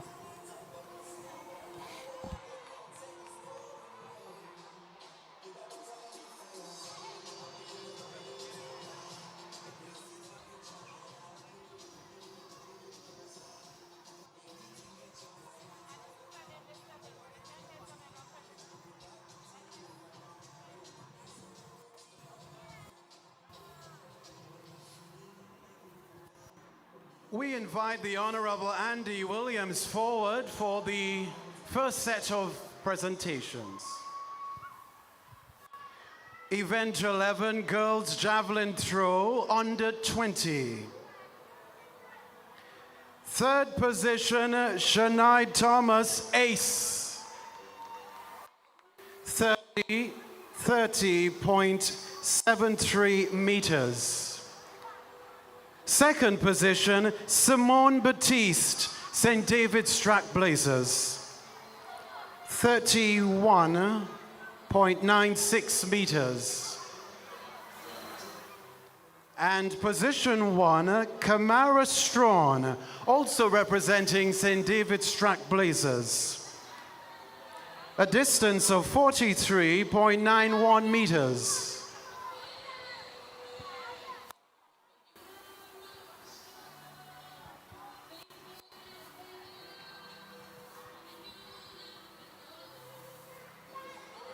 Event 16, mixed 4x400 meter relay open. Position 3, classic lighting finish line.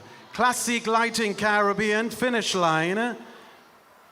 3 minutes, 49.67 seconds. Second position, St. David's Track Blazers. 3 minutes, 49.36 seconds.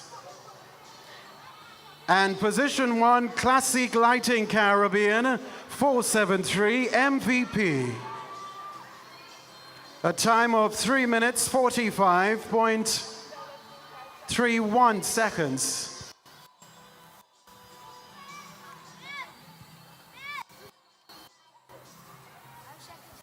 Event 17, girls 4x100 meter relay under 9.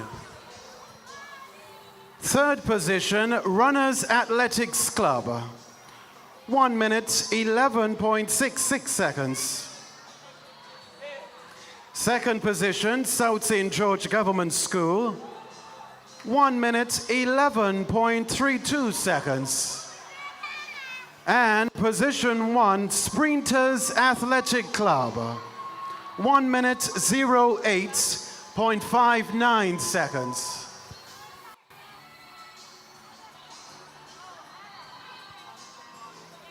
Thank you very much, Honorable Andy Williams, Minister for Mobilization, Implementation and Transformation. We now welcome Mr. Richard Duncan, Chairman of IMA Grenada.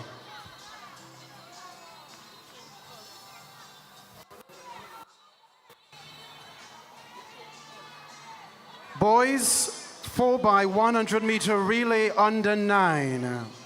Event 18. Third position, Runners Athletics Club. 1 minute, 07.46 seconds. Second position, Sprinters Athletic Club. 1 minute, 07.40 seconds. Position 1. South St. George Government School, a time of 1 minute, 06.16 seconds.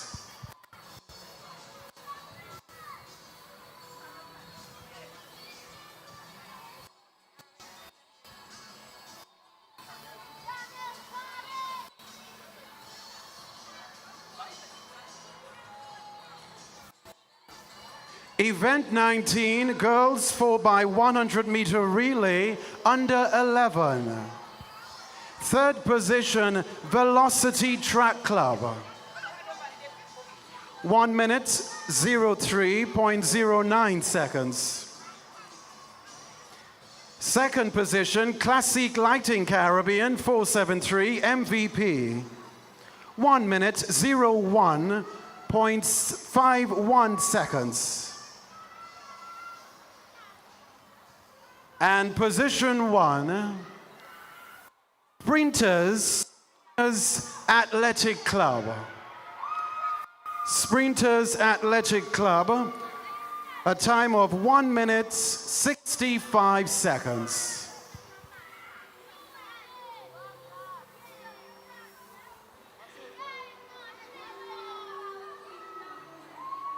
Event 20, boys, 4x100 meter relay under 11. Third position, South St. George Government School. 1 minute, 29 seconds. Second position, Fusion Athletics. 1 minute, 08 seconds. And position 1, Classic Lighting Caribbean finish line. A time of 59.91 seconds.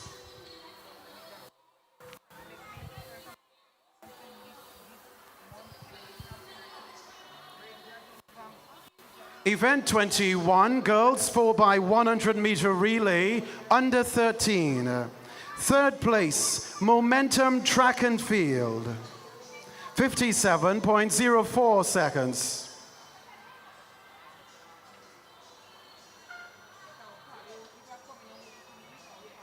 Second place, sprinters athletic club, 56.66 seconds.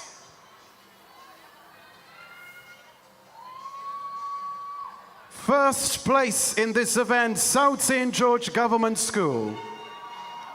A time of 55.14 seconds.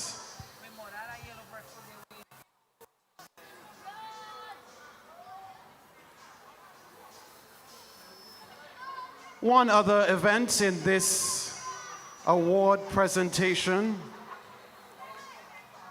Boys 4x100 meter relay under 13. Third position, Sprinters Athletic Club, 56.05 seconds.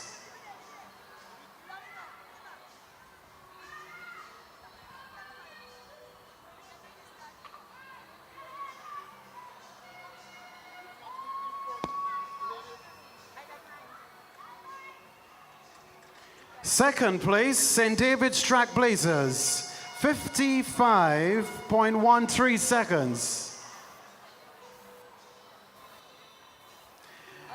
And coming in position 1, St. Andrew's Anglican Secondary School, a time of 55 seconds flat.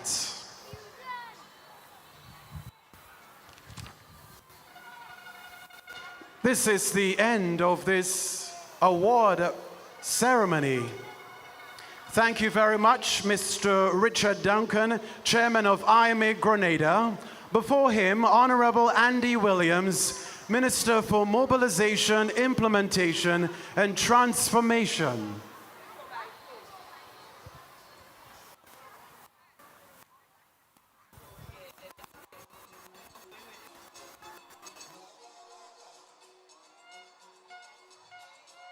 It's now 8:04 in Grenada and the rest of the Eastern Caribbean. We're back on the track.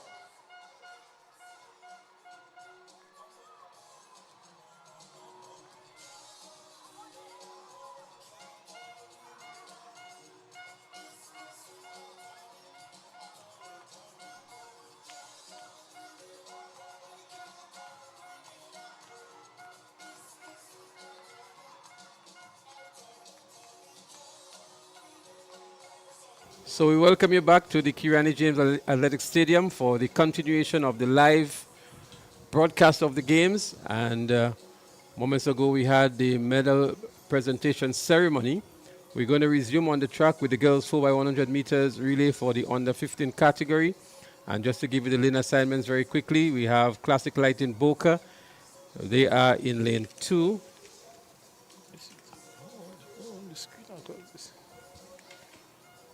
St. David's Track Blazers in 3, McDonald College in 4, Bolt in 5, Sprinters in 6, SAS in 7, and Southern Pros in 8.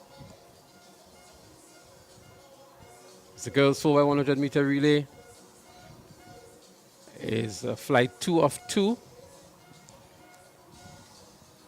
And I just want to welcome to the microphones and into the commentary position a gentleman who has been around track and field for several decades, both as an athlete, as a coach, and now as an administrator. The coordinator of sports in the Ministry of Sports, Mr. Cullen Peters. And we're going to be having a nice chat in and between the races as well. Cullen, Sure, good evening and welcome. Good evening to you and your viewers and listeners. So they're on their marks and we're getting ready for the start of flight 2 of 2 in the girls 4x100 meters relay on the 15. They're up and running, and let's see who makes up the early stagger here. Just to remind you, we have finish line, St. David's Track Blazers, McDonald College, Bolt, Supreme, SAS, and the Southern Pro. SAS is looking good up front there, running out of lane 7. SAS with maybe a good 30 meters lead here. Second handover is made. It's still SAS in the lead. McDonald College is there on the inside, but SAS with a commanding lead so far. McDonald College is in second position, and inside of McDonald College is St. David's Trailblazers. SAS makes the final handover ahead of McDonald College. SAS on the outside, followed by McDonald College. But it looks like Haley Tyrrell for SAS, who's going to bring home the gold medal. McDonald College takes second. And on the inside of McDonald College, St. David's Trailblazers to pick up the bronze medal. There she is, Tyrrell. Haley Tyrrell of SAS, running the anchor leg and finishing very strong. As we move to Mr. Peters here, the coordinator of sports. And Mr. Peters, the national relays, quite a number of track and field meets for the season so far. The secondary schools track and field meets, and there are several more to come.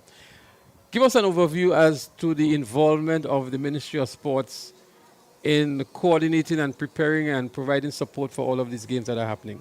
Well, well, thank you again for having me. Thank you for the excitement we must see this afternoon.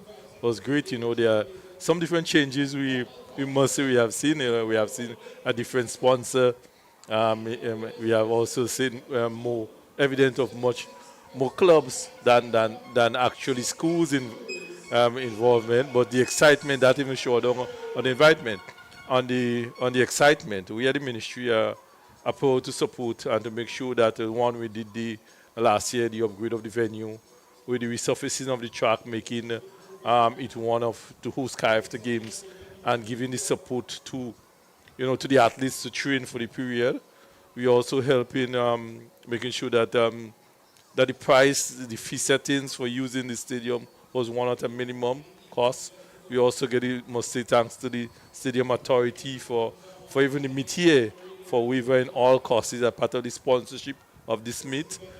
We continue with our technical support to our coaching staff with Mr. Albert, Joseph, and all other staff. We have Carl Evans in Grenville, Matty, Philippines and Max.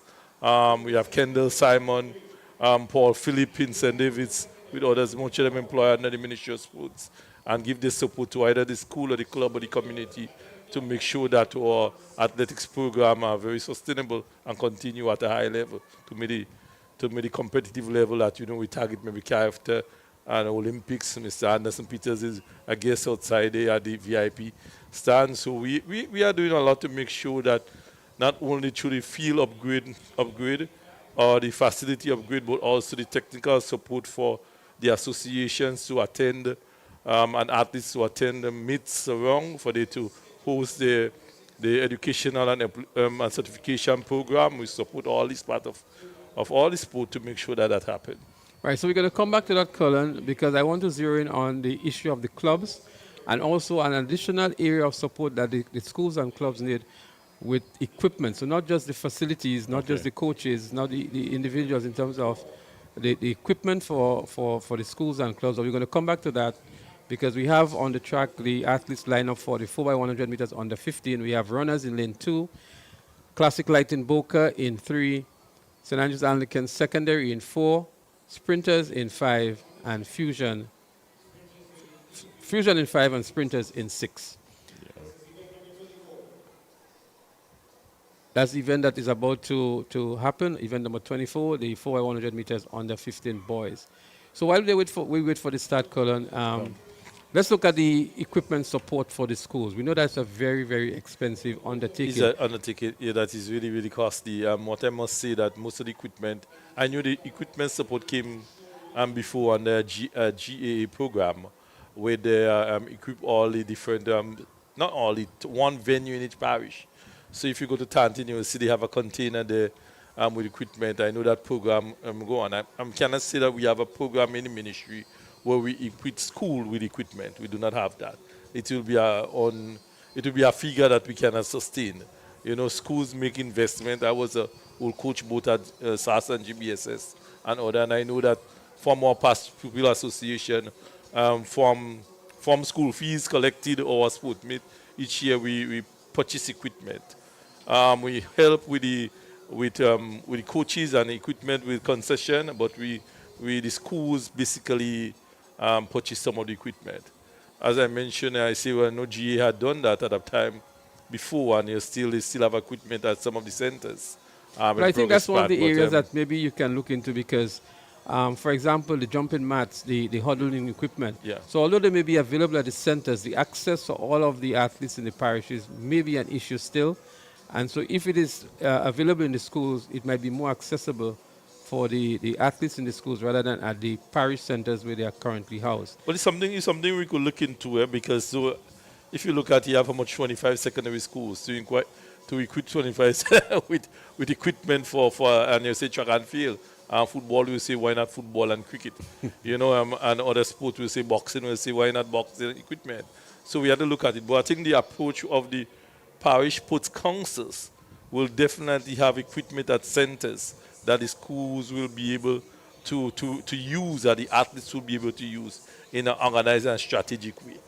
So I want to touch here, because you're mentioning clubs and you're mentioning the sports council. So, for example, for these games here today, we have 23 clubs registered to compete. Yeah. And we've seen new clubs emerging. We see a club from the Western, St. Mark's area as well. We have not seen Speed Zone this year, but there's a plethora of clubs in the St. George parish area. There's the St. Andrew, of course, there is in St. David. And this is something that is positive and must be emulated. Yeah. Now that we have functioning parish sports councils, what do we expect to see happening now with the strengthening of these clubs and maybe more clubs being introduced in parishes like St. Patrick, maybe? Okay. We have not seen carriacou this year. We understand the challenges with carriacou. Okay. But what is it within the mandate of the sports council to strengthen or to encourage the formation of these clubs? But one of the sports council's main objectives is to strengthen clubs and community activities, village activities in each parish. So the club strengthening and the club support, club development will be paramount to the establishment. So within our first quarter, we want to make sure that we have an idea of all the clubs, which we do have, and we look at a SWOT analysis within that area to see what clubs are needed for what sport and what technical support we will give.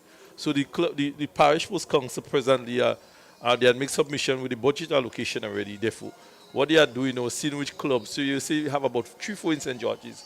Maybe St. Mark's council may want to play emphasis on developing and supporting a club structure, club strengthening, club support, club development in the parish.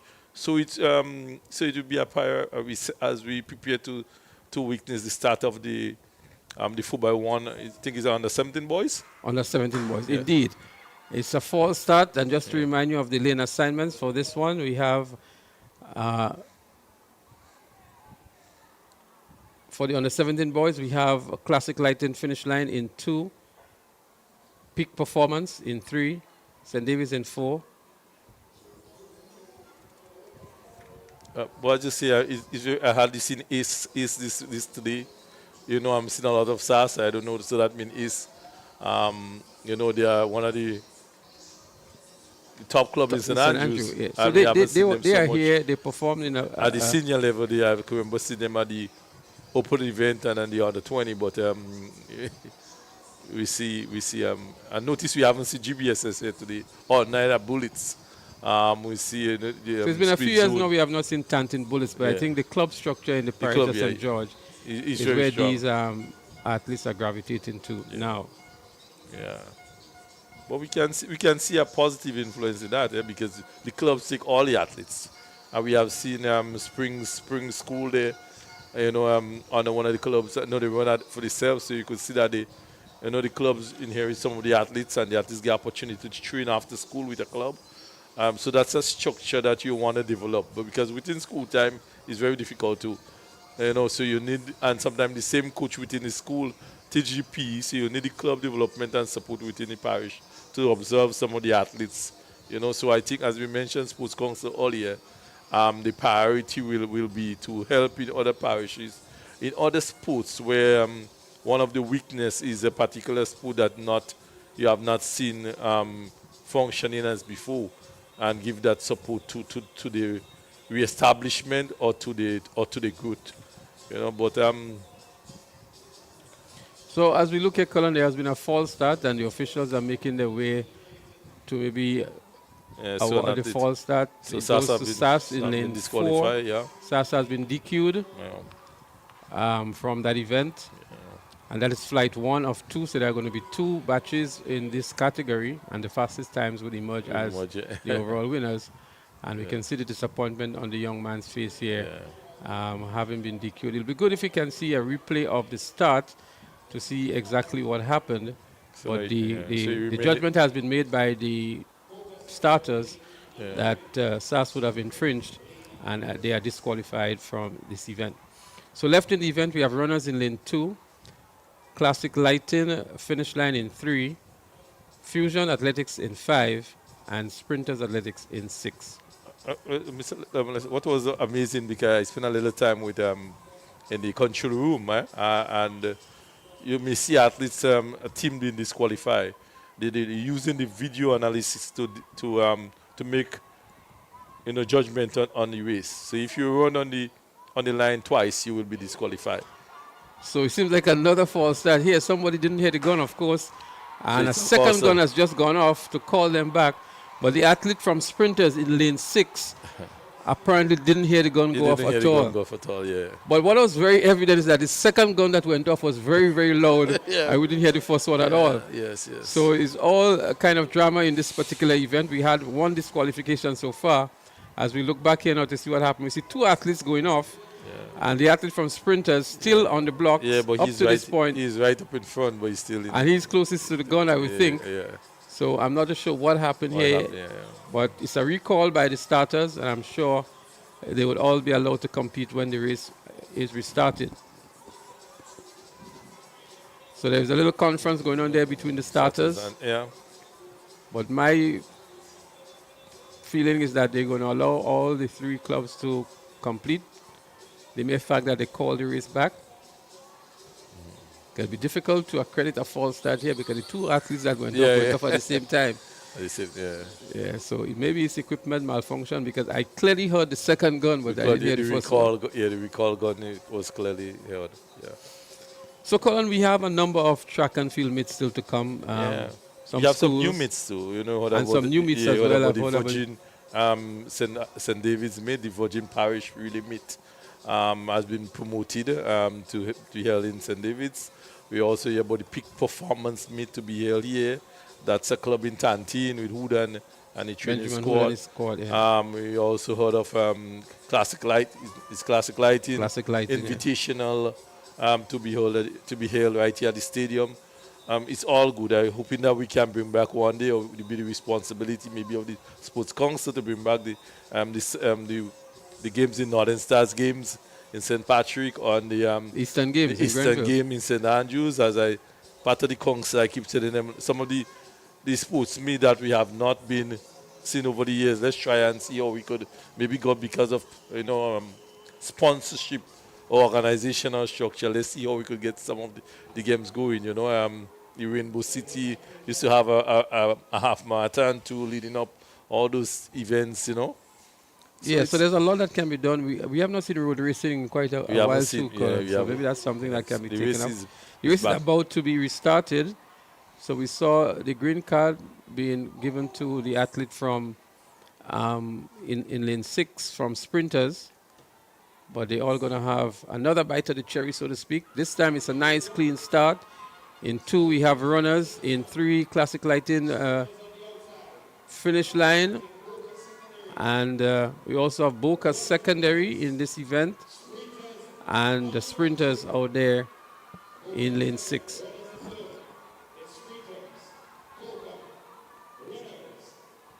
So up front is Sprinters out there in lane 6.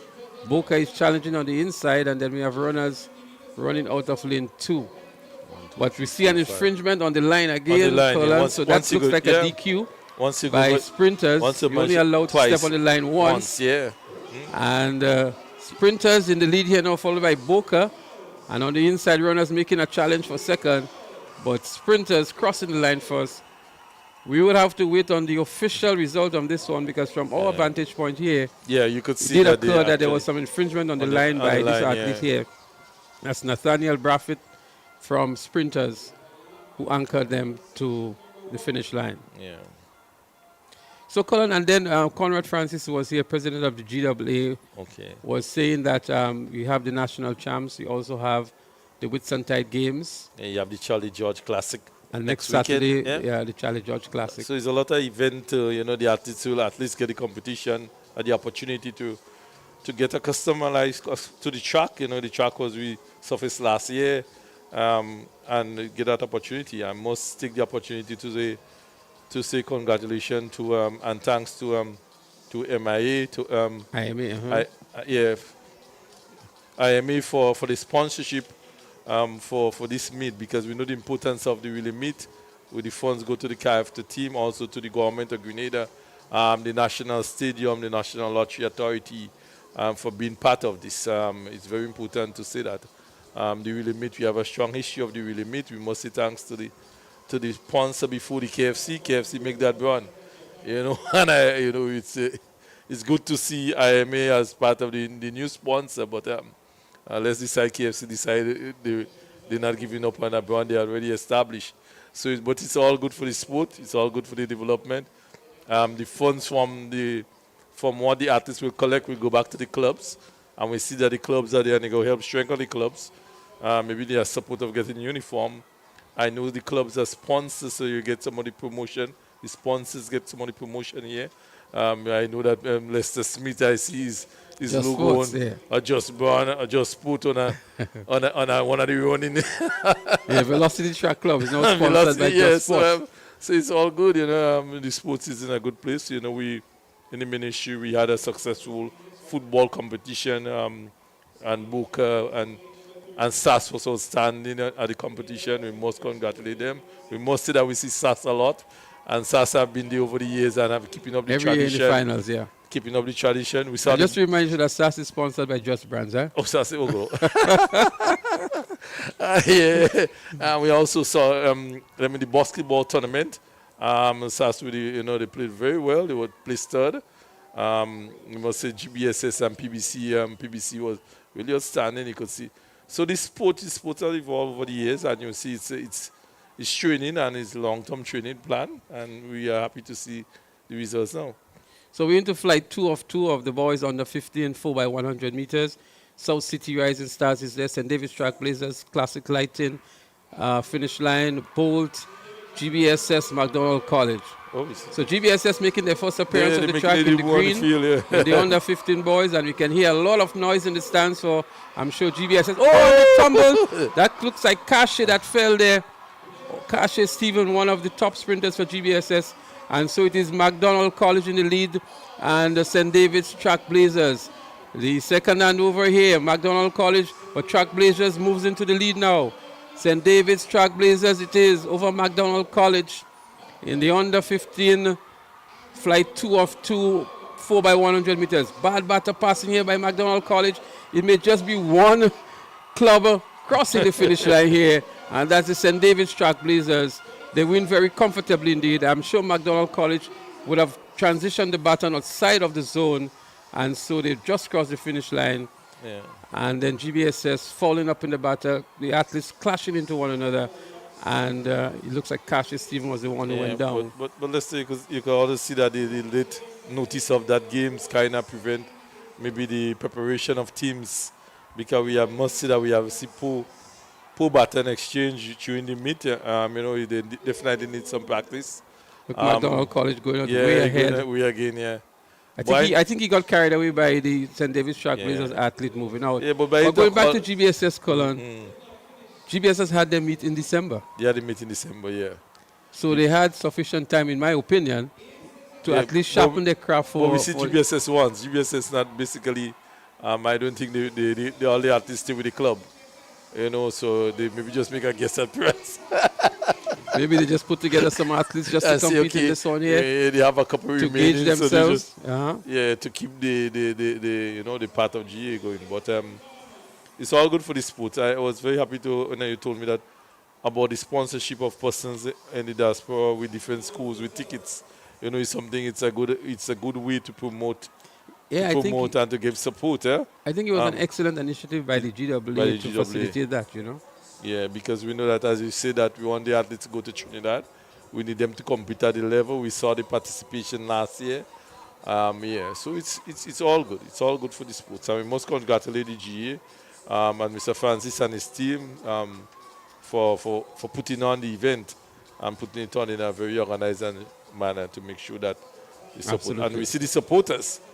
Well, track and field, once there is track and field in Grenada, it generally tends to attract a huge turnout.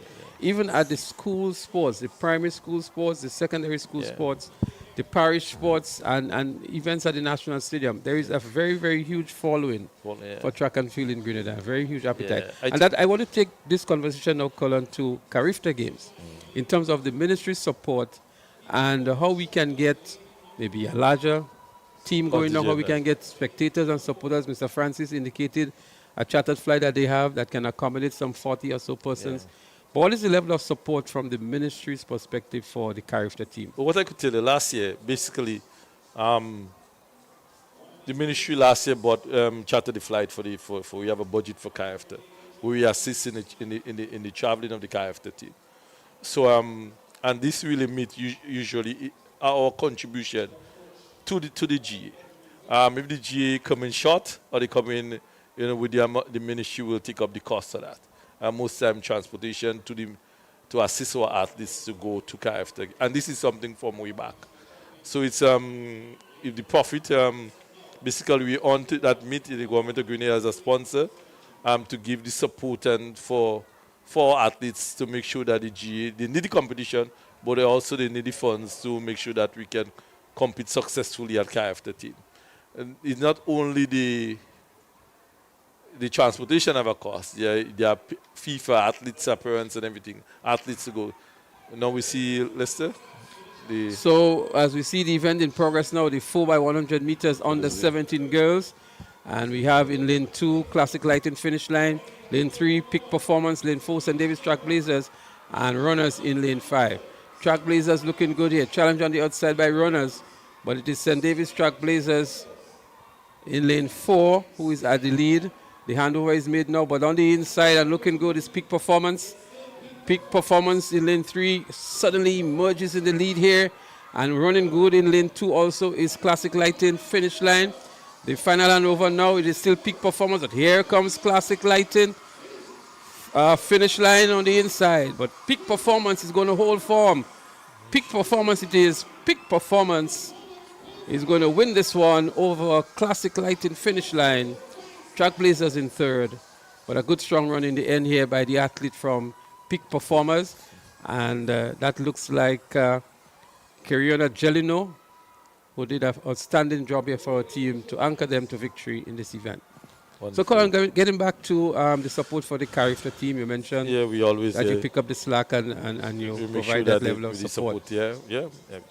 Which is very valuable because we know it's very expensive to travel these days. Well, we did Carifta last year. We host Carifta here last year, and you could see the amount of work going to the government of Grenada to make sure that the games are being held. From the track to the accommodation to meals, so it's really into the support, not only for athletics, but we also see many of our teams out last year, and they are preparing to travel this year. We are seeing the netball team. We're preparing right now for the Jean Pierre competition, the under-16 tournament. We have the cricket tournament coming in. We'll be here, the under-21 or under-19 in Las Vegas in the next 2 months. And we support all of our associations in making sure that they attend and participate and prepare for competition, if it's international competition or support for local competitions. The other thing I want us to touch on very briefly, Colin, is that the lighting up of the fields. And I want to particularly make mention of 2 fields where it is heavily utilized at night. That's the Monrouge playing field and the Tantin playing field. Now, as we see that every weekend, Friday, Saturday, Sunday, we got there is some night cricket going on at Tantin. So I think, again, with Parish Sports Councils. So we will hear that we are preparing to light Progress Park and to help and to enhance the Lasages lights at Lasages. And there are many other areas that needed to be lit up. Also the cricket stadium, Also, part of the budget will be lead up to this year. So it's a lot of work in progress. Well, I'm sure the folks from the Paradise Football Club will be delighted to hear that Progress Park is one of is on the list for lighting. Yeah, and they mostly thanks to our Minister Delma Thomas for that excitement and that hard work put in to make sure that it will be done and done properly. Not only done, but done properly. So we have done some repairs on Victoria Park, but we need to change the whole lighting system. So that will be a little later on. So as we get set for flight 2 of 2 in the 4x100 meters under 17, South City Rising Stars in 2, McDonald College in 3, St. Joseph Convent Grenville in 4, SAS in 5, and 473 MVP in 6. So SAS is not there. They were scheduled to be in lane 5, but lane 5 is scratched at the moment. Convent Grenville is there in lane 4, and South City Rising Stars is there in 2. McDonald College is in 3.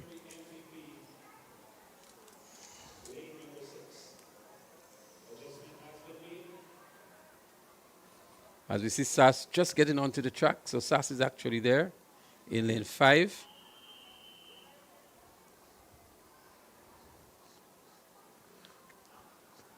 Flight 2 of 2 in the girls 4x100 meters on the 17, I beg your pardon. They're on the starters orders now. They're on the mark.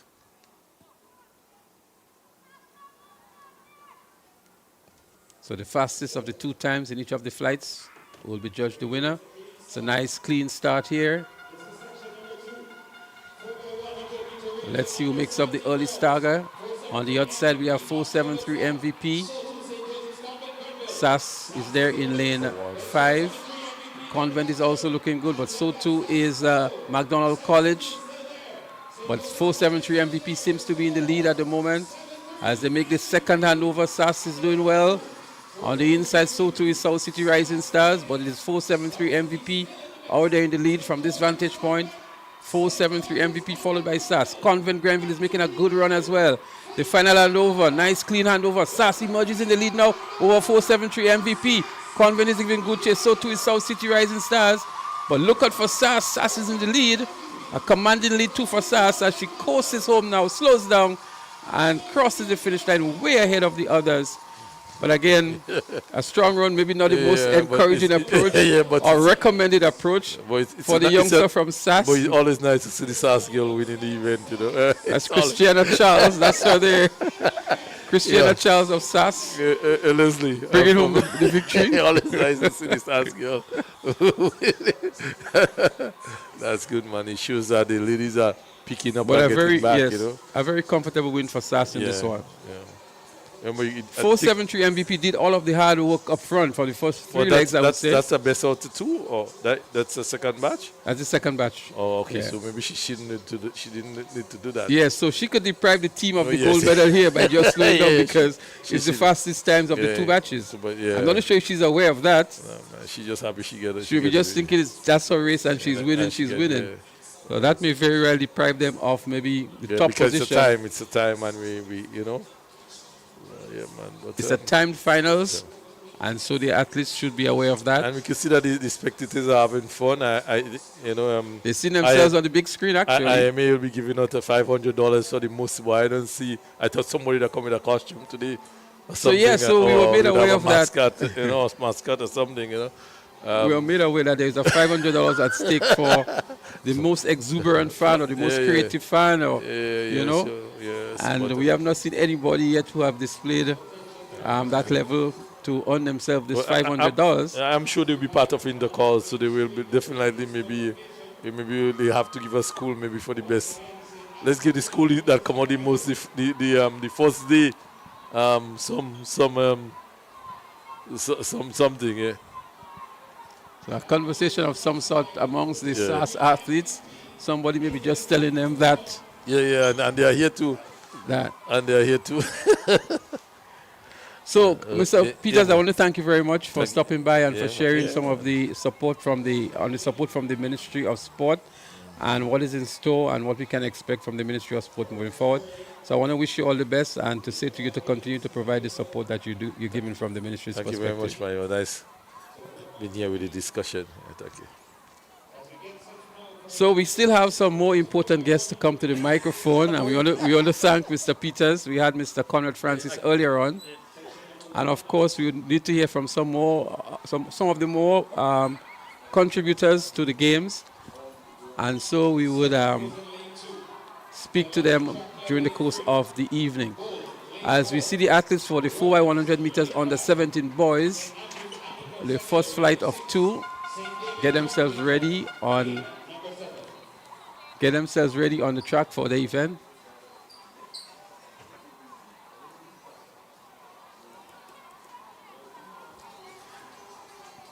And for this event, we would see in lane 2, Southern Pros, lane 3, Just Sports Velocity Track Club, lane 4, Bolt, lane 5, Runners, lane 6, SAS, and in lane 7, St. David's Track Blazers. This is flight 1 of 2.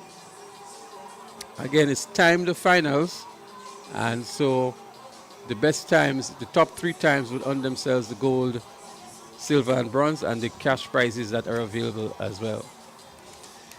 So while we await that, I just want to introduce our next guest to the broadcast booth. We have none other than a representative of the sponsors, our proud sponsors, Ms. Carlin Purcell.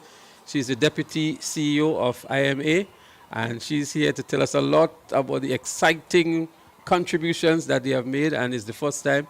We had Mr. Conrad Francis earlier on, who gave a sort of a perspective as to how the IMA got involved. But we'd like to hear from you, Carlin, as Deputy CEO, the contributions of the IMA, and we'll continue that conversation right after this event in terms of your sponsorship in 2025. Sure. So Southern Pros in 2, Velocity in 3, Bolt in 4, Runners in 5. As they up and running, a nice clean start here. As we see a lane infringement already from St. David's Track Blazers out there in lane 7. The first handover is done now. I see Delron John for SAS. He's leading for SAS. You're going past St. David's Track Blazers on the inside. That's a character athlete from SAS. Delron John handing over nicely. A smooth transition for SAS. St. David's Track Blazers is still there in second.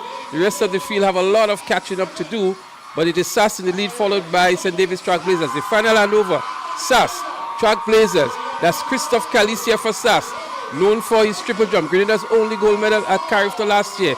Christophe Callis is bringing it home for SAS. He wins comfortably. St. David's Track Blazers will pick up the silver. And on the inside, it looks as though it is Just Sports Velocity who would have picked up the bronze. So again, I say good afternoon to you, Carlin, and welcome to the broadcast. Why, thank you. It's an awesome pleasure to be here. So, first of all, I want to congratulate you and the IMA for taking this very, very bold and significant initiative to sponsor the National Relays 2025. Take us through the process as to how the IMA got involved, and maybe give an overview of the IMA for persons who are not very familiar with this investment migration agency that we're speaking about. You're right. So, so maybe I can start with who we are in terms of what we do at the IMA. So the IMA rebranded IMA in Investment Migration Agency only a year ago, last May. Well, not quite even a year. Last April actually. We are the government agency that operates the Citizenship by Investment program, and we have been around for the last 10 years, so 2014 is when we started our operations. We give people the opportunity to invest in Grenada into our National Transformation Fund or one of our approved real estate projects like Six Senses, the Beach House, some of those projects. We actually have Point at Petite Calavini is one of our projects as well. So we give persons an opportunity to invest in development of those projects or in the National Transformation Fund, while at the same time they're able to get their citizenship as a result of that investment. Yeah? So that's tremendous. But not very often we hear of these kinds of agencies being involved in sporting events and contributions. So what would have spurred you guys? What would have encouraged you or got you on board with track and field in 2025? I know you yourself is an ardent track and field supporter over the years, and I'm sure you must have had some input in that, but give us an appreciation as to why you got involved in track and field. Well, actually, it's a part of the wider mission. The wider mission of the IMA, when we rebranded last year, we knew we had work to do in terms of, just educating the public about what we do. There were a lot of misconceptions in the market, so we wanted to do that. And we thought a good way to do that would be through our sponsorships. So in trying to determine the area in which we would have focused, youth development was at the forefront of that.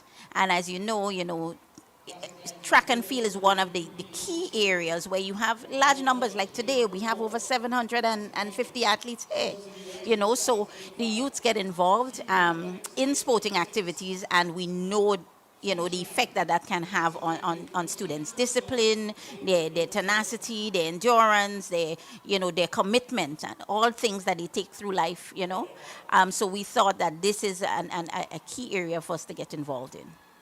Absolutely, and I think we can commend you guys a lot because these games were not held for the last 2 years because of lack of support and sponsorship, and you coming on board would have definitely made that happen.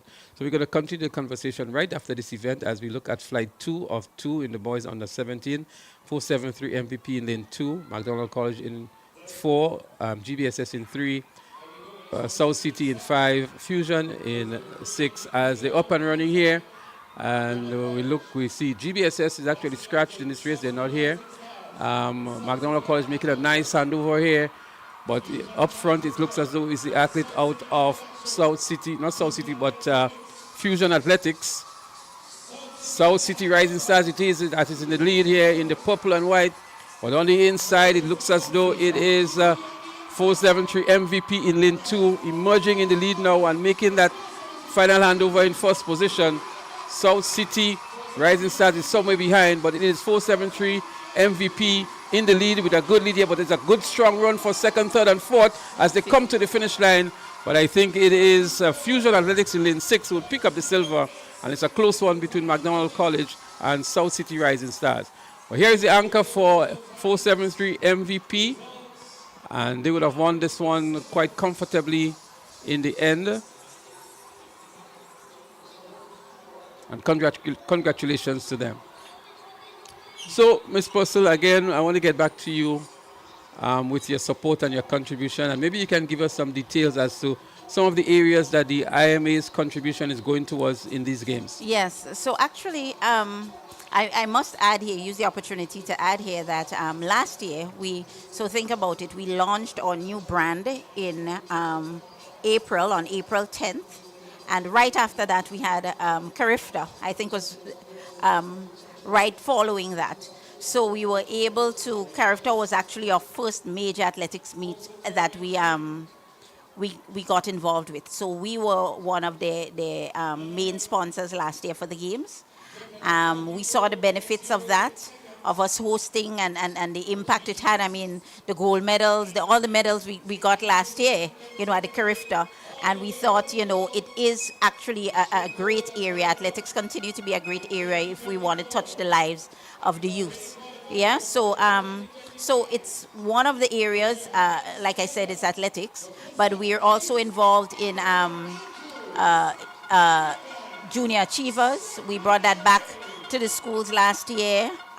So we continue to be a sponsor of that. Actually, we last year we had a primary schools debate. I know normally you see the televised version of the secondary schools debate, but we actually sponsored for the first time. They had sponsorship, even though they've been around for 10 years, doing the primary school debates, focused around the schools in St. Patrick's, St. Andrews, St. Mark's, and St. John's. So we got involved with that as well. We actually title sponsor of one of the bands, the only band out of St. Andrews, Steel Pan. So we're the proud sponsor of the IMA Rainbow City All-Stars. Yeah? So those are some of the areas that we have been involved in. And when we get involved, it's not just for the one-off. So even at the Rainbow City All-Stars, we ensure that all of the executive members have been trained. So we put them through, training through the GIDC and ensure that they build capacity so that, today or tomorrow, if they, for whatever reason, the sponsorship was to end, or they move into other areas of life, they can carry what we've brought to them there. And that's absolutely good, but I just want to caution you that having explained and outlined all of the support that you're giving, please expect to have a plethora of letters coming your way on Monday Very well, from various organizations in Grenada seeking support. But we're getting ready for the 4x100 meters under 20 girls. We have Velocity, that's the Just Sports Velocity Track Club in lane 1, Ace in 2, St. Joseph Convent, Grenville in 3, St. David's Track Blazers in 4, in 5 is 473 MVP, in 6 is Runners Athletics Club, Classic Lighted Finish Line is in 7, and McDonald College should have been there in lane 8. McDonald College is not participating, so that lane is scratched. And so we have 7 clubs participating in this event. Ms. Postle, just before the race starts, your impressions on the events, the level of organizations, the performance of the athletes, your general impressions? Oh, it has been awesome to date. I mean, from the little ones, I think being in the audience there, you see persons getting off their seats for the under 9 and the under 11 groups, because those were very keenly contested, So it's good to nurture from that level, and because I mean, some of the athletes we're seeing now in the older categories, I actually tracked them from the time they were at primary school. So we can see the development and we can see them growing. So this is just an exhibition of that today. Absolutely. We're going to come back and continue this conversation, but we go down trackside now for the start of the 4x100 meters under 20 girls. And these are the fastest set of athletes, so keep your eyes on the screen. And let's see who makes up the early stagger. 473 MVP is looking good. And they're out there in lane 5, making up the stagger early, 473. So too is St. David's Track Blazers in lane number 4. Ace on the inside is also looking good in lane number 2. But Track Blazers, 473 MVP. It's a close one on the handover here. It is still 473 MVP in the lead. St. David's Track Blazers, but look at Ace in lane 2, moving up nicely on the inside and making up the stagger. It's the third and final handover. 473 having some difficulty. Ace on the inside looking good. Here comes Ace on the inside. Here too comes St. David's Track Blazers. It's a close one. 473 MVP is holding their own as well. But Ace has a slight lead on them. Ace Track Club, I think it is over 473 MVP. But what a good run. But I think the foul up here would have been for 473 MVP on that final batter exchange. And that's why I think they would have lost the race. But Shaffonia Houston running for Ace Track Club this year, formerly from the South City Rising Stars, anchoring Ace Track Club to the victory here. Coached now by Wayne McSween, Carifta athlete for Grenada. Shaffonia Houston on the inside. Sorry, that was Zania Belfon of Ace Track Club that was there on the inside to anchor them to the victory. So back to you, Ms. Postle, again, and we are speaking about the level of performance and the progress of the athletes that you've noticed over the years, and the level of organization as well from the GAA in terms of putting together a very smooth meet so far. A very smooth meet so far, and hats off to the sports director as well. I know it's a lot happened in the back end. So I think the coordination by the team has been an excellent one. What can we expect moving forward from IMA with regards to these games? We threw the same question at Mr. Francis, and he was very reluctant to disclose based on contractual arrangements, so we didn't push him too hard. But generally speaking, what can we expect from IMA moving forward with these games? I think we're in it for the long haul, like you said, as I was indicating earlier, we're not one for one off, and we get involved and we walk away, So I think it's something that we are definitely looking at developing a longer term relationship with. This is a game that we're gonna, build and grow, and as you know, the reason we sponsored Carifta last year, and we were a main sponsor, one of the main sponsors. And as you know, this meet is probably the biggest fundraiser that the GAA undertake in order to support and finance the Carifta team. So by us getting involved in this meet, we're actually allowing for this exhibition to happen here today. and give the clubs the opportunity to, to earn a little monies for their athletes, but as well as help with the team being able to go off to Carifta in another few weeks. Yes, and Mr. Francis did mention that all of the surpluses from these games would go directly towards the Carifta team's preparation, and he even outlined some different areas of support that they will be providing to the Carifta team. So I think the contribution from the IMA is no doubt very appreciated and well deserved, and can go a very long way in the preparation of the athletes and for the development of the sport in general. Yeah.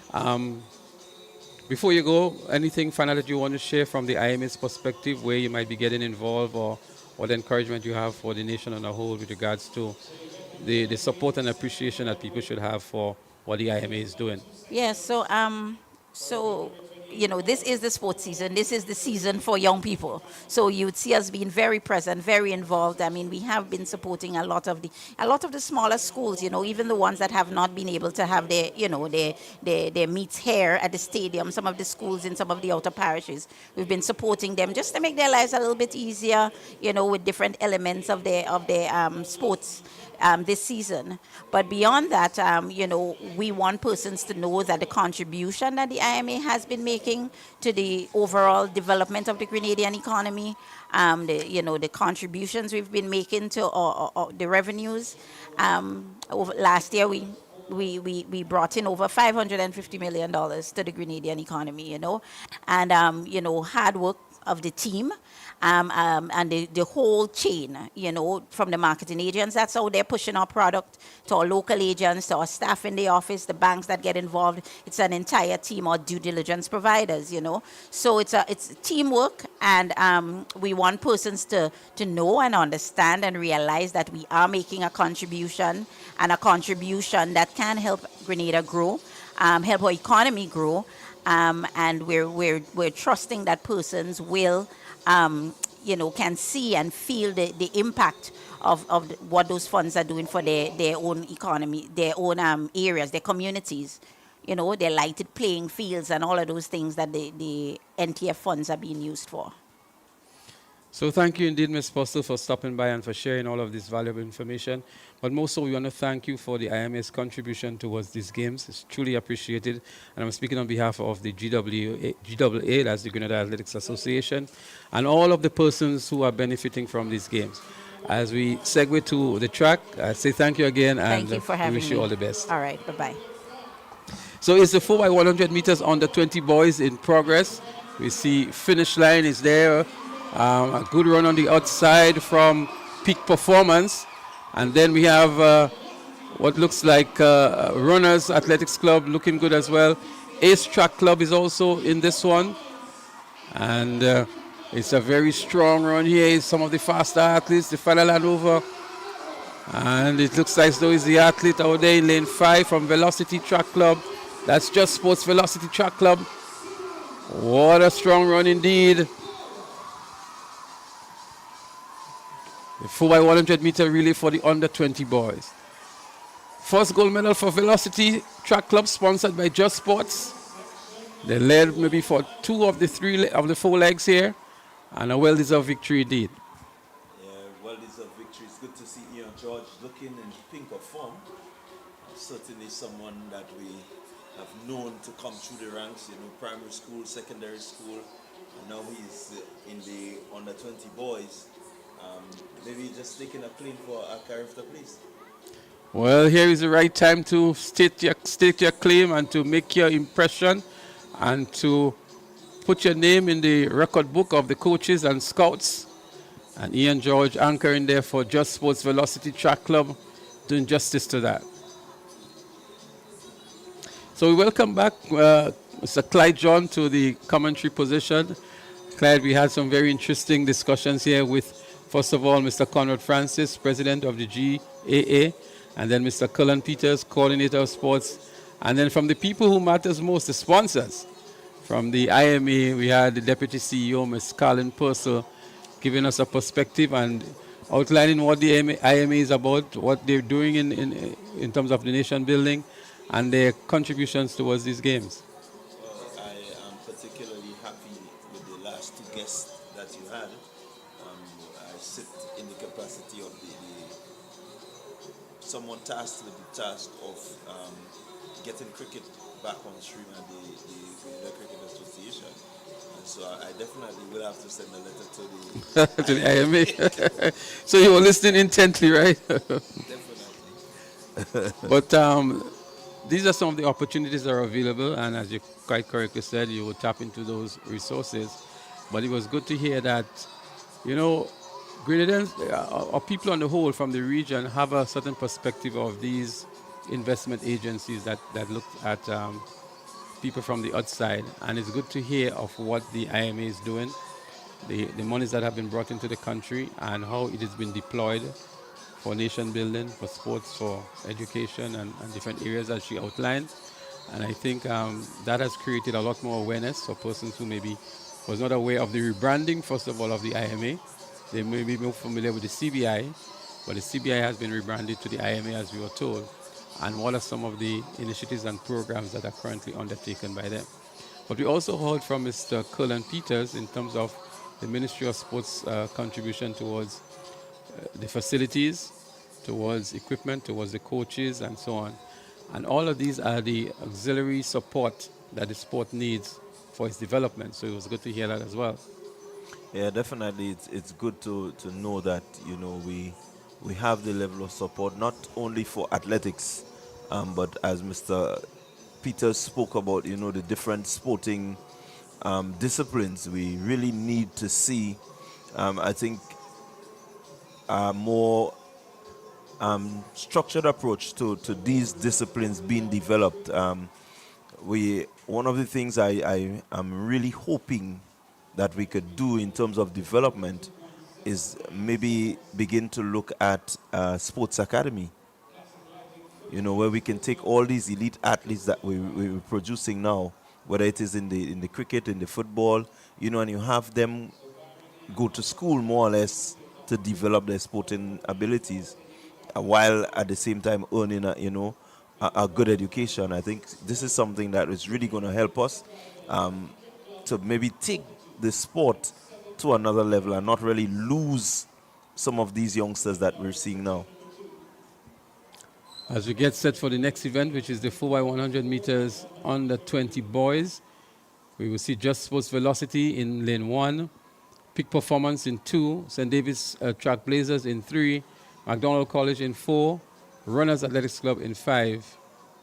Sorry, that was, let me take that over again. We'll see Runners Athletics in 2, McDonald College in 3, St. David's Track Blazers in 4, Just Sports Velocity in 5.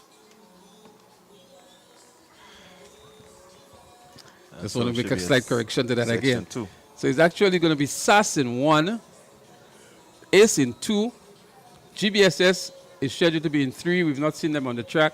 Fusion Athletics in 4, Finish Line in 5, St. David's Track Blazers in 6, and South City Rising Stars should be in 7. We have not seen them on the track as well. Yeah, so this is the section. So I just want to take it over again. SAS in 1, ACE in 2, GBSS is scheduled to be in 3. They're not there.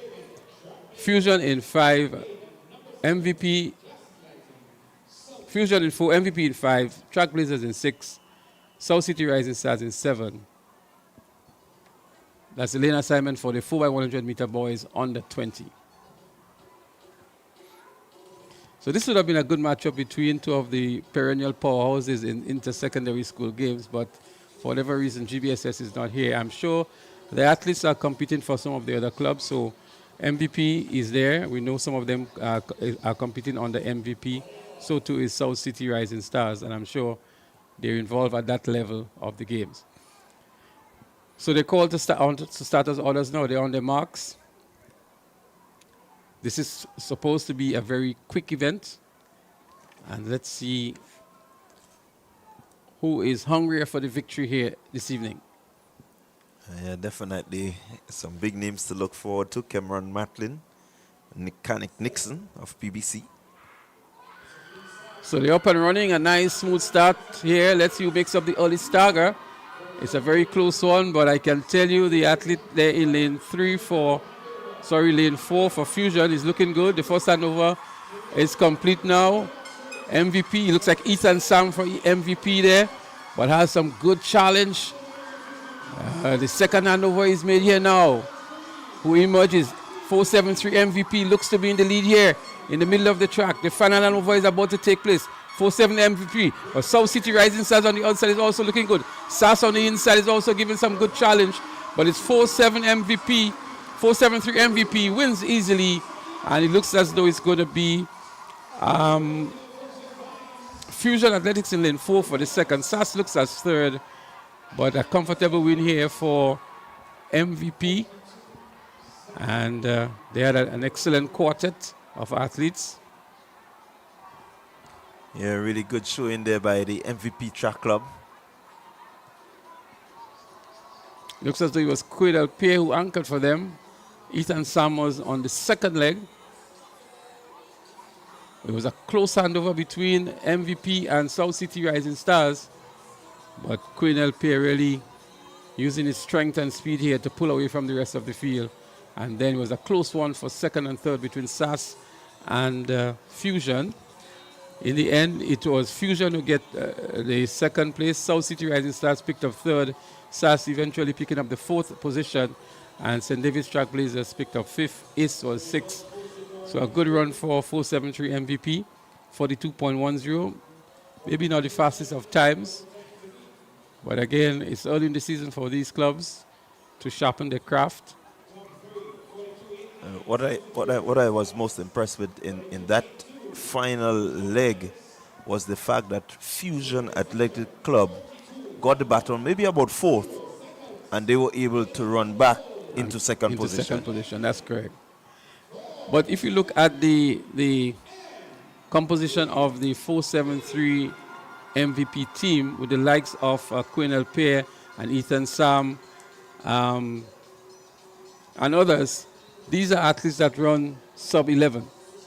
Sam was 10:46, the fastest he's run this season. Quinel Pierre was about 10:07. And so we have some sub-11 athletes here. So the expectation is that we should have gotten maybe a 41 point something in this race. But a victory is a victory nonetheless. And so they have crossed the finish line first. I think it's only one batch we have. That was the second of the two batches, so I believe they would have returned the faster time here to win themselves the gold medal in this category. Yeah, certainly we look forward to these athletes maybe breaking the 40-second barrier for the relays. I think that would set us in a really good position come CARIFTA 2025. So again, as you know, we said earlier, it would have been nice to just select a nice elite squad and put them up against these boys, you know, to really push them and see what they're made of. Absolutely. The next event on the track would be the 4x100 meters relay for the 20 plus. On the schedule is listed to be the females, but on the screen here there seems to be a change in the events. The boys seems to be going off first. And so we have Classic Light in finish line in 3, St. David's Track Blazers in 4, 473 MVP in 5, and Ace Track Club is scheduled here for 6, for lane 6, but we have not seen them on the track, so it seems as though we're just going to have 3 clubs competing in this one: Finish Line, Track Blazers, and 473 MVP. Yeah, definitely. I was looking forward to seeing Ace Track Club. Especially in the 20 plus. We know we've seen them over the years dominate those 20 plus events. They seem to have a very, very restricted presence this year at the games. I know there are some major injuries in the camp of the Ace Track Club as well, and so Coach Wayne Maxwell may be erring on the side of caution here, not wanting to risk his athletes, as this is only the beginning of the season for many of them. Yeah, certainly you want to approach with caution. You do not want the athletes to be injured this early, or maybe to re-injure if they're injured now. You want to give them enough time so that they can recuperate and, you know, really get themselves to the top in terms of their fitness, in terms of their development, And so you have to, as a coach, you have to understand and know when to, really allow them to take part. So good management says, you err on the side of caution. But I was looking forward to seeing the likes of Joshim Sylvester and my good international referee, Ken Thomas. So the up and running is the 4x100 meters for the boys in the 20-plus category. And there are 3 clubs here. There's St. David's Trailblazers.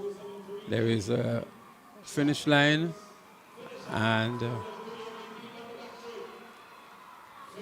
473 MVP. But in the lead is 473 MVP with a strong lead. Seems to be some lane infringement there. We'd have to get confirmation on that. But St. David's Trailblazers is giving good chase and closing the gap now on 473 MVP. Finish line is also there as they're about to make the next handover.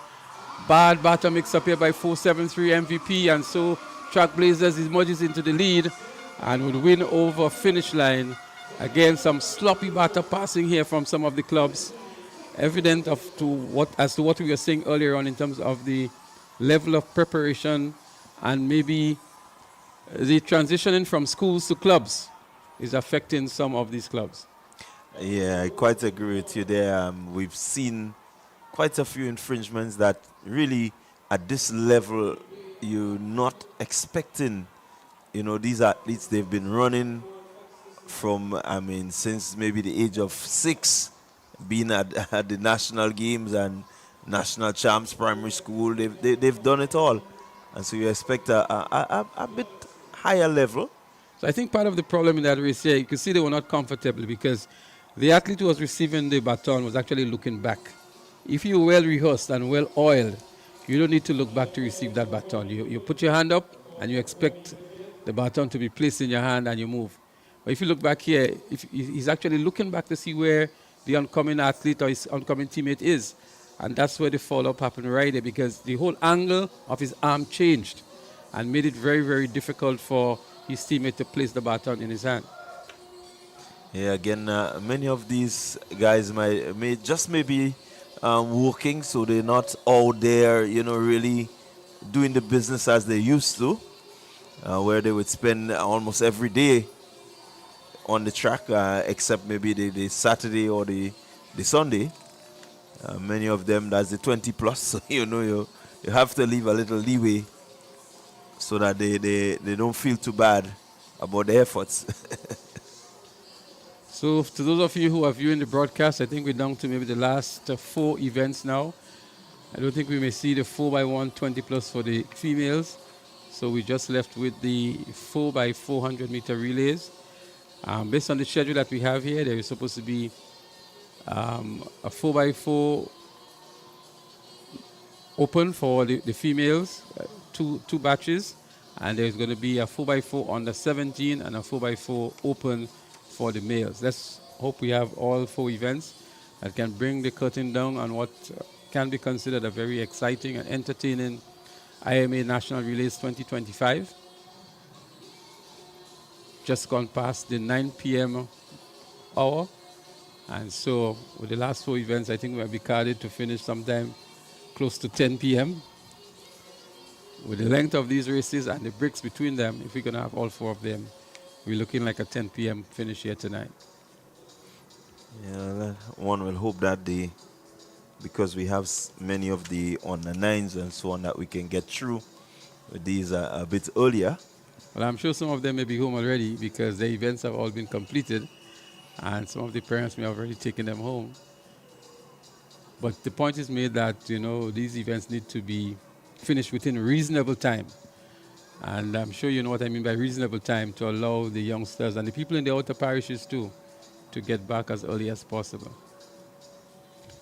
Well, again, while we may be saying that, you notice that the crowd build-up came as, outside got a bit dark. So you never know. Some persons probably prefer these sort of times to be outside. Nice crowd on hand, so it definitely means that the crowd has built since we started. Definitely so. As you can see, a nice cross-section of the crowds, of the spectators in the main pavilion.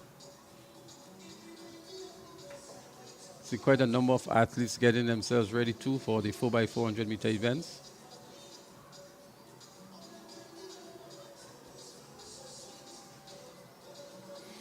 Definitely the sponsors can feel happy with the sponsorship and the support from the Grenadian public in terms of supporting this event.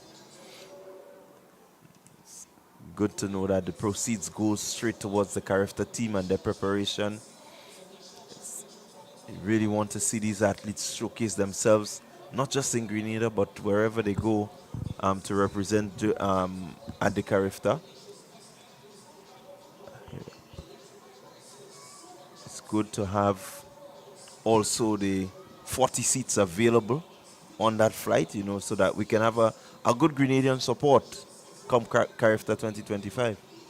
Absolutely. What we're going to do now, we're going to take a short commercial break to give some recognition to our proud sponsors, and we'll be back with some more live track and field action right after the commercial break.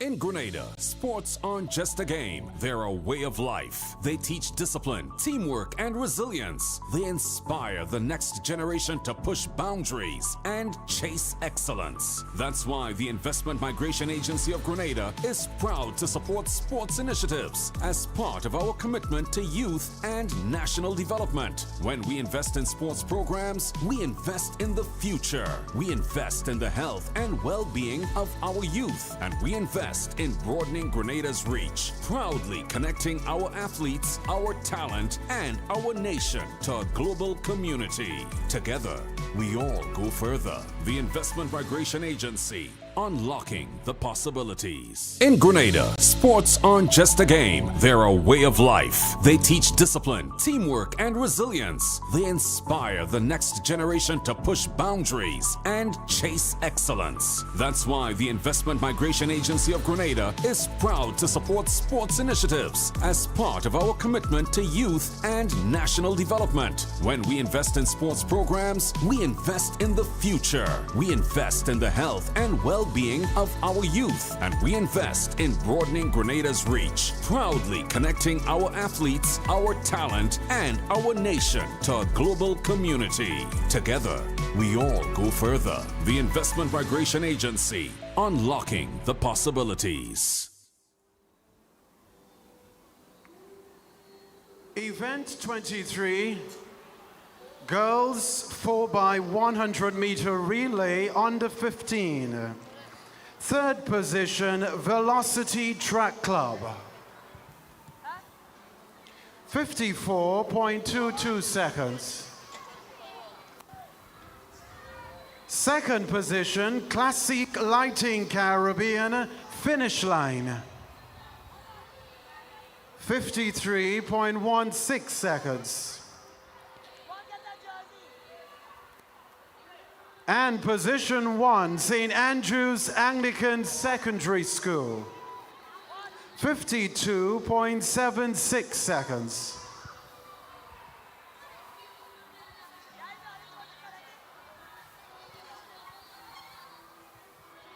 Event 24, 4x100 meter relay, under 15.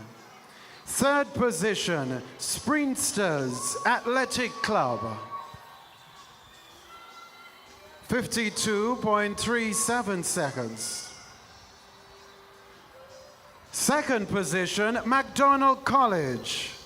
52.23 seconds. And position 1, St. David's Track Blazers. Time of 48.47 seconds.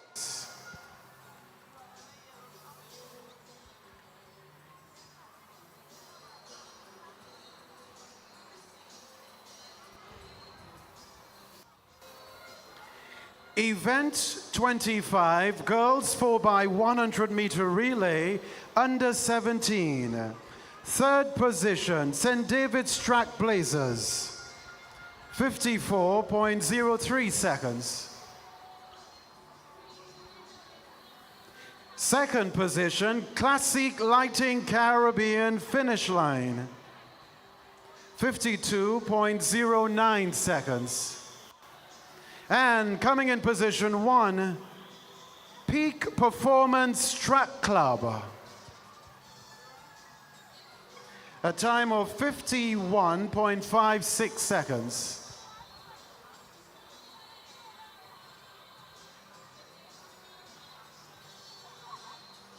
Event 26, boys 4x100 meter relay, under 17. Third position, Fusion Athletics. 45.59 seconds.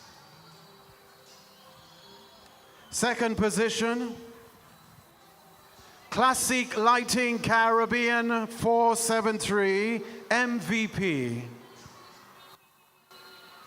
44.95 seconds. Ladies and gentlemen, position 1, St. Andrew's Anglican Secondary. 44.08 seconds.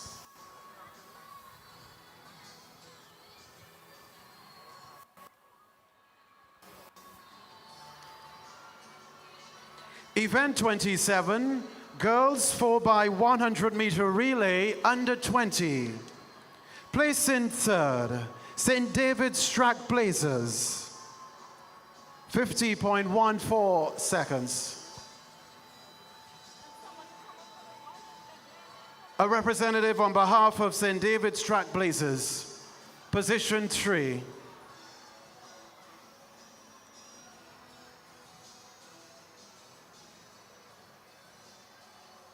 Placing second, Classic Lighting Caribbean 473 MVP. 49.22 seconds. And coming in position 1, Ace, a time of 49.17 seconds.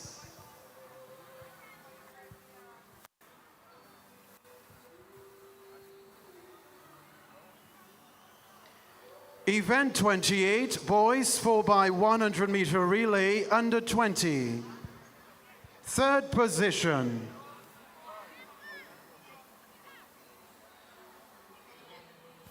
Fusion Athletics. Fusion Athletics, 42.82 seconds. Second place, Velocity Track Club, 42.79 seconds. And position 1 in this event, Classic Lighting Caribbean 473 MVP. A time of 42.10 seconds.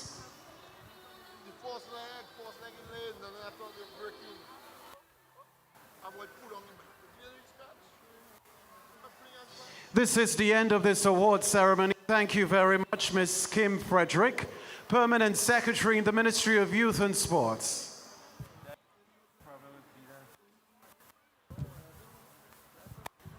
It's now 9:19 in Grenada and the rest of the Eastern Caribbean. You're part of IMA National Relay Meet 2025.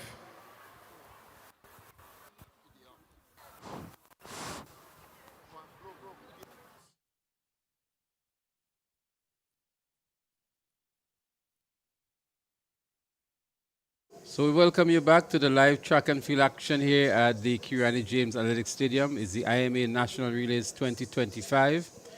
We've just concluded another medal presentation or ceremony, and we're getting set for the final 4 remaining events on the schedule for today.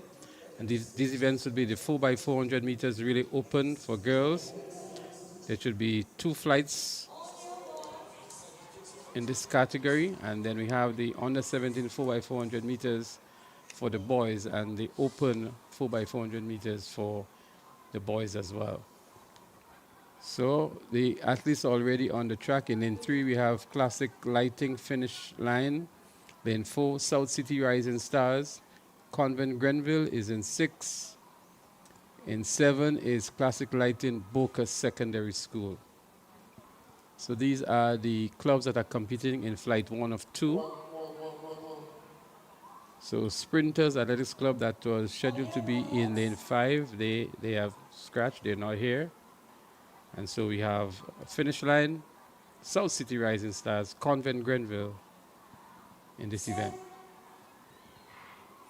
So they're up and running, 4x400 meters, open for the females, Convent Grenville in the white and red. We have finish line in the red and black, Boca Secondary in the traditional gray.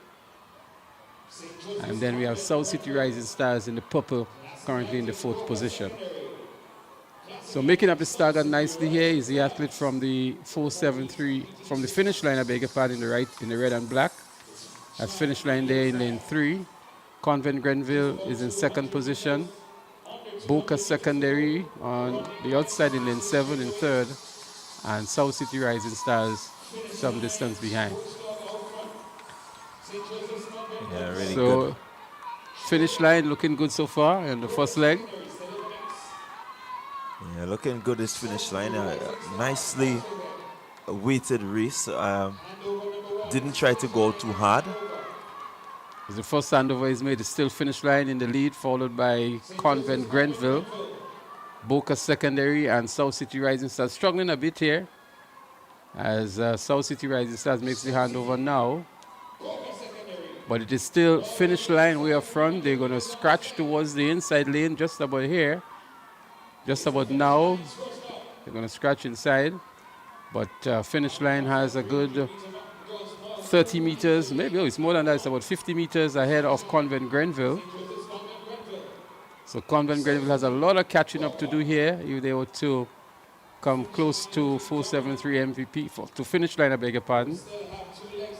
But finish line is looking very strong. The legs are pumping and turning over very quickly indeed. Convent Grenville giving a good account of themselves by narrowing the gap somewhat that they had originally from finish line. Finish line hands over now. That's the second handover. Convent Grenville just about doing so.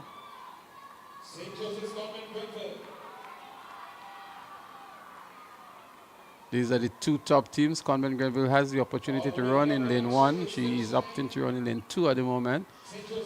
But looking very comfortable is finish line. Finish line, one of the more impressive clubs in the 2025 IMA National Relays. Has a commanding lead over St. Joseph Convent Grenville. The athlete here from SJC Grenville. That's Michaela Abraham. Abraham has a lot of work to do to catch up with finish line as she about to make the 3rd and final handover.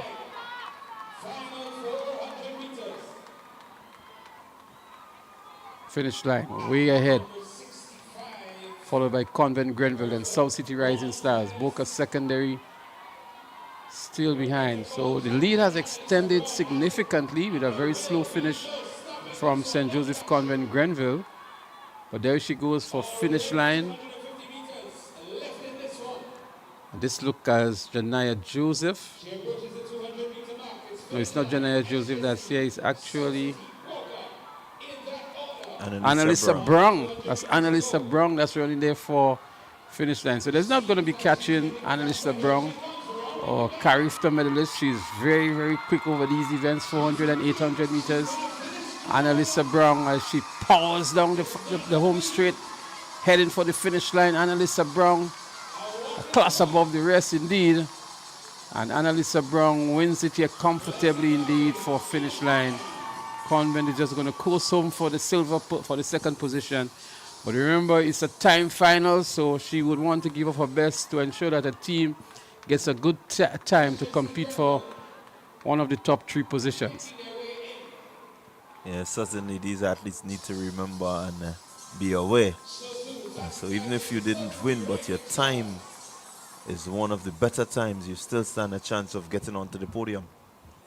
Well, that run there from finish line with the impressive finish from Annalisa Brown, no doubt, would send a very strong signal to the second batch. This is the time that they need to beat to get on the winner's rostrum. Yes, certainly they need to keep that time in mind. It's not about racing against anyone now, but racing against the clock. As we see Boca Secondary School bringing it home. So we still have the second of the two flights, which would feature McDonald College, Peak Performance, ACE, SAS, and 473 MVP. As they make their way onto the track, we're going to try to get you the time for the first flight.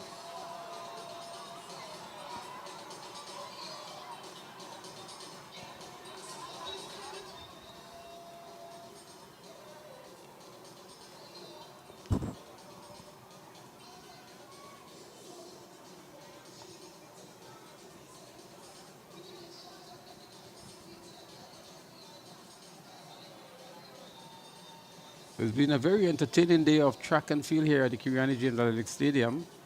We've seen some very impressive performances. We've seen some disappointments as well, particularly with the batter passing and the number of disqualifications that we've seen.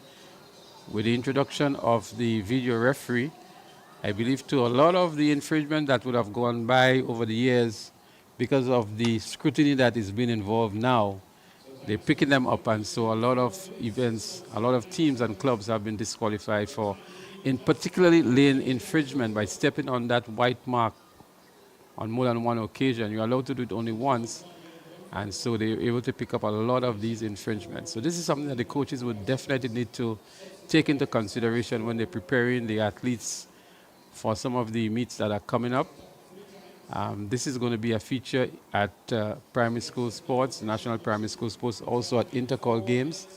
And so the athletes and coaches need to be aware of the video referee that is available at those games.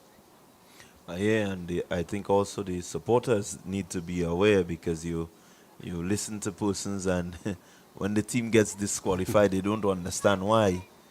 You know, they see them cross the finish line, and there is no flag raising anymore. Back in the day, you would see the track judges and umpires lifting the flag from white to yellow.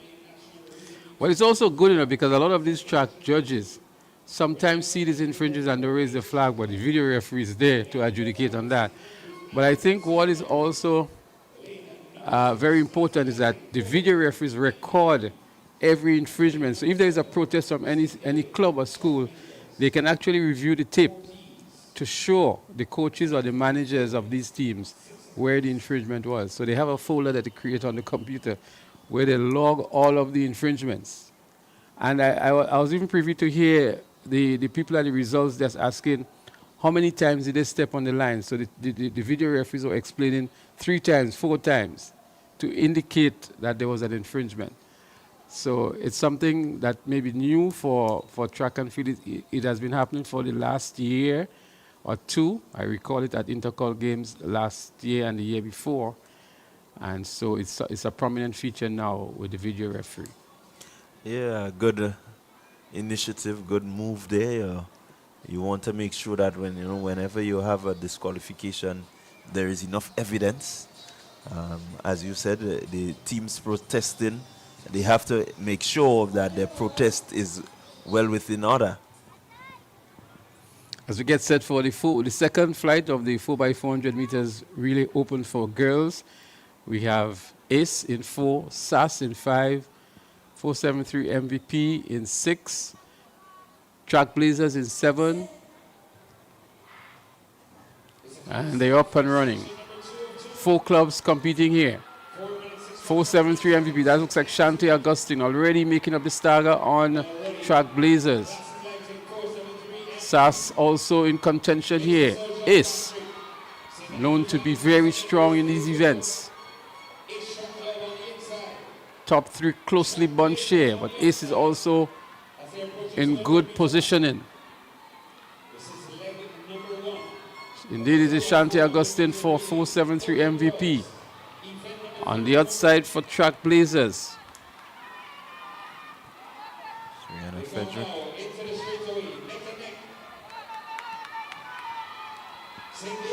Well, they go down the back, the home stretch here, stride for stride. Shanti Augustine seems to have a slight advantage over the athlete from Track Blazers, Sass in third.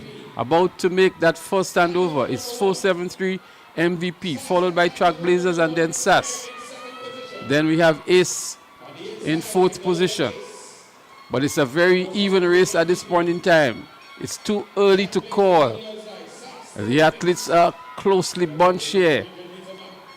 Very measured race by all of the athletes. St. David's Track Blazers. Ace coming into their own now. And taking a good position. Track Blazers, Ace, Sass, 473 MVP. Can be anybody's race at this point in time. St. David's Track Blazers looking good.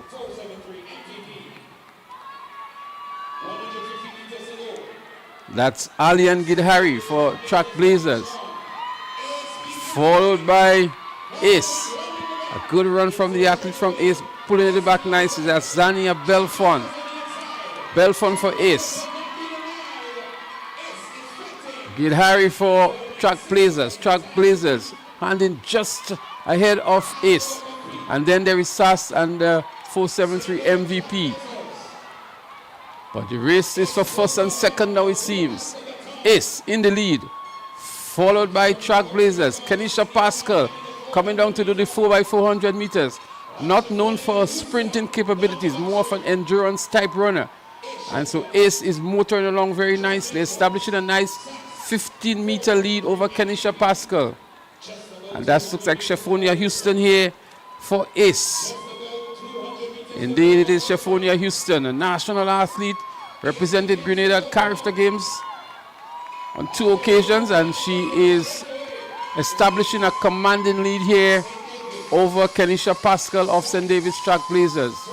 Shephonia Houston it is for Ace Track Club, formerly of South City Rising Stars, now coached by Wayne McSween, as she hands over first to her teammate here, who sprints off on that final leg.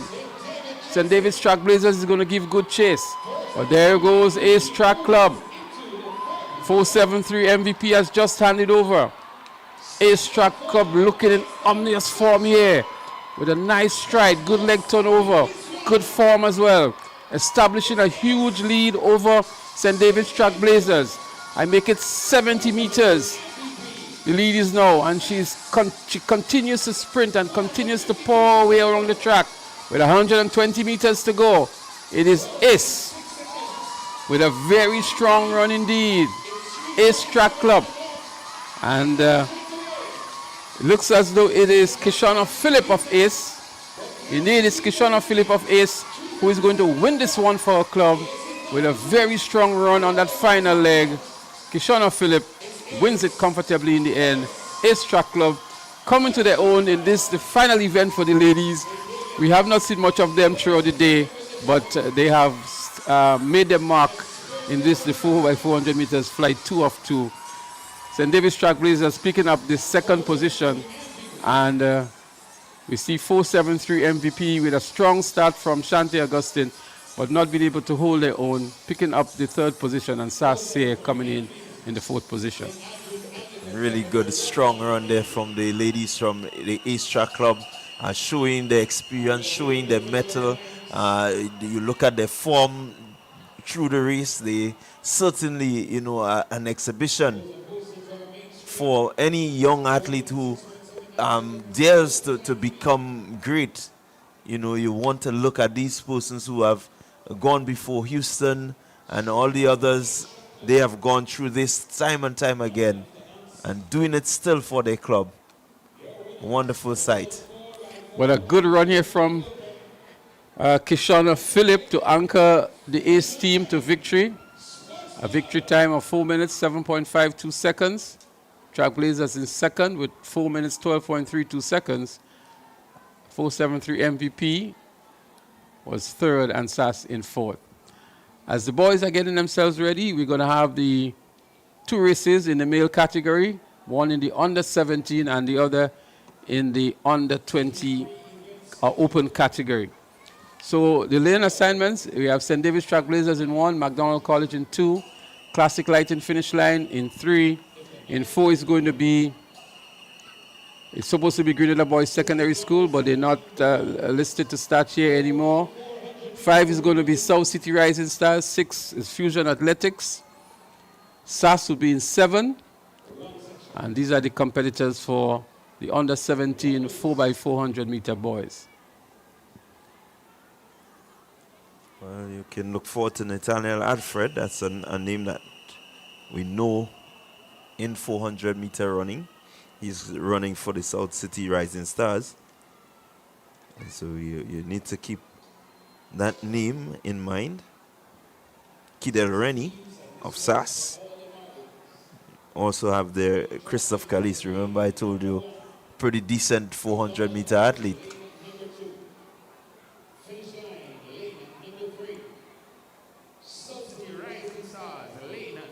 For finish line, the likes of Giovanni Green. Ethan Ogis is also listed on the team here for finish line.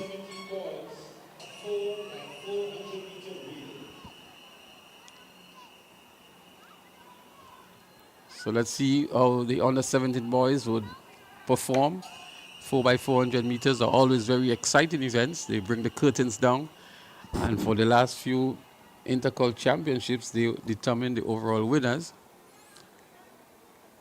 These teams will be measuring themselves, the likes of SAS included here, and some of the other schools are involved as part of clubs.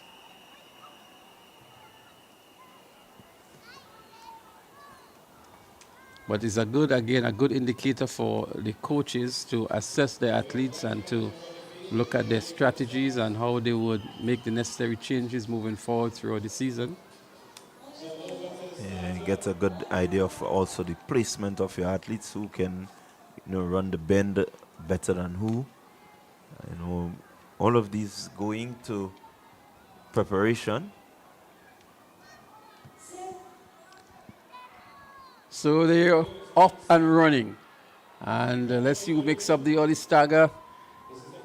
It's the 4x400 meters under 17. Quite a number of schools there. Trailblazers, McDonald College, Finish Line, South City Rising Stars, Fusion, SAS.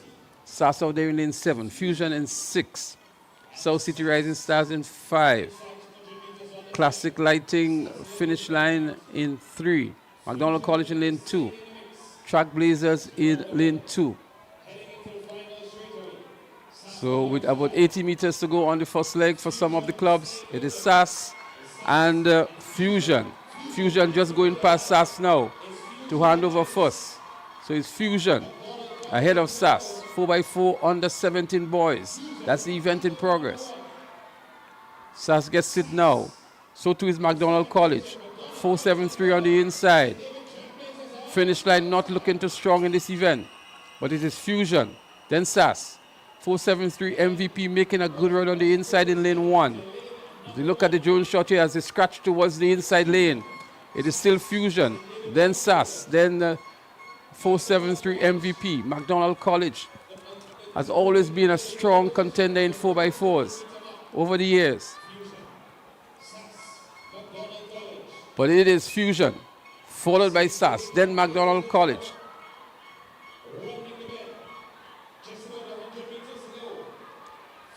With about 85 meters to go, it's a real battle to see who hands over. What a good run here from McDonald College.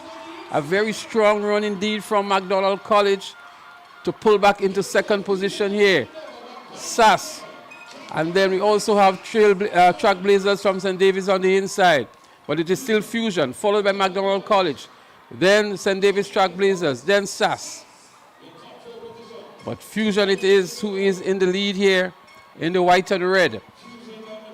McDonald College continuing to look good here. They had a very good second leg.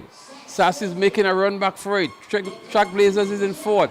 Here comes McDonald College on the outside going around the bend. Looking back to his McDonald College. Sass is giving a good chase, but McDonald College continues to motor on nicely. Who wants it more? McDonald College, Sass, Fusion. McDonald College looking back to see where the competition is coming from. Fusion is there. Sass is beginning to look very tired.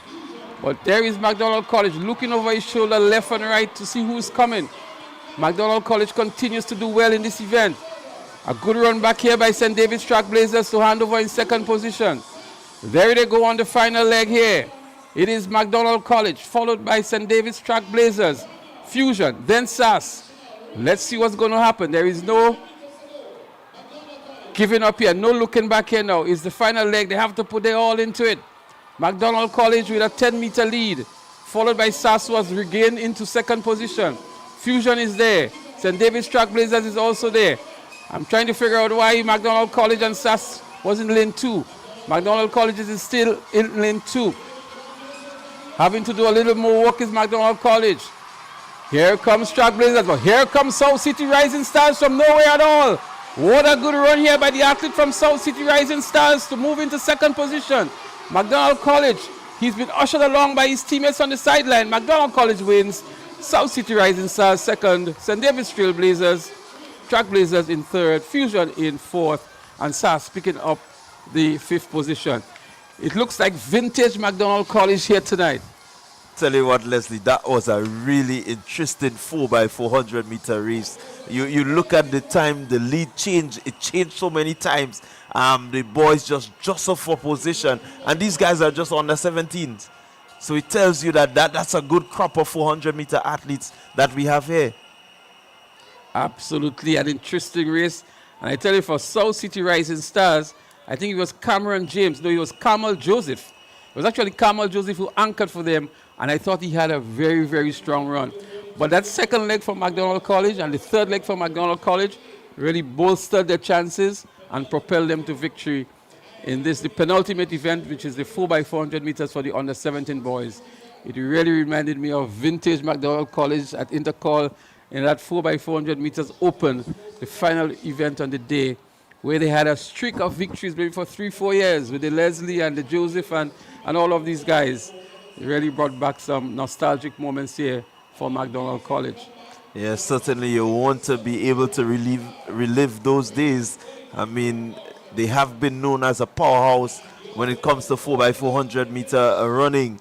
And so it's nice to see that there's a crop of youngsters there coming through the ranks that can represent McDonald College and really put them back on the map when it comes to the 4x4. So that was in the under 17 category. McDonald College 3 minutes 42.19 seconds. South City Rising Stars with a very strong finish, 3 minutes 43.47 seconds. Trailblazers was third with 3 minutes 44.47 seconds. Fusion in fourth, Sass in fifth, and the Classic Lighting finish line. Not very strong in this event, picking up, well, they were DQ'd. Finish line were DQ'd. We're not too sure what the infringement was, and so they were disqualified from the event. We're down to the final event, Clyde, which is the 4x400 meters relay open. And so we expect to see a very exciting one as well. And so we'll have the likes of St. David's Trailblazers in lane 2, Classic Lighting finish line in 3, McDonald College again in 4, Classic Lighting Boca Secondary in 5, Runners Athletics Club in 6, and the Just Sports Velocity Club would be in lane 7. Yeah, so there's no ace, surprisingly. I think there's 2 sections, so that's section 1, and this would be section 2.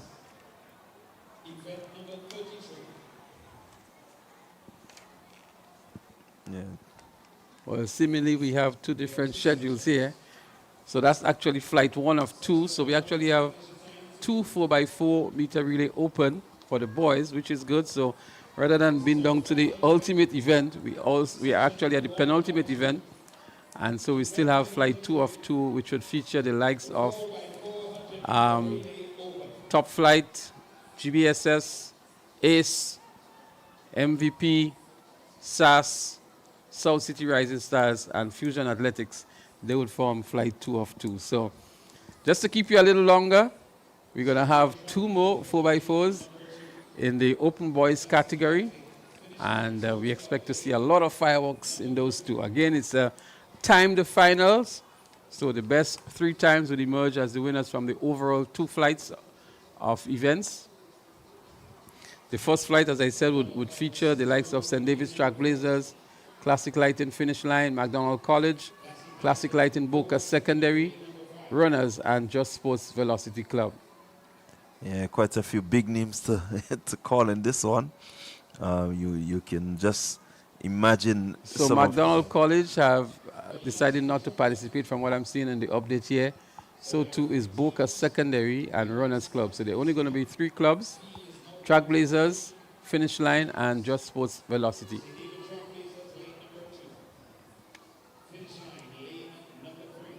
So Finish Line is in 3, Trailblazers in 2, and Velocity, they're listed here to be in lane 7.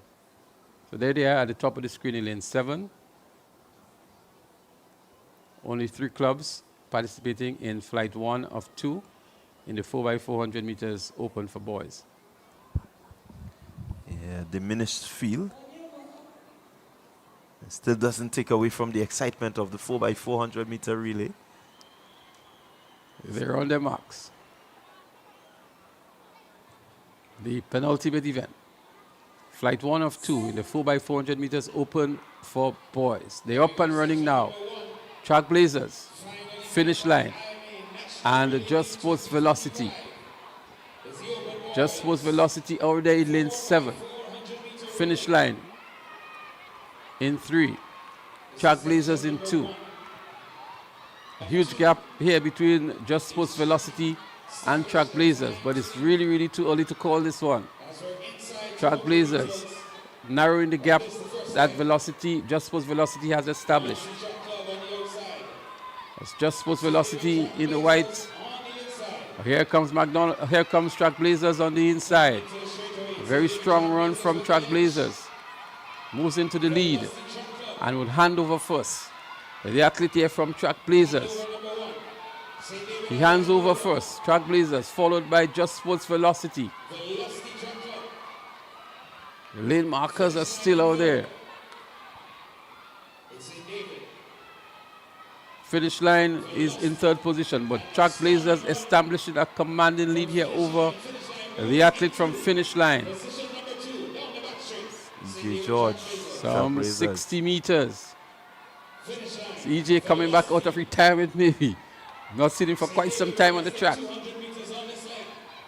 But he has a very, very strong lead here. He's looking back to see where the competition is coming from, but there's no need to do that. That's EJ George for St. David's Trailblazers. Almost 80 meters lead on the next challenger here. He hands over now. Trailblazers looking good and in full command of that. And the others are beckoning for the baton. Just Sports Velocity hands over second.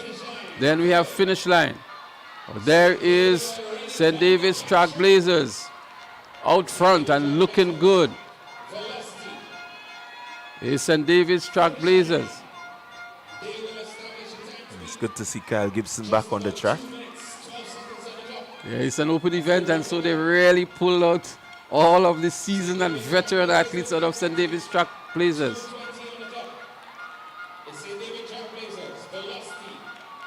Velocity is in 2nd, and the Finish Line in 3rd. It's going to be a very, very easy victory for St. David's Trailblazers, but they have to run for a good time, because this is all about timing here, not about who beats who or who wins the event. The Trailblazers looking good, a strong contender for the first position here overall. Trailblazers looking good.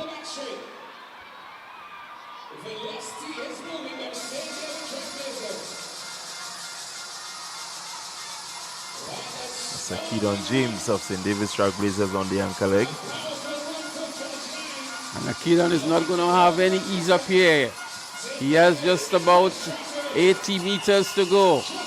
As we see an exchange of a strong run from Finish Line, but James is going to win this one comfortable for Trailblazers. A strong run from the 4 competitors, the 4 athletes from Trailblazers. Just Sports Velocity would pick up the 2nd position, and Finish Line would pick up the 3rd position in the first of 2 flights in the 4x400 meters open for boys. Yes. But a very strong run indeed from St. David's Trailblazers. Yeah, experience there of the Trailblazers athletes. They set the pace from early, and really almost 100-meter gap between themselves and any of the other competitors. So it was really good exhibition, 4x4 running.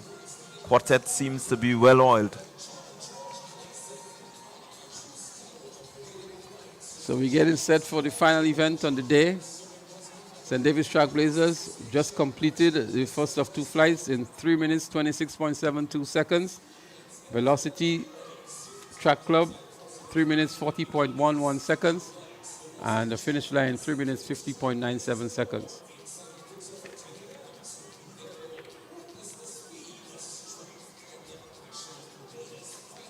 The last event will be flight 2 of 2 in the boys 4x400 meters open.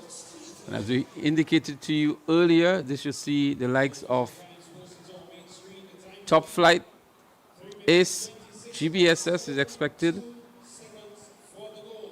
473 MVP, SAS, South City Rising Stars, and Fusion Athletics. So lane 3 again is left open or scratched because there is no GBSS. Lane 2, we see Top Flight. Lane 3, lane 4 is Ace. Lane 5, 473 MVP. Lane 6, SAS. Lane 7, South City Rising Stars. And Fusion Athletics out there in the white and red in lane 7. In lane 8, I beg your pardon. Well, a pretty stacked field. Some big teams there. The time to beat 3 minutes 26. Can they surpass that time? That's the big question now. Trailblazers have established the mark, and so these boys must now respond. So I see Josh M. Sylvester is listed yet to run for Ace, but I can tell you from what I know he will not be running because of the injury he sustained earlier in the season. Kyle Ned is also there. Adam Peters, he's also listed to run for them. Jelani Franklin continues to be a perennial athlete for 473 MVP. Quinn Pierre is also there. Nathan Hiller. For SAS, we have the likes of Junior Alexander, Darian Sincere, Tevez Lewis. For South City Rising Stars, we expect to see Kamal Joseph, Kyle Victor, Cameron Mathlin, as they call to the start line here. They're on their marks. Antoine Blackett is there for Fusion Athletics. So too is Samuel Green and Adriel Mitchell. So Fusion has a pretty decent team, eh? Yeah, Adriel pretty big Mitchell, names. Samuel Green, Kanik Nixon, Antoine Blackett. They seem to be a force to be reckoned. Let's see what Fusion can do. Fusion is running out of lane 8. Yeah, some big names in this one. It's the final event, and I'm sure this has been designed to be a cracker. Let's see what happens here. South City Rising Stars is there. Fusion on the outside. Then there is SAS. Then there is 473 MVP. Finish Line. Almost a packed track here, except for lane 3. Here comes 473 MVP. Fusion is struggling a bit, so too is SAS. As they're about to make that first handover almost at the same time, but 473 MVP comes out first, then Fusion, then SAS, then Ace. And then on the inside we have Top Flight. Let's see what Ace has in store. They're in second position at the moment. 473 MVP, looking good. As they scratch towards the inside of the track. 473 MVP, Ace, Top Flight. We have not seen much of Top Flight for the day. Maybe they are holding back everything for this final event. 473 MVP in the lead. Nathan Hille. Ace. A run back here by Fusion. We expected Fusion to be in maybe a much better position at this stage, but they're running back nicely here. 473 still in front. Ace in second. Fusion is in third, followed by Top Flight in 4. But 473 MVP has a good lead here. They're really trying to beat a time of 3 minutes 26 seconds thereabouts, which has already been set by the St. David's Track Blazers. But they're maintaining good form, and a good lead here is 473 MVP, coached by Albert Joseph. Devonnie Ferguson on that leg there for the MVP. But it's 473 MVP to make that final and over.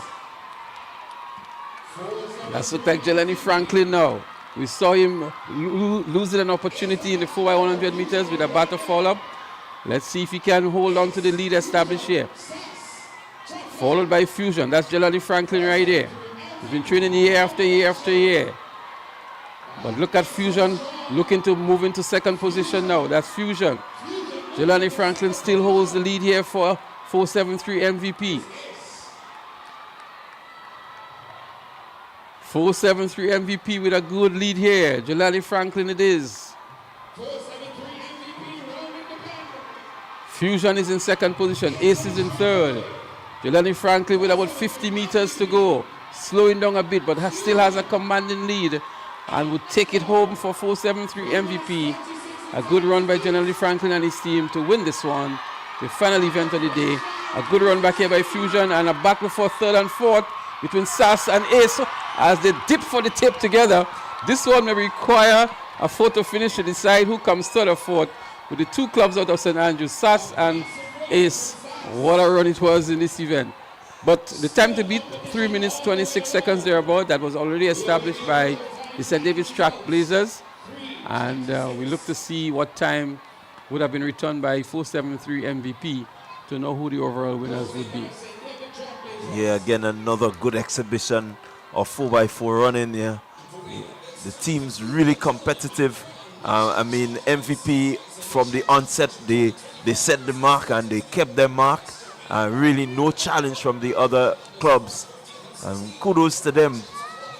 A really good, strong, spirited run from them. So Jelani Franklin, 3 minutes 16.53 seconds. So that will give them the first position. Fusion in 3 minutes 20.77. That should give them second.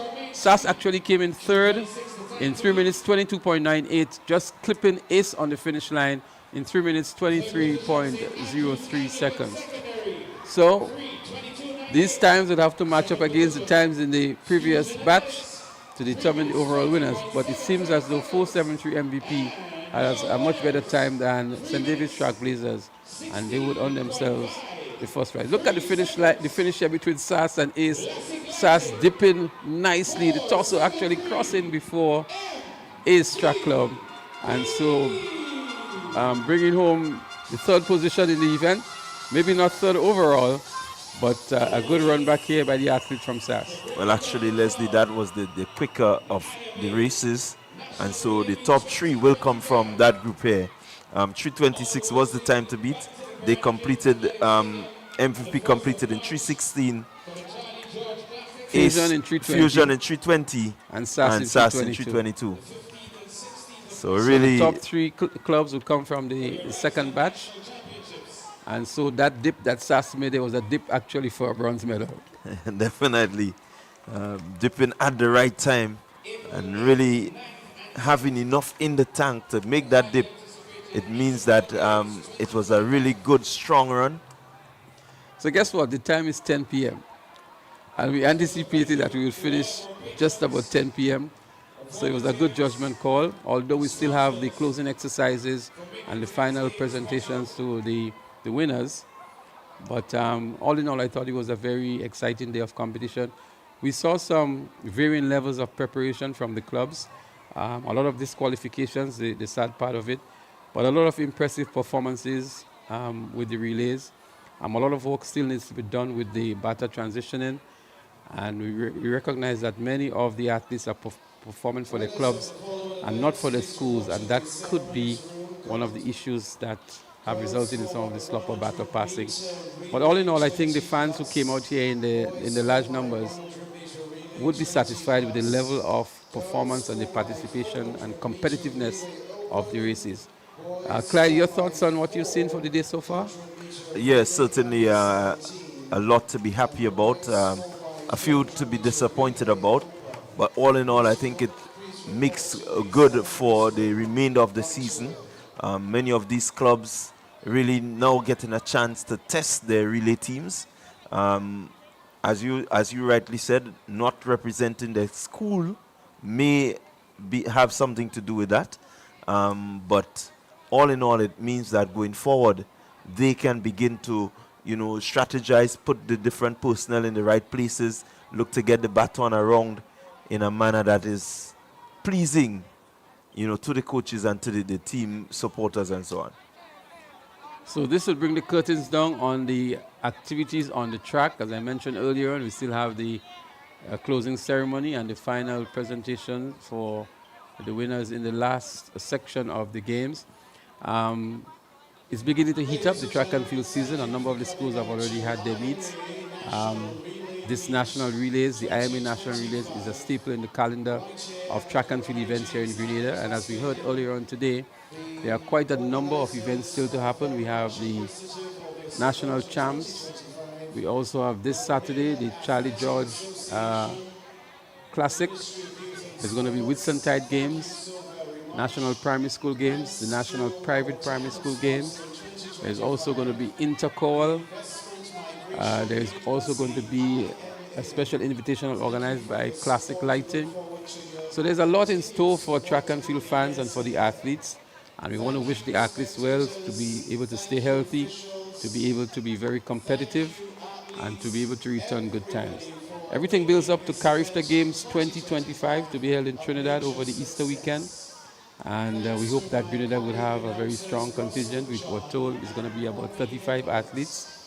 And last year we were only able to get 1 gold medal. Let's hope we can do much better in Trinidad and Tobago and get some good results. We see the likes of Ethan Sam doing well so far throughout the season.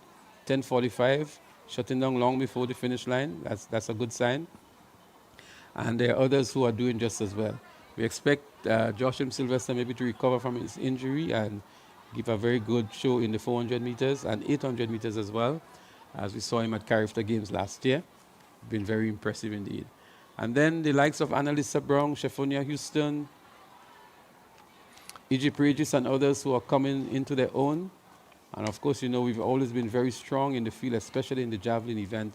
Christophe Callis is going to be there again. He won Grenada's lone gold medal last year at Carriacou, and he'll also be competing in the triple jump throughout the season as well. Yeah, certainly some big names to look forward to. Definitely, we want you to give them as much support as you can, not just as they get onto the Carriacou team, but in terms of preparation prior to their school sports meet, the different national championships that they're going to take part in. You want to make sure that you're there to cheer them on, to support them, maybe even financially if they need, just to ensure that Grenada is represented well at the Carriacou Games. We want to say a special kudos to the organizers, the Grenada Athletics Association. Although there was a late start, there was a very smooth flow of the events, notwithstanding some slight delays on the track every now and again. But from the time the event started, the flow of the events was pretty much very smooth. We again want to make mention of the video referee that is now at these games to look at things that we would not see with the naked eyes on the track, but they have a microscopic view of that. And so a lot of the disqualifications were not called by the track judges or the track referees, but by the video referee who is sitting in a nice little air-conditioned room reviewing all the races immediately after their completion and making some important judgments on the outcome of these races. Yeah, good to have the technology involved in the sport. We've seen it with the cricket, we've seen it with football, and now it's here with the athletics.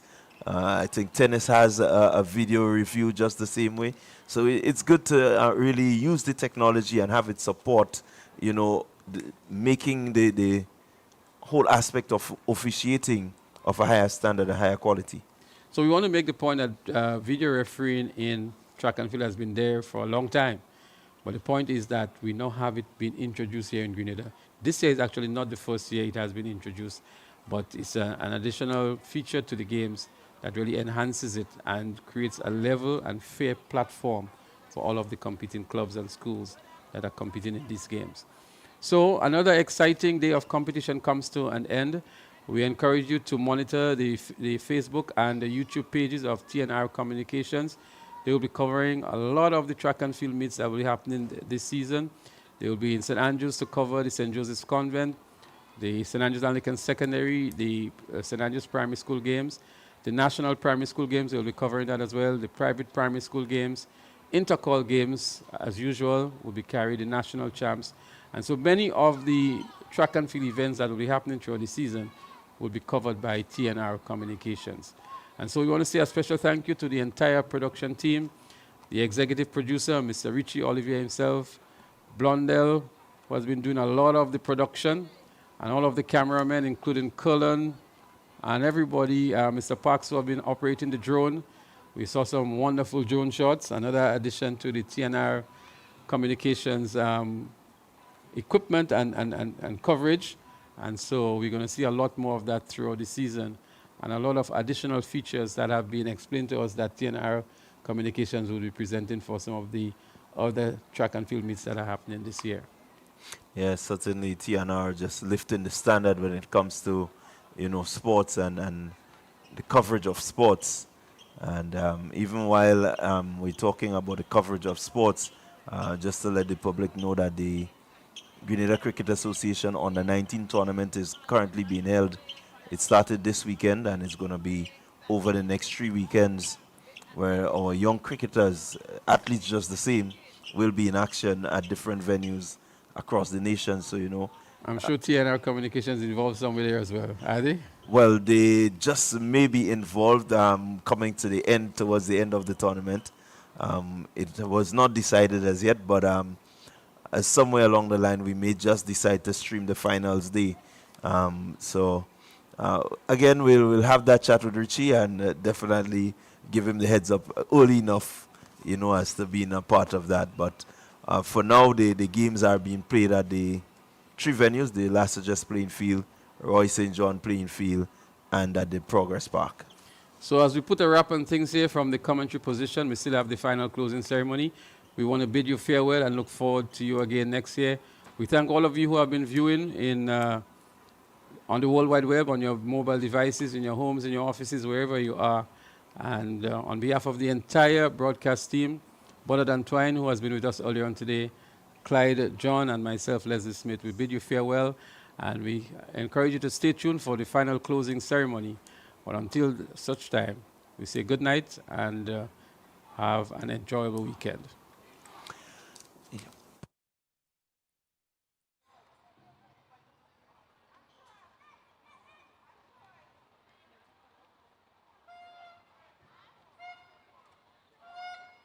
In Grenada, sports aren't just a game, they're a way of life. They teach discipline, teamwork, and resilience. They inspire the next generation to push boundaries and chase excellence. That's why the Investment Migration Agency of Grenada is proud to support sports initiatives as part of our commitment to youth and national development. When we invest in sports programs, we invest in the future. We invest in the health and well-being of our youth, and we invest in broadening Grenada's reach, proudly connecting our athletes, our talent, and our nation to a global community. Together, we all go further. The Investment Migration Agency, unlocking the possibilities.